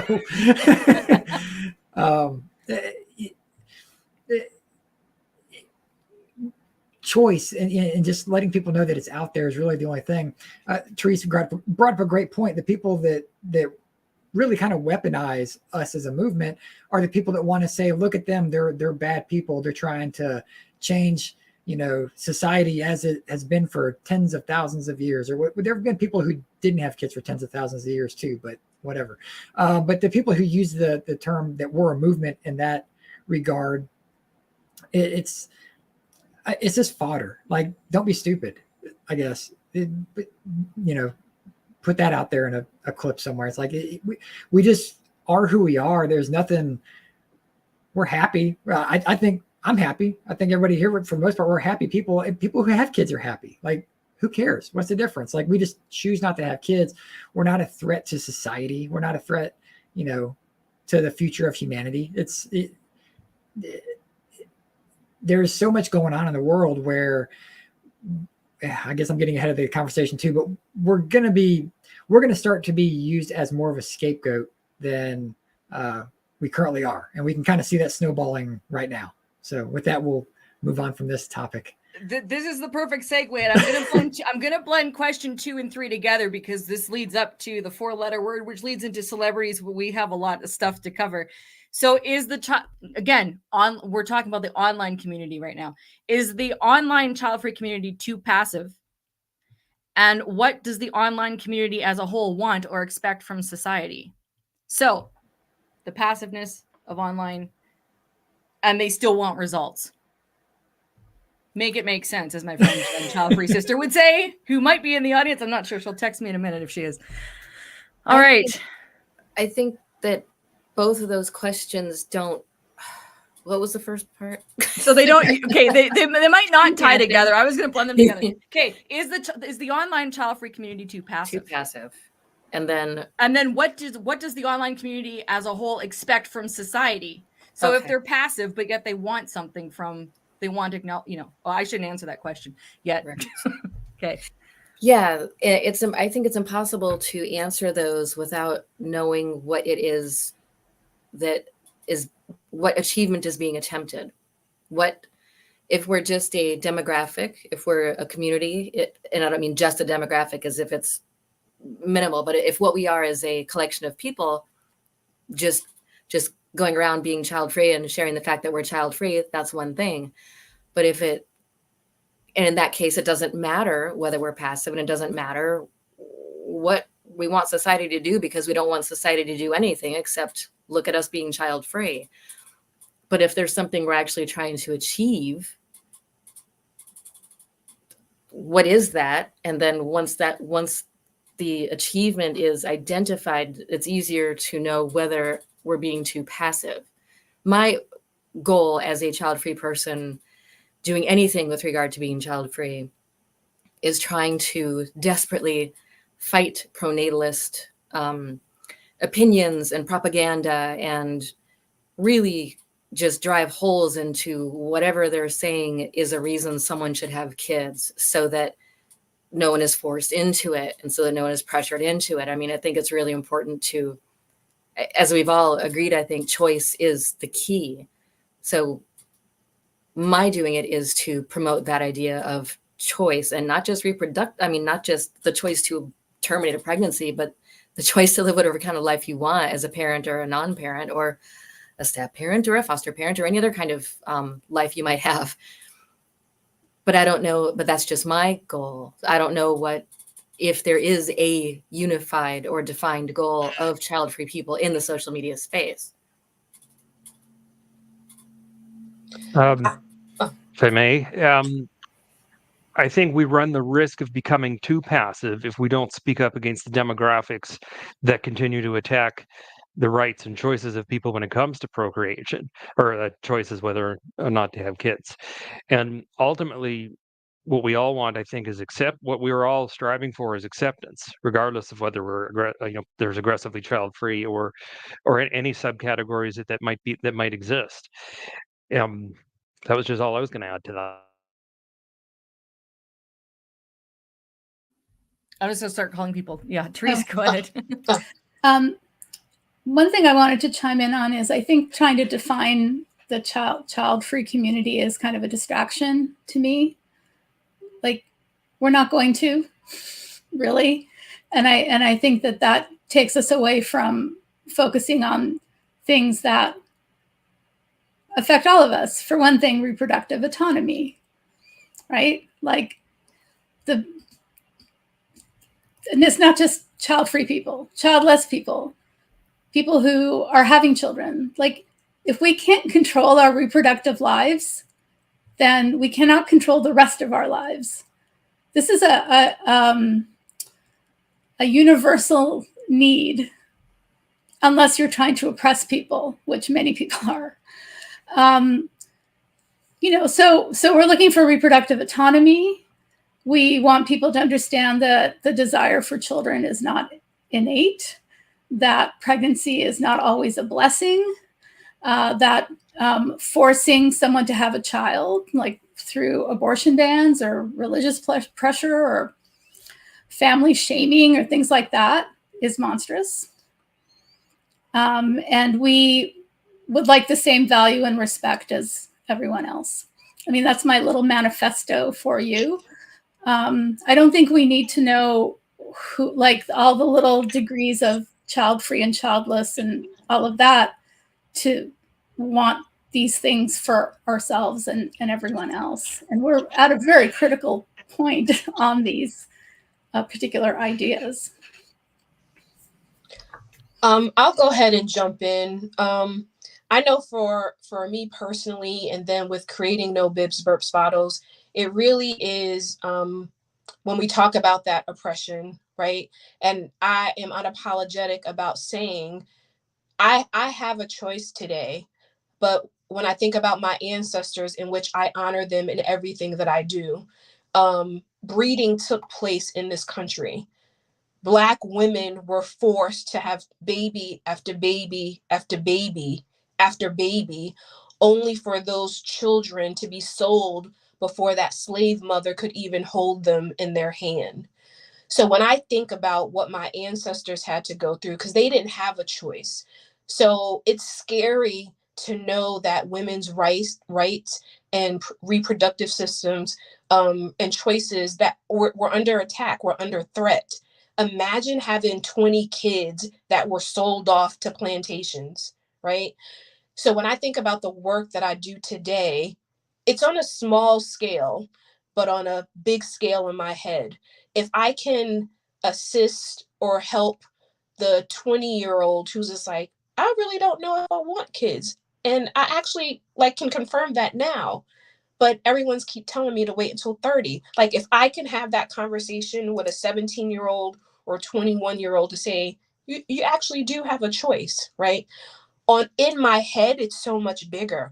I want to be able to walk in CVS and see International Child-Free Day greeting cards, right? Mother's Day cards, they come out 3 weeks before Mother's Day. Yesterday, I'm sitting in my home and it was International Beer Day, but yet I saw nothing on International Child-Free Day. Now, do I have the capacity to lobby and write policy and force CVS to have greeting cards? that would be a huge lift just for me, which is why I say I don't believe we're a movement. But on a small scale, just with no bips, burps, bottles, it delights my heart when I can have those one-on-one conversations, or when I'm going to greet the 20-something sisters that are going to come to Charlotte for a brunch and say, I'm part of this community. It's great to meet other child-free Black women. Like, those are the things, if I have the capacity to do that, but in my head, I want it to be so much bigger. So that's what I'm thinking about.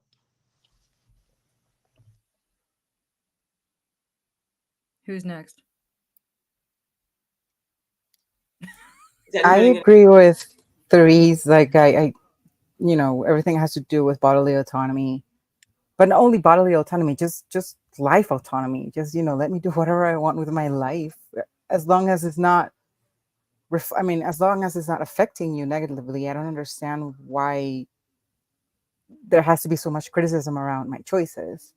And I think the purpose of the child-free community as a whole is to hold that space for people like us who maybe don't have family members who understand where they come from, or don't even want to understand where they come from, or friends who are telling them all the time, oh, you're going to miss out, you know, they're making the worst decision, you're going to regret it.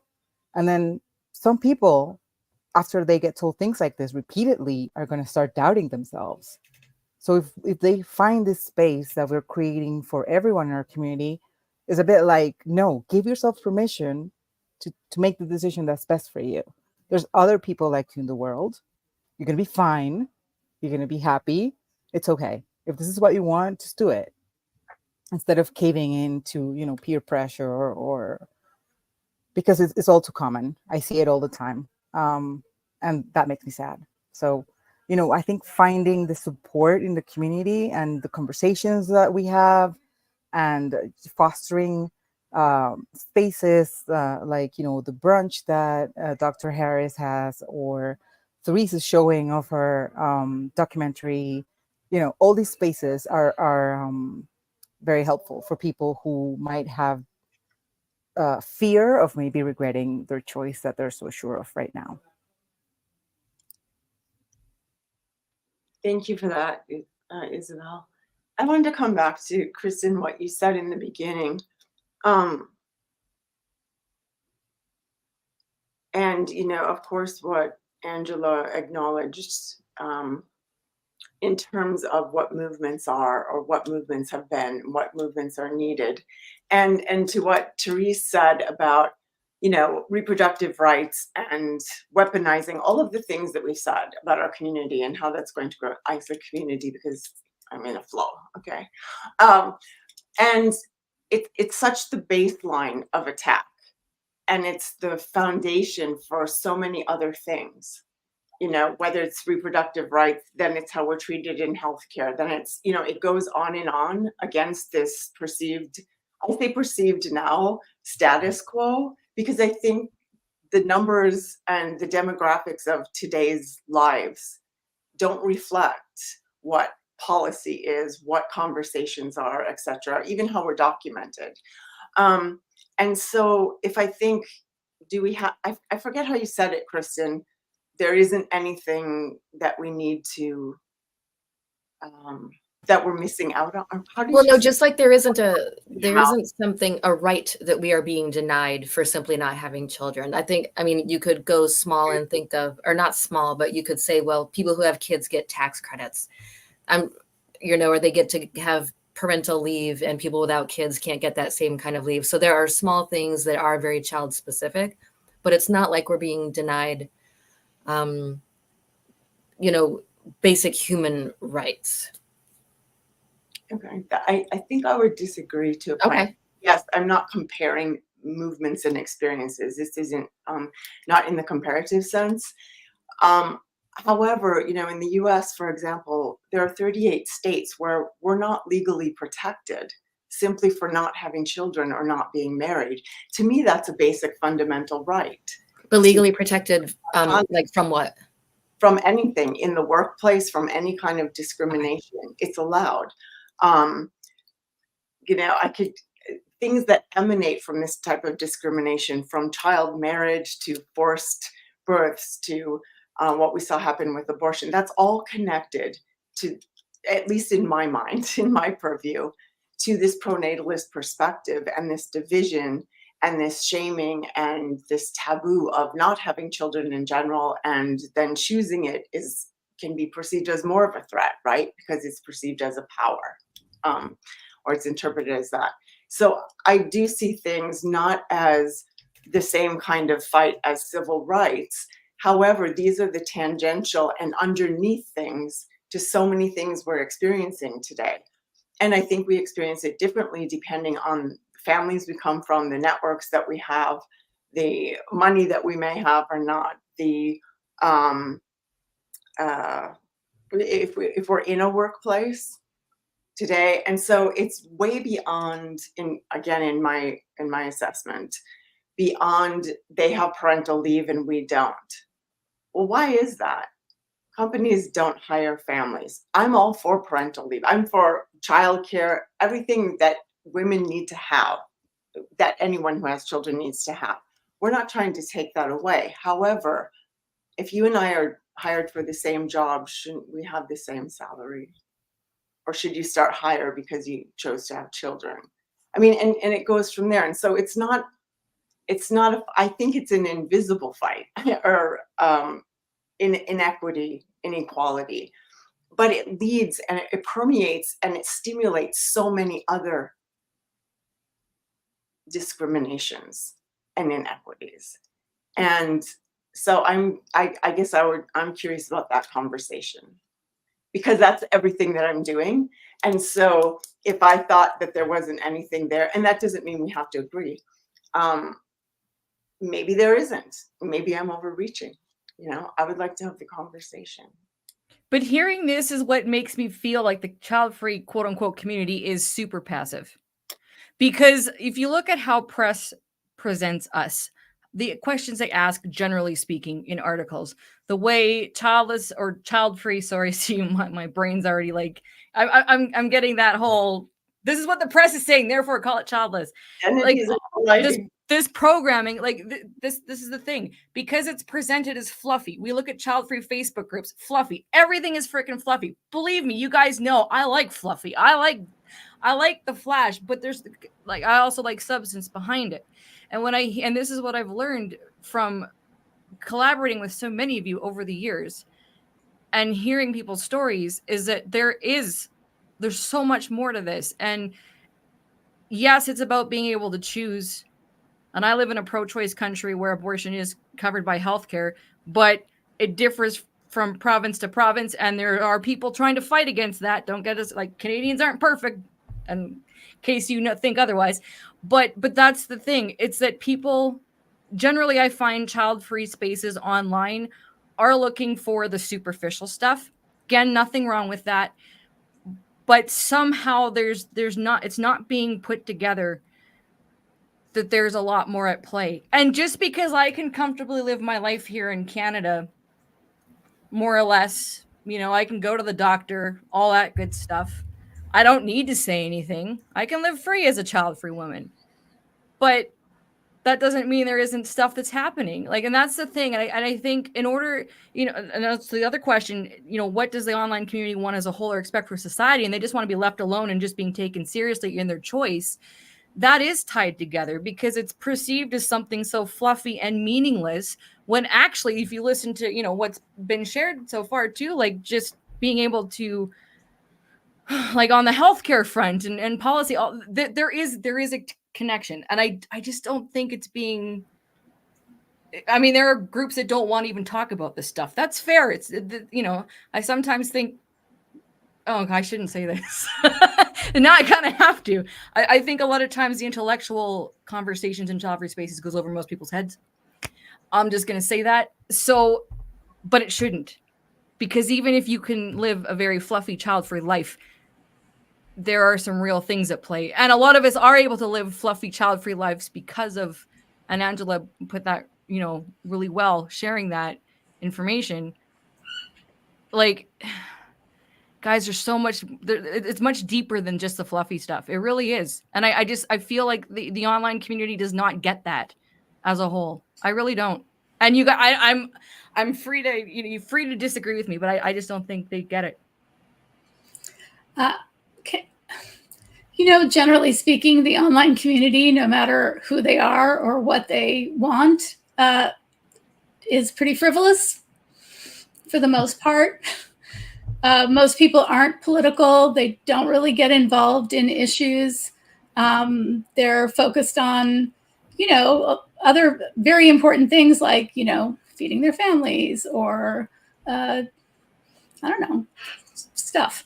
But I think that's kind of like across the board. Most people don't want to talk about political stuff. But one thing, I really shouldn't say this, but I'm going to anyway. We have full permission to say whatever we want. This is our convention. Okay. I really dislike the term child-free lifestyle. Really, it's not a lifestyle. It is a very considered way of being. It comes out of a need to be our authentic selves and be respected and live the life that we think is best for us. And I feel like by calling it a lifestyle, it's really just like, here I am on the beach with my margarita because I don't have kids. Woohoo! So this has always been gnawing at me. So I just wanted to say that, even though I'm not supposed to say things like that. You say whatever you want. Exactly. I mean, this is the thing, though. We've been fighting this for all of our lives. Oh, we don't want to have kids. But this is, Cody and I have talked about, like, sometimes we have to shine a light into the quote unquote community that we're advocating for. Therese, what you said is along the line of what Helene was saying, that those in the aggressively child-free community cannot say how they really feel within the main child-free space. So you gave an example of, we're not supposed to say, I don't like the term child-free lifestyle. It's perfectly acceptable. But I think that's also something to consider too, is that, we all have varying points of view as we navigate through these spaces. I've talked with Christine so much about all of these issues, and the New Legacy Institute has really, really examined all of these things. I really respect that work a lot, and there's a lot there. I just think if we care about this stuff, we're not doing ourselves any favors by trivializing what it means to make this kind of choice about our lives and the ability to make this choice about our lives and the precariousness of the choices we have made. So I'll leave it there. So before we go into the 4-letter word part of the conversation, any final thoughts on this particular question? I'll dive in real quick. Just the passivity of it. It's almost ingrained in us as the self-identifying child-free that we're kind of passive in general because we're the exception to the rule. We say, hey, I'm child-free. Like, I've made a decision, I'm happily child. We say that. But again, the bigger demographic, the overall population, the millions of us that are out there that have this way of living. I'll avoid lifestyle if they just danced around the same word. But by not having kids, it's extremely passive. They don't even want to take the step to come to our level of communicating and trying to find, and like for whatever reason, they don't feel the need to. They have that ability and that privilege to say, hey, I'm just happy in my life doing what I'm doing. And so I think it might be difficult for us in general just to kind of break that mold of what we kind of come out of, because we're a passive group in general because we fly below the radar. Like, we're told to stay in the dark. If you come out, it's like, oh, that's going to make people inherently kind of be passive. And so, is the community passive? Yeah, it is, because we've been trained to be that way. And I would say, even I'll take it a step further. What I find a lot of times with no bibs, burps, bottles, and just some of the in my survey and the research that I've done, I think it's even hard, with the demographic of being African-American Black, because it's just like, I don't have any kids. What's the big deal? Like, I will often get like, okay, girl, you don't have kids. Why are you yelling it from the rooftop? And so I think, it's like people are just living their lives. They're having a hard time understanding, just because you have kids, why do you have to announce it? Why do you have to talk about it? You created a whole page. Why are you interviewing people on your podcast? And what I'm finding is that there are a lot of African-American women who are living their best child-free life, but they're not claiming that child-free title. They support the work that I do, but it's almost kind of like, I'm just living life. Like, why do you have to be so extra with it? Where when I see other demographics, it's like, okay, all these people are coming to this page and liking this post. And again, we continue to grow organically. But I think what's happening, at least for this demographic, at least this is just my opinion, I think it's hard for some African-American women to tie on to that child free, because they're just like, yeah, I don't have kids, but like, I'm not child free. And I'm like, well, and I personally don't try to define people, nor does No Bibs, Burps, Bottles. I say, I'll meet you where you are. I'm not trying to define you, because that's not my job. You need to explore your identity, what feels comfortable to you. And this space is open to you if and when needed.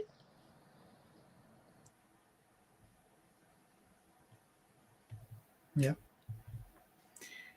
Any other thoughts on this topic before we move on?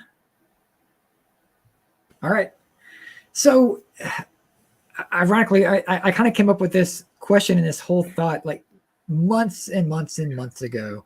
And just like Kristen, I can see the future. What kind of spurred it is the fact that there was a pronatalist conference that happened at the end of last year in December. For those who don't know the term, very loosely, it was the natal convention. The natal convention, yeah, yes. Which is pronatalism. But that's essentially the extreme encouragement of people to have kids. Like, not that you can choose not to, you have to have kids. Like, and didn't they receive a $10 million donation from Mr. Musk? That's the rumor. Yeah, there is a considerable amount of money contributed. He didn't contribute anything to Childfree Convention, by the way. Not a penny. Not that I was expecting, but we still keep buying his Teslas. Well, I don't, but I don't know what you're buying, but okay. I don't have one either. Yeah. But anyway, so my thought with seeing that, it's like, man, if they're starting to organize on that level, like just saying, hey, we're having this convention to talk about the fact that we need to have more kids, like whatever. It just got my wheels turning that eventually they're going to use us as a child-free community, the term against ourselves. They, again, just like I just said, we're trained to be in the shadows. We're trained to like keep a low profile. We've been taught to do that, and they want to keep it that way. And lo and behold, like here comes the political realm dropping it off at our doorstep, trying to shame people who don't have kids, even though they're using the wrong term, they're insulting the wrong community. Whatever, at least get that right. But are they going to eventually?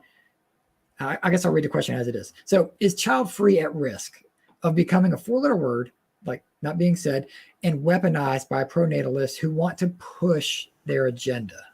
Let it be. It's already been weaponized, and it continues to be weaponized. And we've seen child-free and childless, especially in the last week, become weaponized because of what's happening in the U.S. Political arena. So I'm of the view that hardcore pronatalists have an even bigger agenda, and it's ultimately about the control of the choices people can make regard to family planning. So. And people are weaponizing. It's more that they're weaponizing childless in reference to Vice President Harris, who is not child-free or childless. She is a step-parent. So it's already been weaponized, and it's going to continue to be weaponized with those who have an agenda. And the irony there, I find, is that that the people that tend to weaponize it are mostly conservatives who actually genuinely don't believe in conserving anything at all.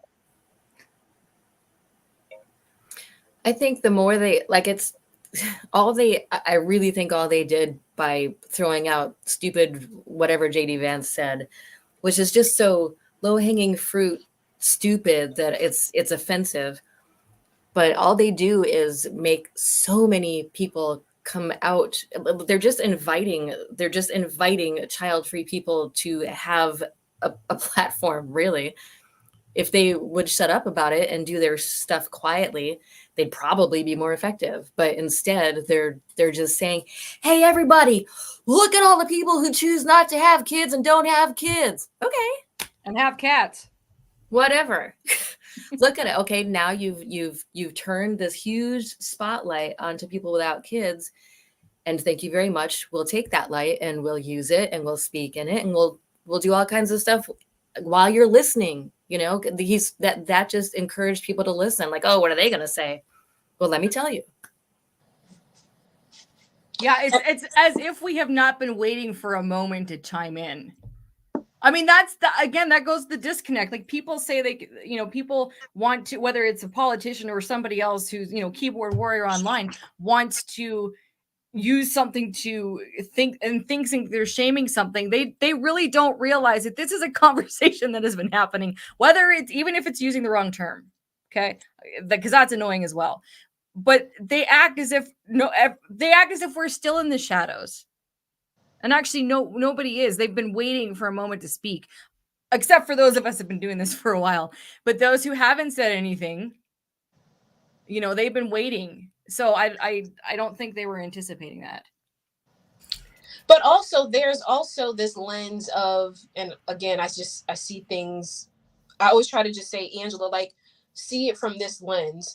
And I kind of wrote a comment on someone's page about this. Like, comments like, the real focus is like, they want people to have children and be part of this democratic process. But a lot of times you don't want the woman who has 5 kids by 5 different babies. Like, you don't want her to keep, you want a heterosexual, wealthy, well-off couple to keep contributing to the world and society. You don't want the Black woman who's in the ghetto, who is on aid. You don't want, she doesn't really matter to you, right? If anything, you want her to stop having kids. So sometimes when I really think about it, I'm thinking, who is he really talking to? Because you don't want everyone to keep having kids, especially if they can't, if you believe they're sucking the life out of resources here in the US. So I want us to be mindful of not drinking the Kool-Aid, and really, who is he really encouraging, or who are they really encouraging to continue to populate this world? Yeah, this is a Christian nationalism that we are witnessing here. And it's completely wrapped up in white supremacy. The fertility rate panics are about not generally people not having enough kids, but, white women not having enough kids. The thing about pronatalism is, like, it's a two-sided thing. Like, on one hand, it's encouraging or even forcing people to have children. But the flip side of that is that's only for the right women, and the not right women, pronatalism is about, control, just controlling people's reproductive choices. And we can see this, like, a long, horrible history of eugenics, forced sterilization of women of color, Black women, poor women, disabled. The Nazis learned everything from America, is all I'm going to say. I think, yeah. So this is happening. This is real. I think that J.D. Vance, in his total idiocy, really gave us a gift. It's a real gift. And it's been really heartening to see everyone putting up childless cat ladies for Harris memes online. These are memes I can get behind. I just think it's great. And yes, if there's ever a moment for us, if there's ever a time for us to be organizing behind that, I mean, we should have the phone in for child-free people, for all the cat ladies, for the dog people can come too. I'm very open-minded about this. How about us pet-free by choice people? Pet-free by choice is fine. We love you all. But this is a moment, you all. It really, really is. And as much as I'm like doom and gloom, this has been a very, very great couple of weeks. Yeah, I've seen it, from the way outside. And I really have loved how people have rallied behind Kamala and every other childless cat lady or dog lady or whatever, pet free lady. Because it is a stupid thing to say, but there's something that he said that I do find a little bit, what's the word, dangerous. Because he said, we have to wage war on these people, meaning childless cat ladies or people who think that living a life without children is as fulfilling as living a life with children. And what makes me a little bit wary of what he said is how are they going to are they going to wage war on us? You know what I mean? Like, how is it that they're going to make people with a uterus who don't want to become pregnant, have children? How are they going to force people, if they ever get the chance to do it, how are they going to do that? And the nationalist, white supremacist, stupid hillbillies that follow JD Vance and Trump and all the other MAGA assholes, pardon my French, and who are out there, listening to these things, and then they know people or they meet people in their daily life, in the supermarket, in the gas station. Someone who has maybe a bumper sticker that says childless cat lady or whatever. What are they going to do to these people? Because they're fostering violence as well.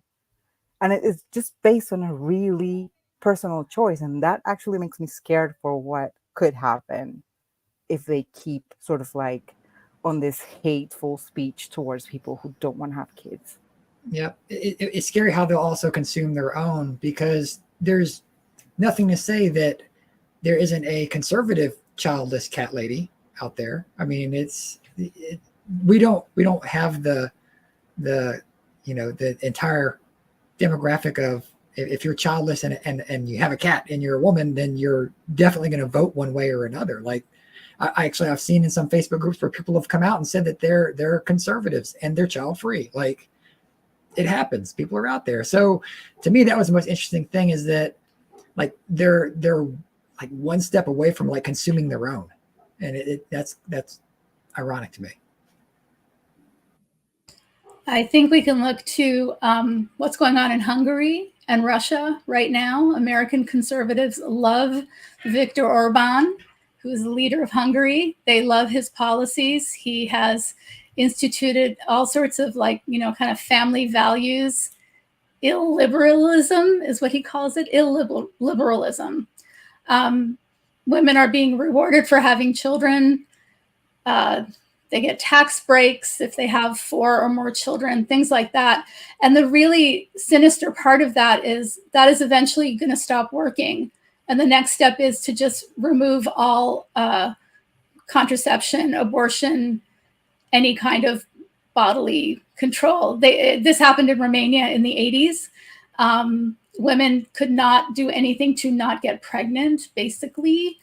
And, a lot of women died in illegal abortions, and a lot of kids were dropped off at orphanages. And if you know the history of the Romanian orphans, they're adults now. And this was an absolutely horrible experience for thousands of Romanian babies. So anyway, once everything else doesn't work, you just take away all reproductive rights. That's what you do. And, generally people who have a lot of money or connections will be fine as usual, but everyone else won't be. There, I'm all depressing again. Glad countries and governments have been trying to buy their birth rate to go up for years now, decades, whatever. Especially over the last few years, all we've heard about is how there's a declining birth rate here, declining birth rate there.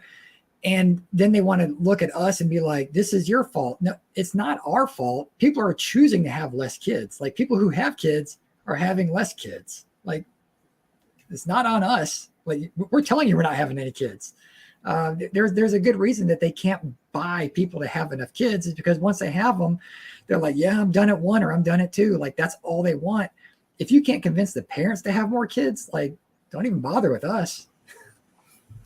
Well, pronatalism is also tricky because, much like being child-free, it either has so many different arms to it, or it jumps around a lot. It's not just the government wanting to control women. It's not, you have the government wanting to do whatever they want to do to either build the population or increase citizenry. And you have Elon Musk who wants to generate a bunch of consumers, and you have churches who want to create more churchgoers, and you have certain kinds of men who want to prove how manly they are by reproducing. You have, like, pronatalism it has so many arms and so many branches for so many reasons that have started so long ago for who knows why, that you can't even nail it down. You can't say it is one thing. White people want more white babies. You know, it's just, and none of, I don't think any of these groups thinks back to, you know, people say that evolutionary science shows that younger women like older men because, well, if you're a younger woman liking an older man, you're not thinking about caveman days and exploring why you like this older man. You just do. Or maybe you like an older man because you have daddy issues at this point. It's not because you're a caveman anymore. It's because so many different things have contributed to why younger women like older men sometimes. Maybe we just think they're sexy. I don't know. But I think pronatalism is the same way. It's just, maybe we don't think they're sexy. I wasn't saying that. Depends on how old they are or how young you are. It's not the point. The point is pronatalism is not, it's just not one thing, and it's not coming from one place, and it's hard to bounce out from under it, because once you get out of this one, it's right over here. Absolutely. Thank you for that, Kristen.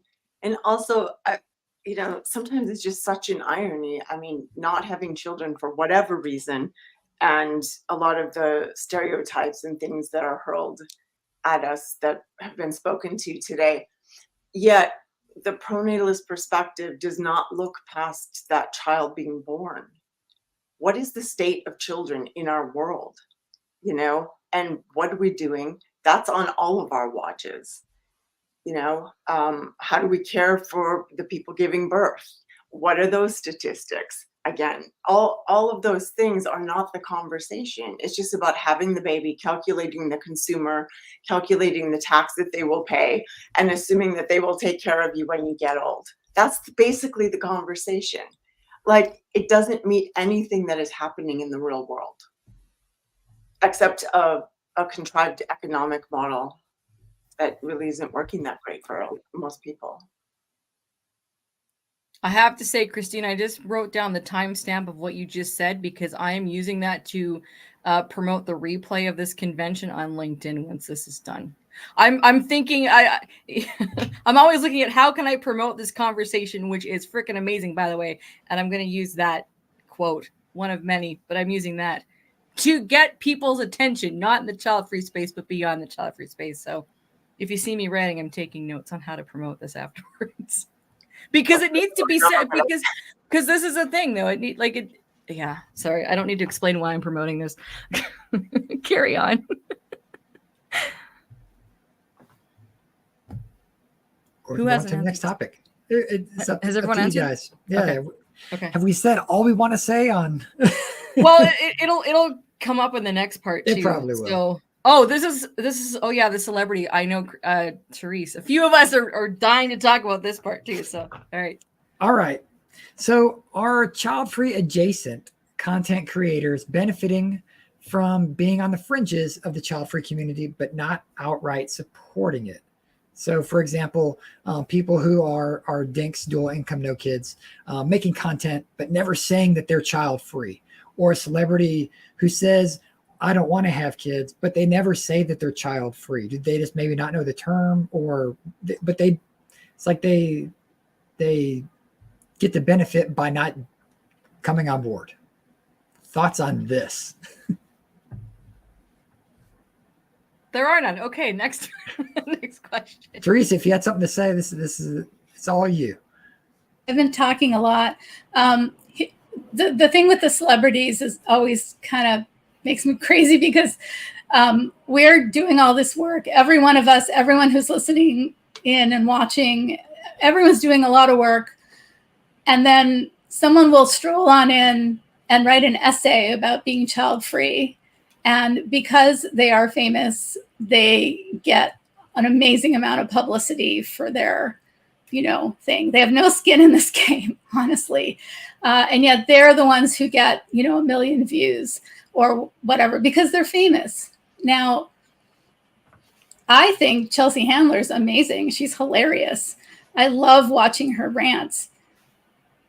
Does she do anything to promote anybody else working in this field? No, no, it's just about, it's about her routines, which again, I'm a huge fan of hers. But I feel like sometimes celebrities could maybe just give us like a half an ounce of their fame to point people towards people who are like doing this work. That's my feeling about celebrities. I'll just like learn the terms, like the general differences. That'd be so helpful because, she uses them interchangeably, just as one example. And I know we've had the like whole conversation about terms and identifying, but at least just that general give, it's, wow. I mean, that's baseline. I think you see that a lot in any area of someone with their own thing to promote, produce, whatever. Someone always has a different level of audience, and it just kind of goes up. You have the person who's just starting, you have the person who's mid whatever, and then you go all the way up to Chelsea Handler or beyond. And nobody really does too much to help anyone else because they're very focused on their own thing. I think that is one thing that you notice even on Instagram or whatever with all the different child-free accounts. Everyone is very loyal to their own brand and everyone's loyal to their own purpose. So there's very little, unless you're taking memes from somewhere that you think are really great child-free stuff, like, hey, this person made a funny thing, I'll put it here. But like most people will scrub off the identity of where that thing came from. We learned the hard way as child-free girls. Yeah. We had to start putting our content creators pay attention to this. Put your logo in the middle and do like a fade so they can't. They have to crop like out watermark. Thank you, watermark. You have to protect your work as content creators. Put it in a space that if they crop out your stuff, they take out the important stuff. We learned that the hard way. That's in the beginning for child-free girls' social media. And I wonder sometimes if fame isn't like money. I listened to the podcast Armchair Expert, and Dax Shepard was talking to somebody who had a lot of money, and they were talking about constantly feeling money insecure because of how they grew up. And so they could make oodles of money and they still never feel quite safe enough. Like, well, if something happens, I could lose all. And so there's this weird psychological need to get more. So I wonder if that's the same with some people with fame. This is my act. This is my fame. I'm going to capitalize on this child-free stuff. I don't need to give any of my stuff to you because I have worked very hard to earn this thing that I have. It's hard to encourage sharing of those things, even when you're all joined in on the same sort of goal. Even on a smaller scale, just getting collaborations amongst the people who make child-free content now, the walls are so high. Mm-hmm. If you're like, hey, do you want to work together on this, or will you share this? And there's just so much like butting of heads of people like really trying to protect that little island that they've built. And I understand it.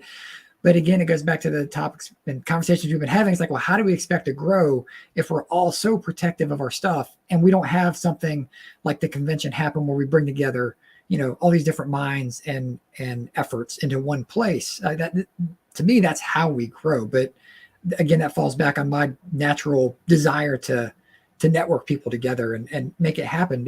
So yeah, the super famous, I can see why they don't do it. It helps them for PR and Chelsea Handler, I've heard her say she doesn't have kids, but I've never heard her say the word child free. But then people are like, but she's selling t-shirts that say child free at her shows. And it's like, so she knows the term, but she doesn't say the term. That confuses me. Like just in general. Cody, I think you and I have to tell everybody how we go back. This is the one thing we battle on.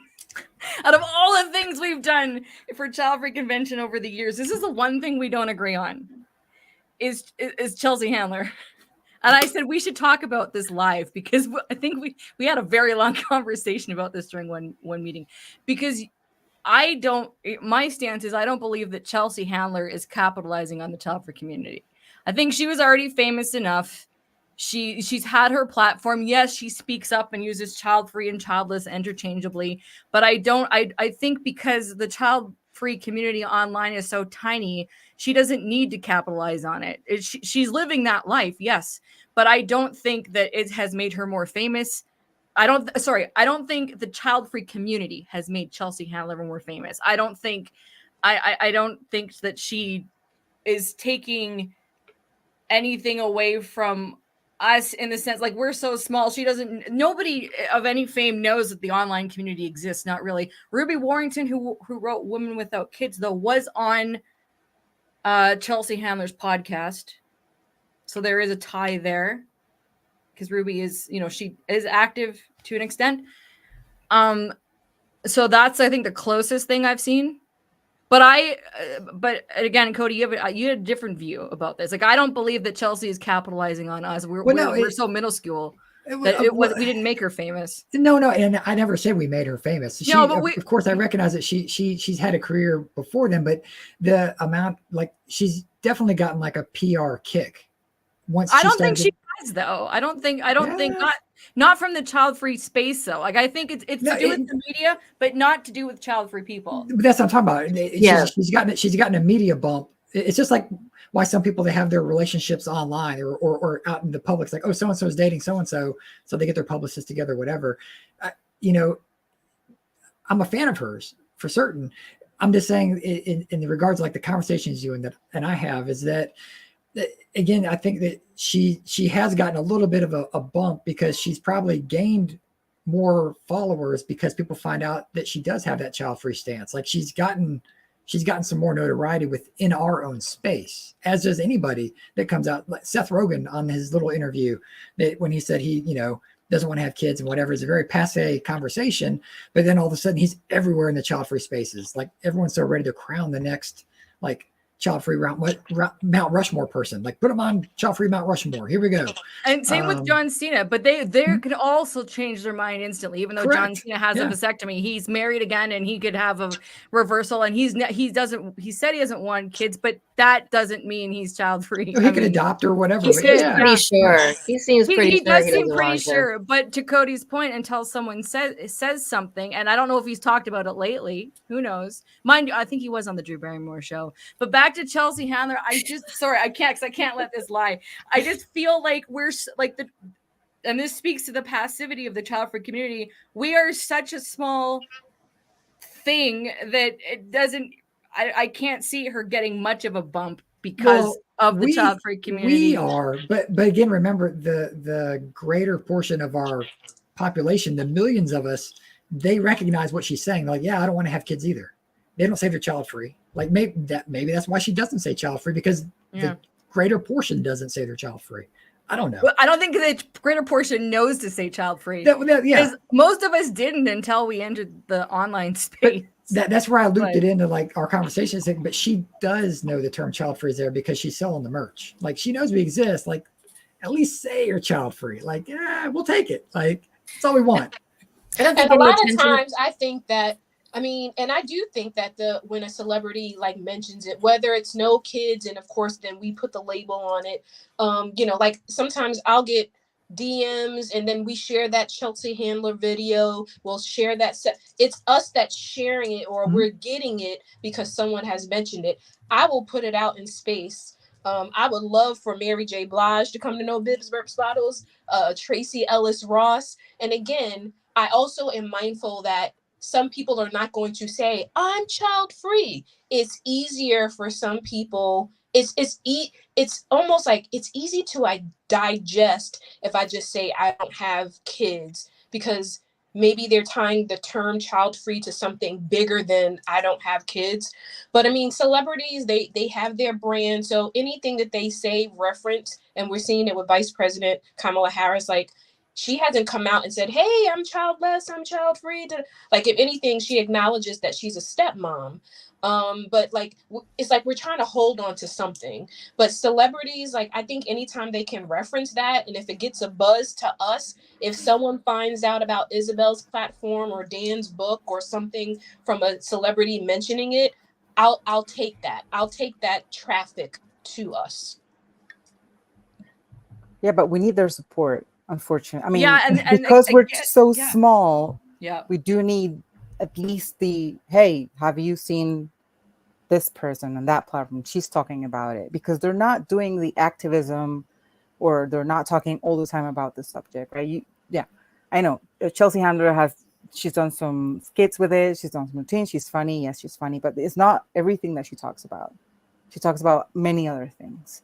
And I can say from my experience, not in the English-speaking space, but in the Spanish-speaking Childfree space, we've had a push from a couple of celebrities who have pointed our way people, and that has helped a lot in terms of visibility and just getting the conversation out there, and just, having more people be part of the conversation, whether it's to say, oh my God, I didn't know this was a thing, or to say, oh my God, you guys are going to end with the population in the world, which happens as well, in Spanish and in any other language.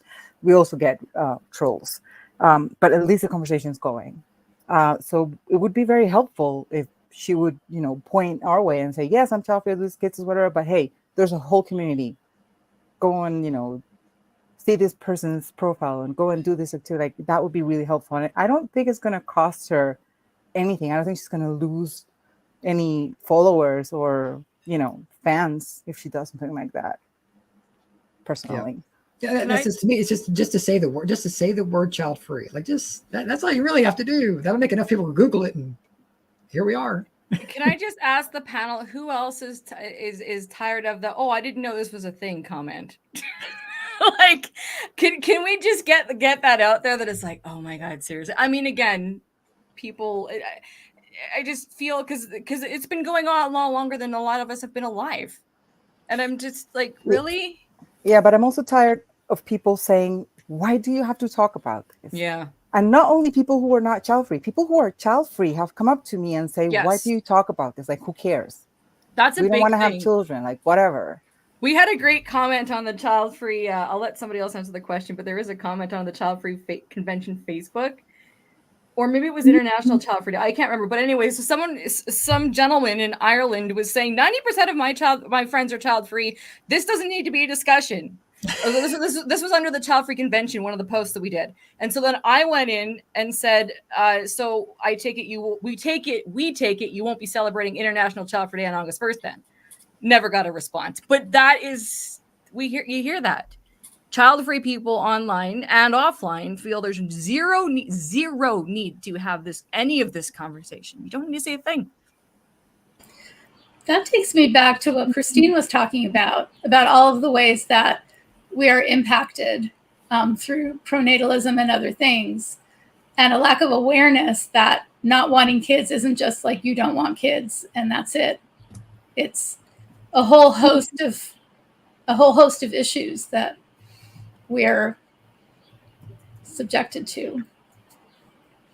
But there's not that real awareness. I don't think people think about it, because people think about a lot of things. I think people don't think about it if it's not a problem for them personally. Yeah, that's true. I mean, if it comes from, first of all, guys, you have a lot less pressure in general terms than women with a uterus have for being child free. That's one thing, or having children. And then the other thing is, if you're white, privileged, from a first world country, it's a whole different ballgame than being a person of color from a developing country. It's a whole different ballgame. So, I mean, you have to also understand, I think we have to also understand that people come from their own reality, and sometimes they just don't have the capacity or even the will to actually like open their minds and expand their views to other people are living in different parts of the world, or even in different parts of their own society. Well, just to flip the coin over, it kind of goes into the next question we had as a topic. But so people who, they say they don't want to have kids, and they don't have kids, whatever. Society doesn't seem to care too much. But if they say they don't want to have kids and then they have kids, that's a totally different mindset. It seems like from society, that's when it's like, oh, see, they changed their minds. You're going to change your mind too. Like it's like it doesn't go both ways if they don't like fully embrace the child freeness. Like to me, if they don't come out and say it, I can't take any celebrity serious that doesn't want to completely like say, I'm child free. That's the term. That's everyone learn it. That's the term of what this means. And like just helping that little bit would be amazing. But we do get the backlash of people who, like I said, say they don't want kids and then they have kids. Feel free to discuss. Well, I would say, I mean, again, I think it goes back to the freedom of choice. They have the choice to say that they're child free, and they have the choice to change their mind. I've experienced this even within No Bibs, Burps, Bottles. 2 sisters who are very active in the community, supported probably all my events, and both of them have children now. Interesting fact, they have children on their own. So they went through a sperm donor. So I didn't call them and say, girl, you just left this program, now you have a kid. Like, I got to meet people where they are, because not everyone knew like we knew, right? And I think that's about meeting people where they are, offering grace. Maybe that is the difference between ACF and I guess me being soft, right? Like, if you say you don't want kids, you don't have kids. Who am I to say you can't change your mind? Now, it is, you know, it makes it hard, because people then say, oh, well, you know, you'll change your mind. Most people do. And then when I say I don't, it's like, you will. And I'm like, no, I won't. You will, because they've seen other people do that. But it, you know, at least for No Bibs, Burps, Bottles, I try not to define people, but that was eye-opening to me to see 2 women who were very active in this community both have children on their own without men, and went through a sperm donor. I think it's interesting going back to the celebrity aspect and bringing that into this part of the conversation. Is it because the child-free choice is so underrepresented, as we know, in mainstream anything? And if it is represented, it's often not correct, or there's some elements missing for a variety of reasons. And so it's like there's this hopefulness, as Helene had mentioned, the disappointment when someone close to you announces that they're pregnant. There's that, oh my gosh, so-and-so who's, you know, famous celebrity decided to have kids, therefore no longer on the t-shirt that we made, got to take that name off, right? Because we are looking like people, and I say we in general, are looking for someone who emulates that choice, and that who's done, you know, is by society standards successful, for whatever that means to you, and they've lived they're living a child-free life. And so to see that, so absolutely, yes, they can change their mind. That's the point. It's choice. But again, there is that disappointment, you know, and it's kind of like, why is that? It's because that we're and again, we generally are. So yes, Cameron Diaz. Oh God. I think I've said a lot about that one. Where was I going with this? Right. Like, there's consistency is great. It's nice to be, that's the point. It's like, because a lot of us don't change our minds, and you spend your lifetime convincing others that you won't. And the only proof of that is when you're 90 years old and say, see, I did not change my mind. And to what Cody has said, like, it's true. I made it. No, I'm dead now. Exactly. We're going to do this convention again in 50 years, and we're all going to reconvene and see where we're at. But I mean, here's the thing, like, you know, the celebrities that anyone has said, oh yeah, they're child-free, they have a vasectomy, they're sterilized, they're in a child-free relationship, like their partner doesn't want to have kids and they don't want to have kids. But ultimately, time is the one that will tell us if that was true or not. But at the same time, how do we, and this is just a question that doesn't need to be answered, but it's like, how do we navigate through our lives as child-free people, 99% sure, or whatever percentage you're sure that you're not going to have kids, and interact with those people that are saying, oh yeah, well, you're going to change your mind because so-and-so did. Like, I'm just like, that's not a question that needs to be answered, but I'd like again, to. okay. But also, audience, think about it. Again, why are we asking people to show up a bit more. It's because, you know, we're like the onus gets put on people who have some kind of platform, large or small, to maintain that, to speak on behalf of you. And celebrities are kind of like inadvertently put on that, given that responsibility, and they don't even know it. You know, my goal is to be famous enough so I'm having these roundtable discussions with those people and go, by the way, did you guys know that there's like these online communities that emulate the frick out of you because you guys don't have kids? I'm not even joking about that. That's going to happen. But, you know, it's just, again, and trying to connect with people who have those platforms and the reason why it's important to talk about it. Okay, Kristen, please take over. I'm going to pass out soon.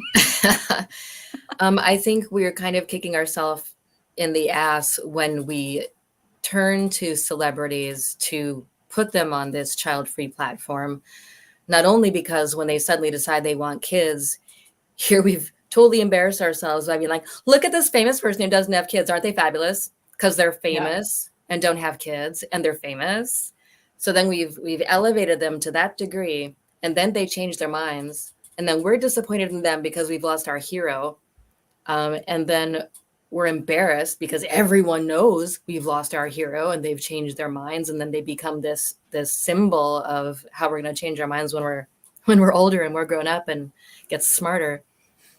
But also using famous people as some kind of pedestal child-free person, I think contributes to why some people feel like if they don't have kids, they better do something else incredible. These people are, you know, like, oh, well, I don't have kids, which means I have all the time in the world. I should be using this time. Like, I have no excuse to not achieve something. I have no excuse to not be president or an Olympian or, I don't know, something incredible that you don't have time to do if you have kids. And if we keep showing famous people as this standard or this thing to emulate because, you know, as a child-free person, I don't know. I don't really agree with emulating famous people just for being famous anyway. I mean, they can act or they're pretty. Big fucking deal. That they didn't have kids doesn't mean anything more than, in fact, it means less than someone who didn't have kids and who fought through, who's just living a regular life with no excuse for not having kids because they're not chasing some Hollywood dream or putting every single second of their life into achieving some grand, you know, status. They're just living and trying to live without having kids and not be harassed for it. I don't know. I just think using famous people as some kind of amulet or whatever is just, I just think it's a bad idea all around. I think that's the perfect segue into that last question. People who are child-free adjacent, do they need to be looped into the community or aware? I think you kind of answered that. I mean, if anyone else, we're going to go into the call to action part shortly, but on this particular topic, anybody who has any other thoughts on this can speak now or hold your peace for another 10 minutes. No? Okay. All right. Now this is audience participation time. There we go. You got to lead. Yeah. You want me to do it? Okay. So, you know, what's a call to action? Like what is the, like, you know, the end result of at least this experience of the convention going to be? And we were taking a look and saying, well, how can people like just show support? Like, so, you know, on a one-on-one level within our, you know, online spheres, you know, how can people that are outside of our community show up for their child-free friends, you know, and go? I'd say share content that's of interest to you, because if it's something you've received some benefit from, chances are someone else in the community will receive that same or a similar benefit, or maybe find something else that you might not have thought of. Okay, I'm just going to read the screen. Therese? We'll just call names. Hi. Hi. You know, in the my film's been out for a couple years. I've heard from a lot of people who've seen the film. It's very gratifying to hear all these things. And a lot of people I've heard from are actually parents. parents who took away a lot from the film, either because maybe there were some things in their own history that resonated, but also because they have kids, and then they recommend the film to other people. And when parents recommend this film to people, it reaches different places. And I don't know if I'm answering your question, but yeah, supporting, people supporting us, for example, by doing that, is incredibly important, because there's always this barrier of, this idea that there's a barrier to entry. If you're not child free, you definitely should not go do this or see this or read this. So I'm really grateful to all the parents who have supported the film from the beginning, actually. And I don't think the distance is so wide a lot of times. There's a lot of commonality, just honestly being a woman in the world. We have a lot more in common in terms of, the things that we're dealing with every day, than I think we're led to believe. So again, to reiterate the question, so how can people show individual support? So one-on-one, let's say if you are not child-free and you're watching this, meaning you're on the fence, you may have kids in the future, because I know I've got some friends watching who may have kids at some point. Or if you're a family member of someone who is, very child-free, whatever. So it doesn't matter where you're coming from. Maybe you're a child-free person who consumes child-free content. So the question is, how can all of you show up and support one-on-one to your favorite content creator or your child-free friend? How can you show up with support within the child-free community? So whatever child-free space you occupy. And how can people outside, I kind of answered that or said that with the first one. How can people outside of the child-free community show up for child-free friends, family members? So that's the question. And yes, Therese did answer that. Isabel, I think you're next. Well, if you are child-free and you're either a lurker or you do participate in the community or like consume some of the content, I would say sharing it is the easiest way to, help the people who are actually creating this content, because you can either share it to your friends if you don't want to share it to your profile, someone specific. It doesn't have to be the whole world, but sharing, people start discovering who this person is, and that's what we need. We need more people talking about this. It's not even about the followers. It's really about engaging in the conversation. I think it's really about knowing that there's a choice, and that there are people out there who are talking about this choice and who really want everyone else to have the same choice, whether it's to have or not have children.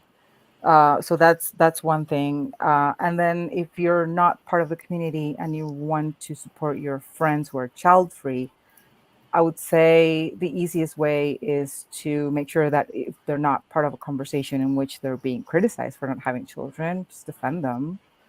Speak up for them basically when they're not there. And if there's anything that you don't understand or you want to know about it, just try and be really open and communicate with your friend and talk to them, ask them. I think honestly, one of the things that I was surprised about after I sort of decided that I didn't want to have children, and then I started telling my friends, I was very surprised that some of the friends that I thought were going to be very supportive were not. And vice versa. Like some of the friends that I thought were going to be going to criticize me from the get-go were extremely supportive. And I think the difference between these people is that the ones who in the end became supportive of what I was telling them about my life, which is very personal too, but I decided to go very public with it afterwards. Whole different story. The difference is they were asking questions. They were genuinely curious about it and trying not to judge. So I think that's the key.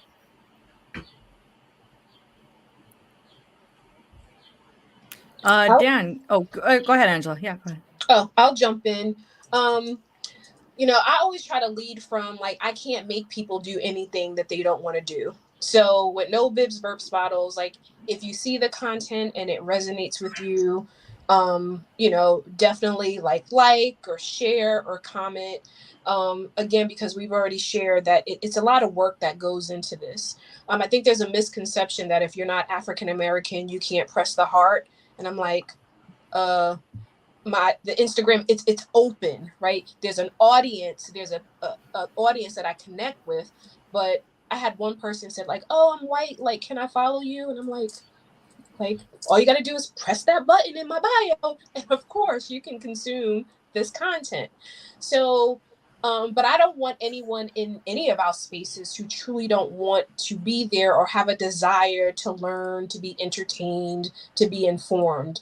But I also want to challenge myself as well as all others, like being able to just connect with each other. We're all doing really great work. And a lot of times we actually need each other to propel forward. Like, you know, when I called Therese and was like, hey, I believe in you and your film. I'm in a higher education space.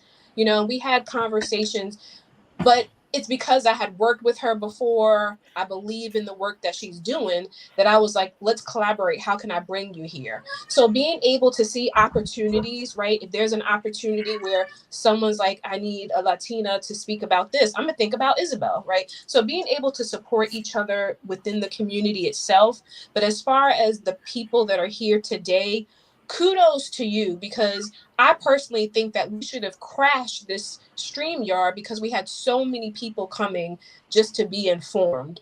So, you know, support the content, engage with the content. If your content creators are doing things off of social media, which many of us are, buy a book, listen to a podcast, attend a brunch, you know, stand behind policy and things that will help propel us all forward. But just sitting around and just like, oh, that's a nice, and like it's free to literally press the heart and follow people that you align with and engage with. Okay, Dan, I'm going to make you follow up on that. I don't know if there's much I can add to that, because I kind of would echo everybody else's comments. Other than maybe I'd reference my previous answer, because sharing that content, buying that book, and maybe even giving that book or to somebody else, or sending that article to somebody else. So I'm consuming any of my content now just I find very intentionally, whereas I'm not using socials. So there are things that might still strike me that I might send or send to someone as an informative thing. Say, here, maybe this might explain things a bit more. Someone I might have engaged with previously, or who has questions about it. So there isn't much I can follow up with on top of everyone else's brilliant comments, other than to echo them. Has anyone not answered this question? Christine, go ahead. A couple of things. I think I would add to, I love what everyone has already said. I would add, you know, taking the time to review something that you listen to all the time, or a film that you've seen, or a book that you've read, that also helps. And I just also, if you think something is not working, or you know, it can be done better, offer something. Don't just say, you know, okay, this podcast is whatever because she did a repeat, or whatever it is. Offer something, or take the time to help. Or in the case of the Institute, volunteering doesn't have to be like, you know, this full-time employment thing. It could be an hour consultation on something that I'm trying to do because I'm the one. Or, you know, it doesn't have to be supporting. It doesn't have to be an investment in that way. Like, just be curious. Be curious. And how you can support people that are putting things out there to forward it. And do that with however that aligns with you. You know, find the things that align. Was the question how to support content creators? Well, it showed how to show individual support, like just in general. Yeah. It doesn't have to be directed at but support to other child-free people. Yeah, yes. Or I mean, I guess the way I would sum it up is like, we need to represent our actual numbers. And going back to what I was saying before, like, you know, Reddit's been stagnant at 1.5 million. The biggest Facebook group is been around 60,000 for a while. TikTok and Instagram are the ones that are kind of going up, but it's on a very individualized basis. And even then, you can't say that's all child-free people that are watching that content. That could be the trolls, of course, that are helping feed the algorithm as well. Thanks, trolls, for doing that. But you know, they're increasing all the likes as well.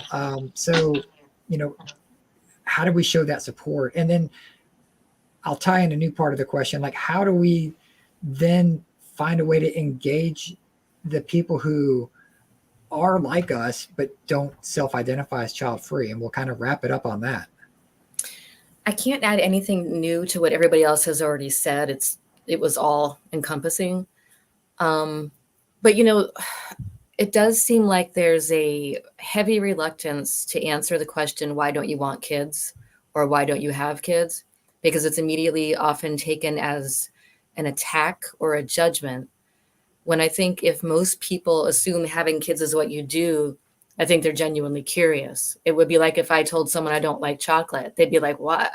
Sorry, what? And I should not be offended by that question. Everybody likes chocolate. It would be confusing. Is it the texture? Is it the flavor? I mean, is it because it's American chocolate versus Austrian chocolate or Australian chocolate? Because ours apparently tastes like poop. There's some kind of quality. So it seems kind of, I heard that in an interview. Something about Hershey's chocolate just has a very specific flavor that is disgusting to people in New Zealand and Australia.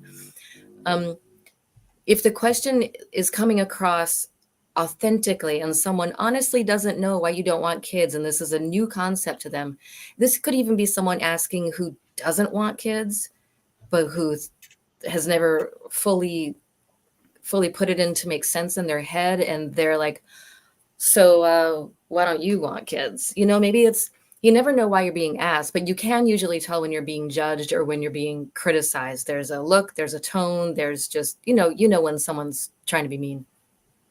So the only thing I would add is to, if you have the time, if you feel like someone's not trying to take advantage of you or make you do emotional labor, it's just a question, just answer it. And don't make it seem like such this treasured, you know, secret or click that no one else gets to know anything about. I mean, if you say, go read up on it, that just kind of makes you look like a jerk. It's like, I would like to ask someone, why did you have kids? I really want to know. Did you genuinely want them? Was it inertia? Were you kind of pressured into it in some other way? But that's all I have.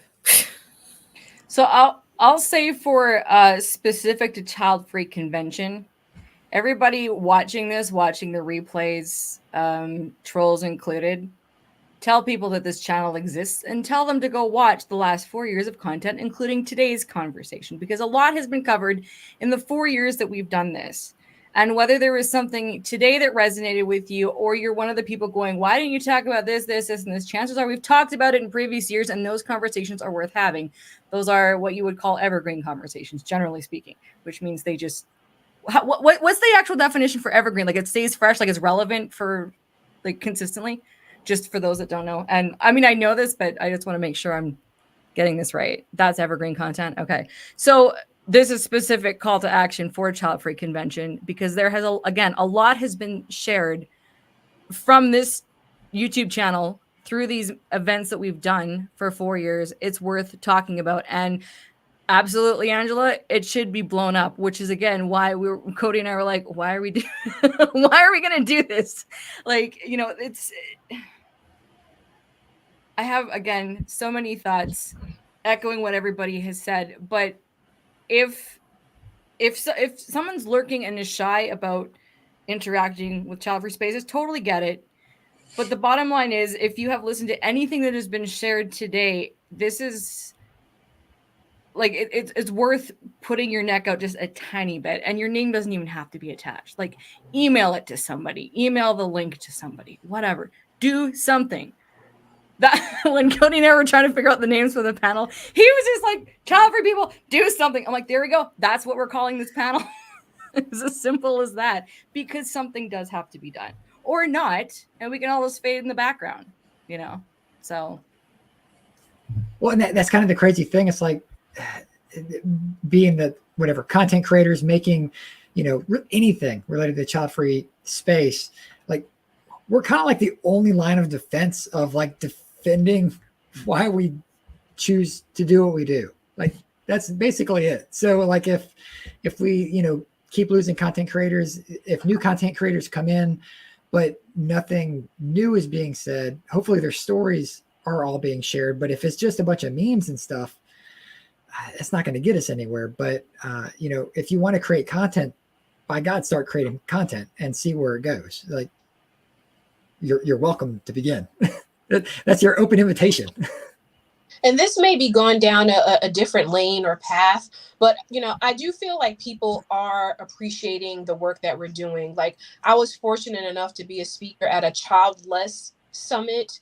And a lot of individuals, like, I follow child-free content. That's where I'm finding my strength. That's where I'm finding my voice. That's how I'm getting over my grief. And although there's this emergence of child-free after infertility, it was, I didn't know that was happening until I went to this summit, that there are individuals who are learning how to live unapologetically in their skin based on hearing us. So I don't want us to totally fall off the grid, right? I do think that our whatever lane you are occupying is important, and if you stick with it, great.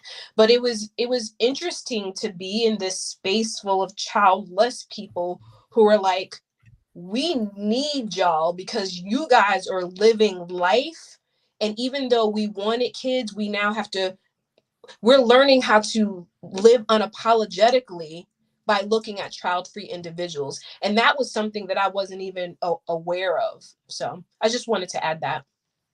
I want to address the comment that's in the audience talking about it's not the size of the audience, which is true in the audience of one, but some of us I'll speak for myself. I'm not interested in an audience of one. LeNora Faye is not an audience of one type of girl. Most of you guys know that. I don't do this for an audience of one. I know there's a certain thing, and I'm going to speak for myself, because there are other people that feel this way too. Now, because there is that saying, and I feel like there's supposed to be some sort of humility and humbleness, and this definitely comes with Canadian mindset, but I don't buy into that. Is that some of us are loud. We want to be loud. We want to be seen, and one is not enough. So I think, you know, there's no way of knowing which content creator falls in that realm. But for those that do, again, there's nothing wrong with having that, but not all of us have that mindset. And we are going to choose what platforms give us a bigger voice. And some of that may mean us stepping away from certain platforms because we want that bigger voice. We know what we're here to do. And some of us are called to bigger platforms. And so that I do want to acknowledge that on behalf of people that are reaching or wanting to reach more than one. Again, there are people that want to reach one. That's fine. Not all of us buy into that. I am one of them. So I will not apologize and say I'm looking for much more than one. And I've made that clear for a long time. Okay, we are about to wrap up this convention.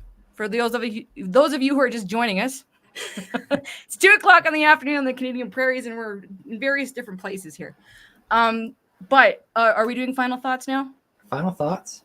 And then I have everybody's graphic. So how should we do this? Because I can pull up the speakers you've seen today. I can share the information. So do we want to do final thoughts that way? Yeah, we can do that.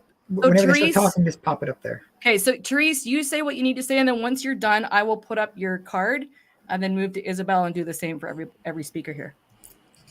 Okay, I guess what I really want to say is that we think of ourselves sometimes as this little niche group in the corner. And I just want to share with you the Pew Research Center just did a study, an extensive study. People between 18 and 49 who don't have children, 47% say they're unlikely to have children in the future. And of those 47% of 18 to 49-year-olds, 57% of those say they're not having children because they just don't want to have children. And 44% say that they're not having children because they'd rather do other things. So I guess what I want to share with you is that what sounds very much to me like the child-free community in that data is almost half our population in the US. So just keep in mind, there are numbers, big numbers, powerful numbers out there. And we need to really feel that and feel how many people are living these kinds of lives and need our support and can support us. All right, so this is how you can reach Therese. Hopefully this is correct, Therese. I've taken all the stuff that you guys sent me via email, so if there's anything wrong, I'm blaming you. But this is how you guys can reach Therese if you are so inclined, which all of you are, including all of you that are watching the replays. I'm not offering this as a suggestion. This is a demand. All right, there you go. Thank you, Therese. Isabel, go ahead.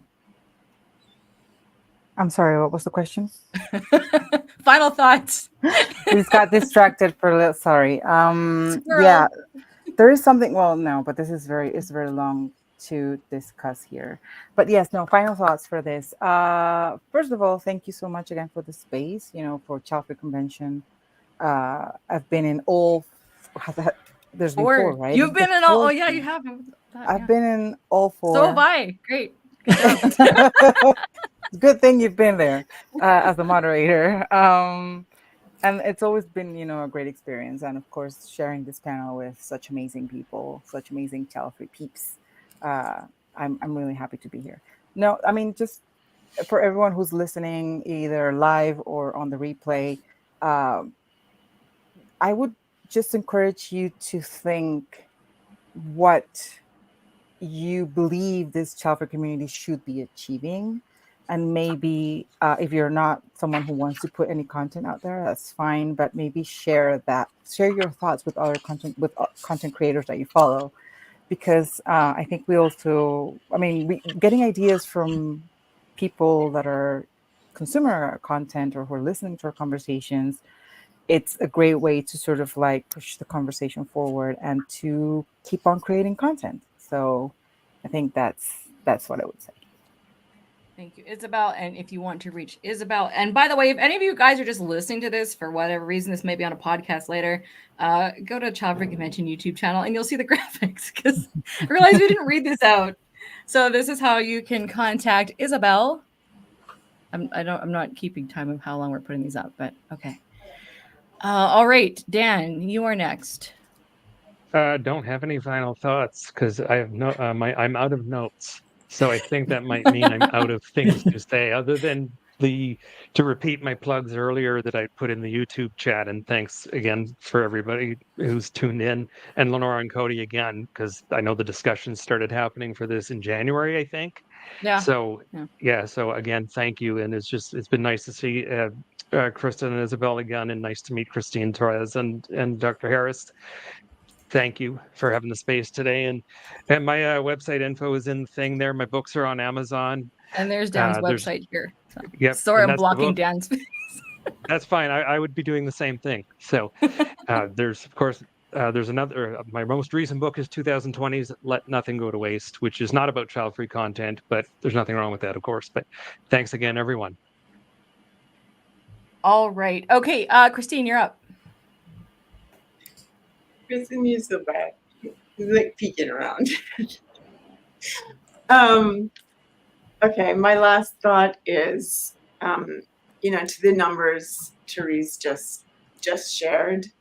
I want to honor all the spaces that anyone has created and participated in. It's important, and it's important that we have the right spaces for us.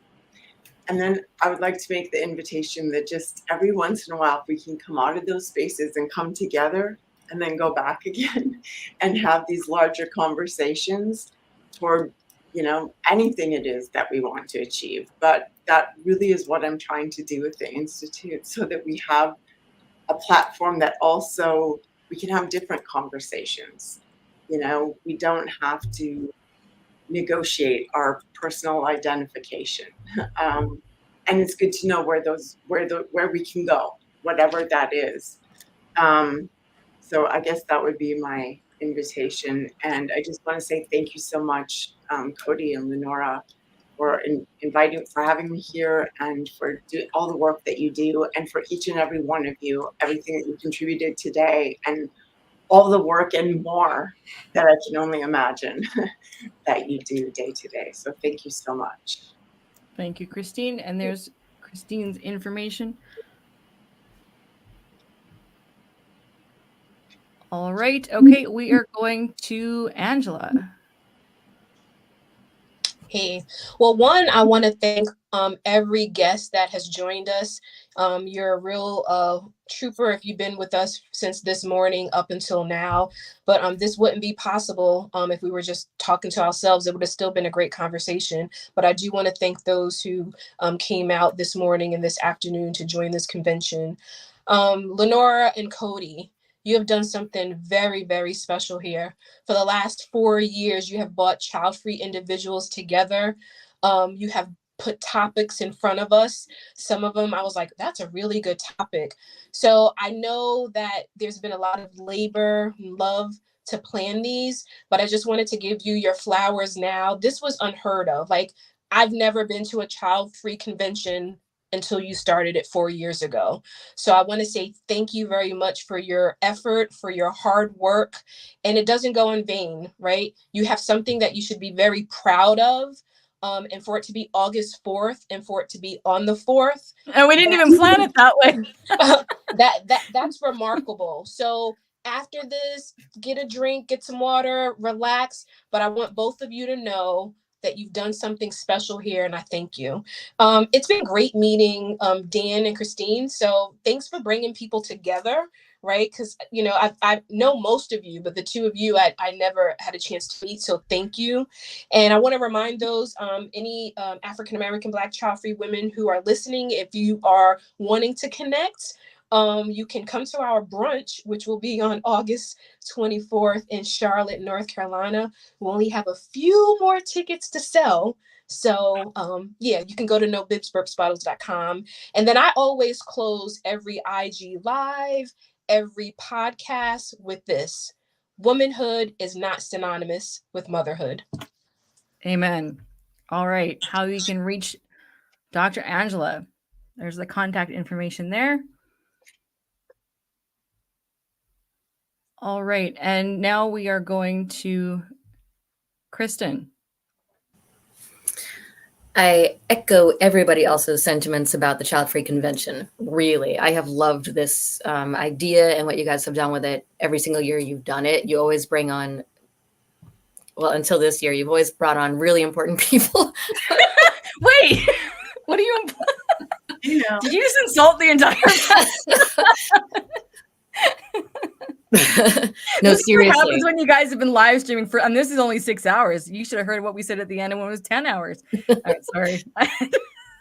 No, I love this. Like, I really love them all. I love what I meant to say is every discussion, including this one, has been super important. I mean, every convention has been informative in a different way every time, and appealing to different people and teaching different things every time.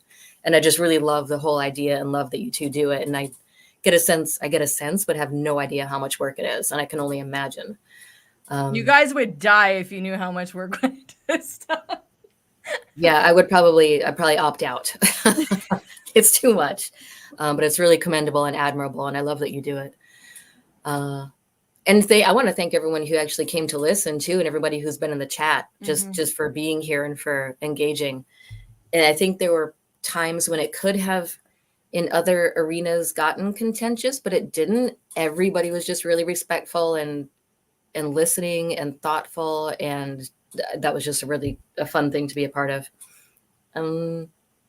I guess that's it. I just think all of this is all good. I think there's so much to go forward doing from here.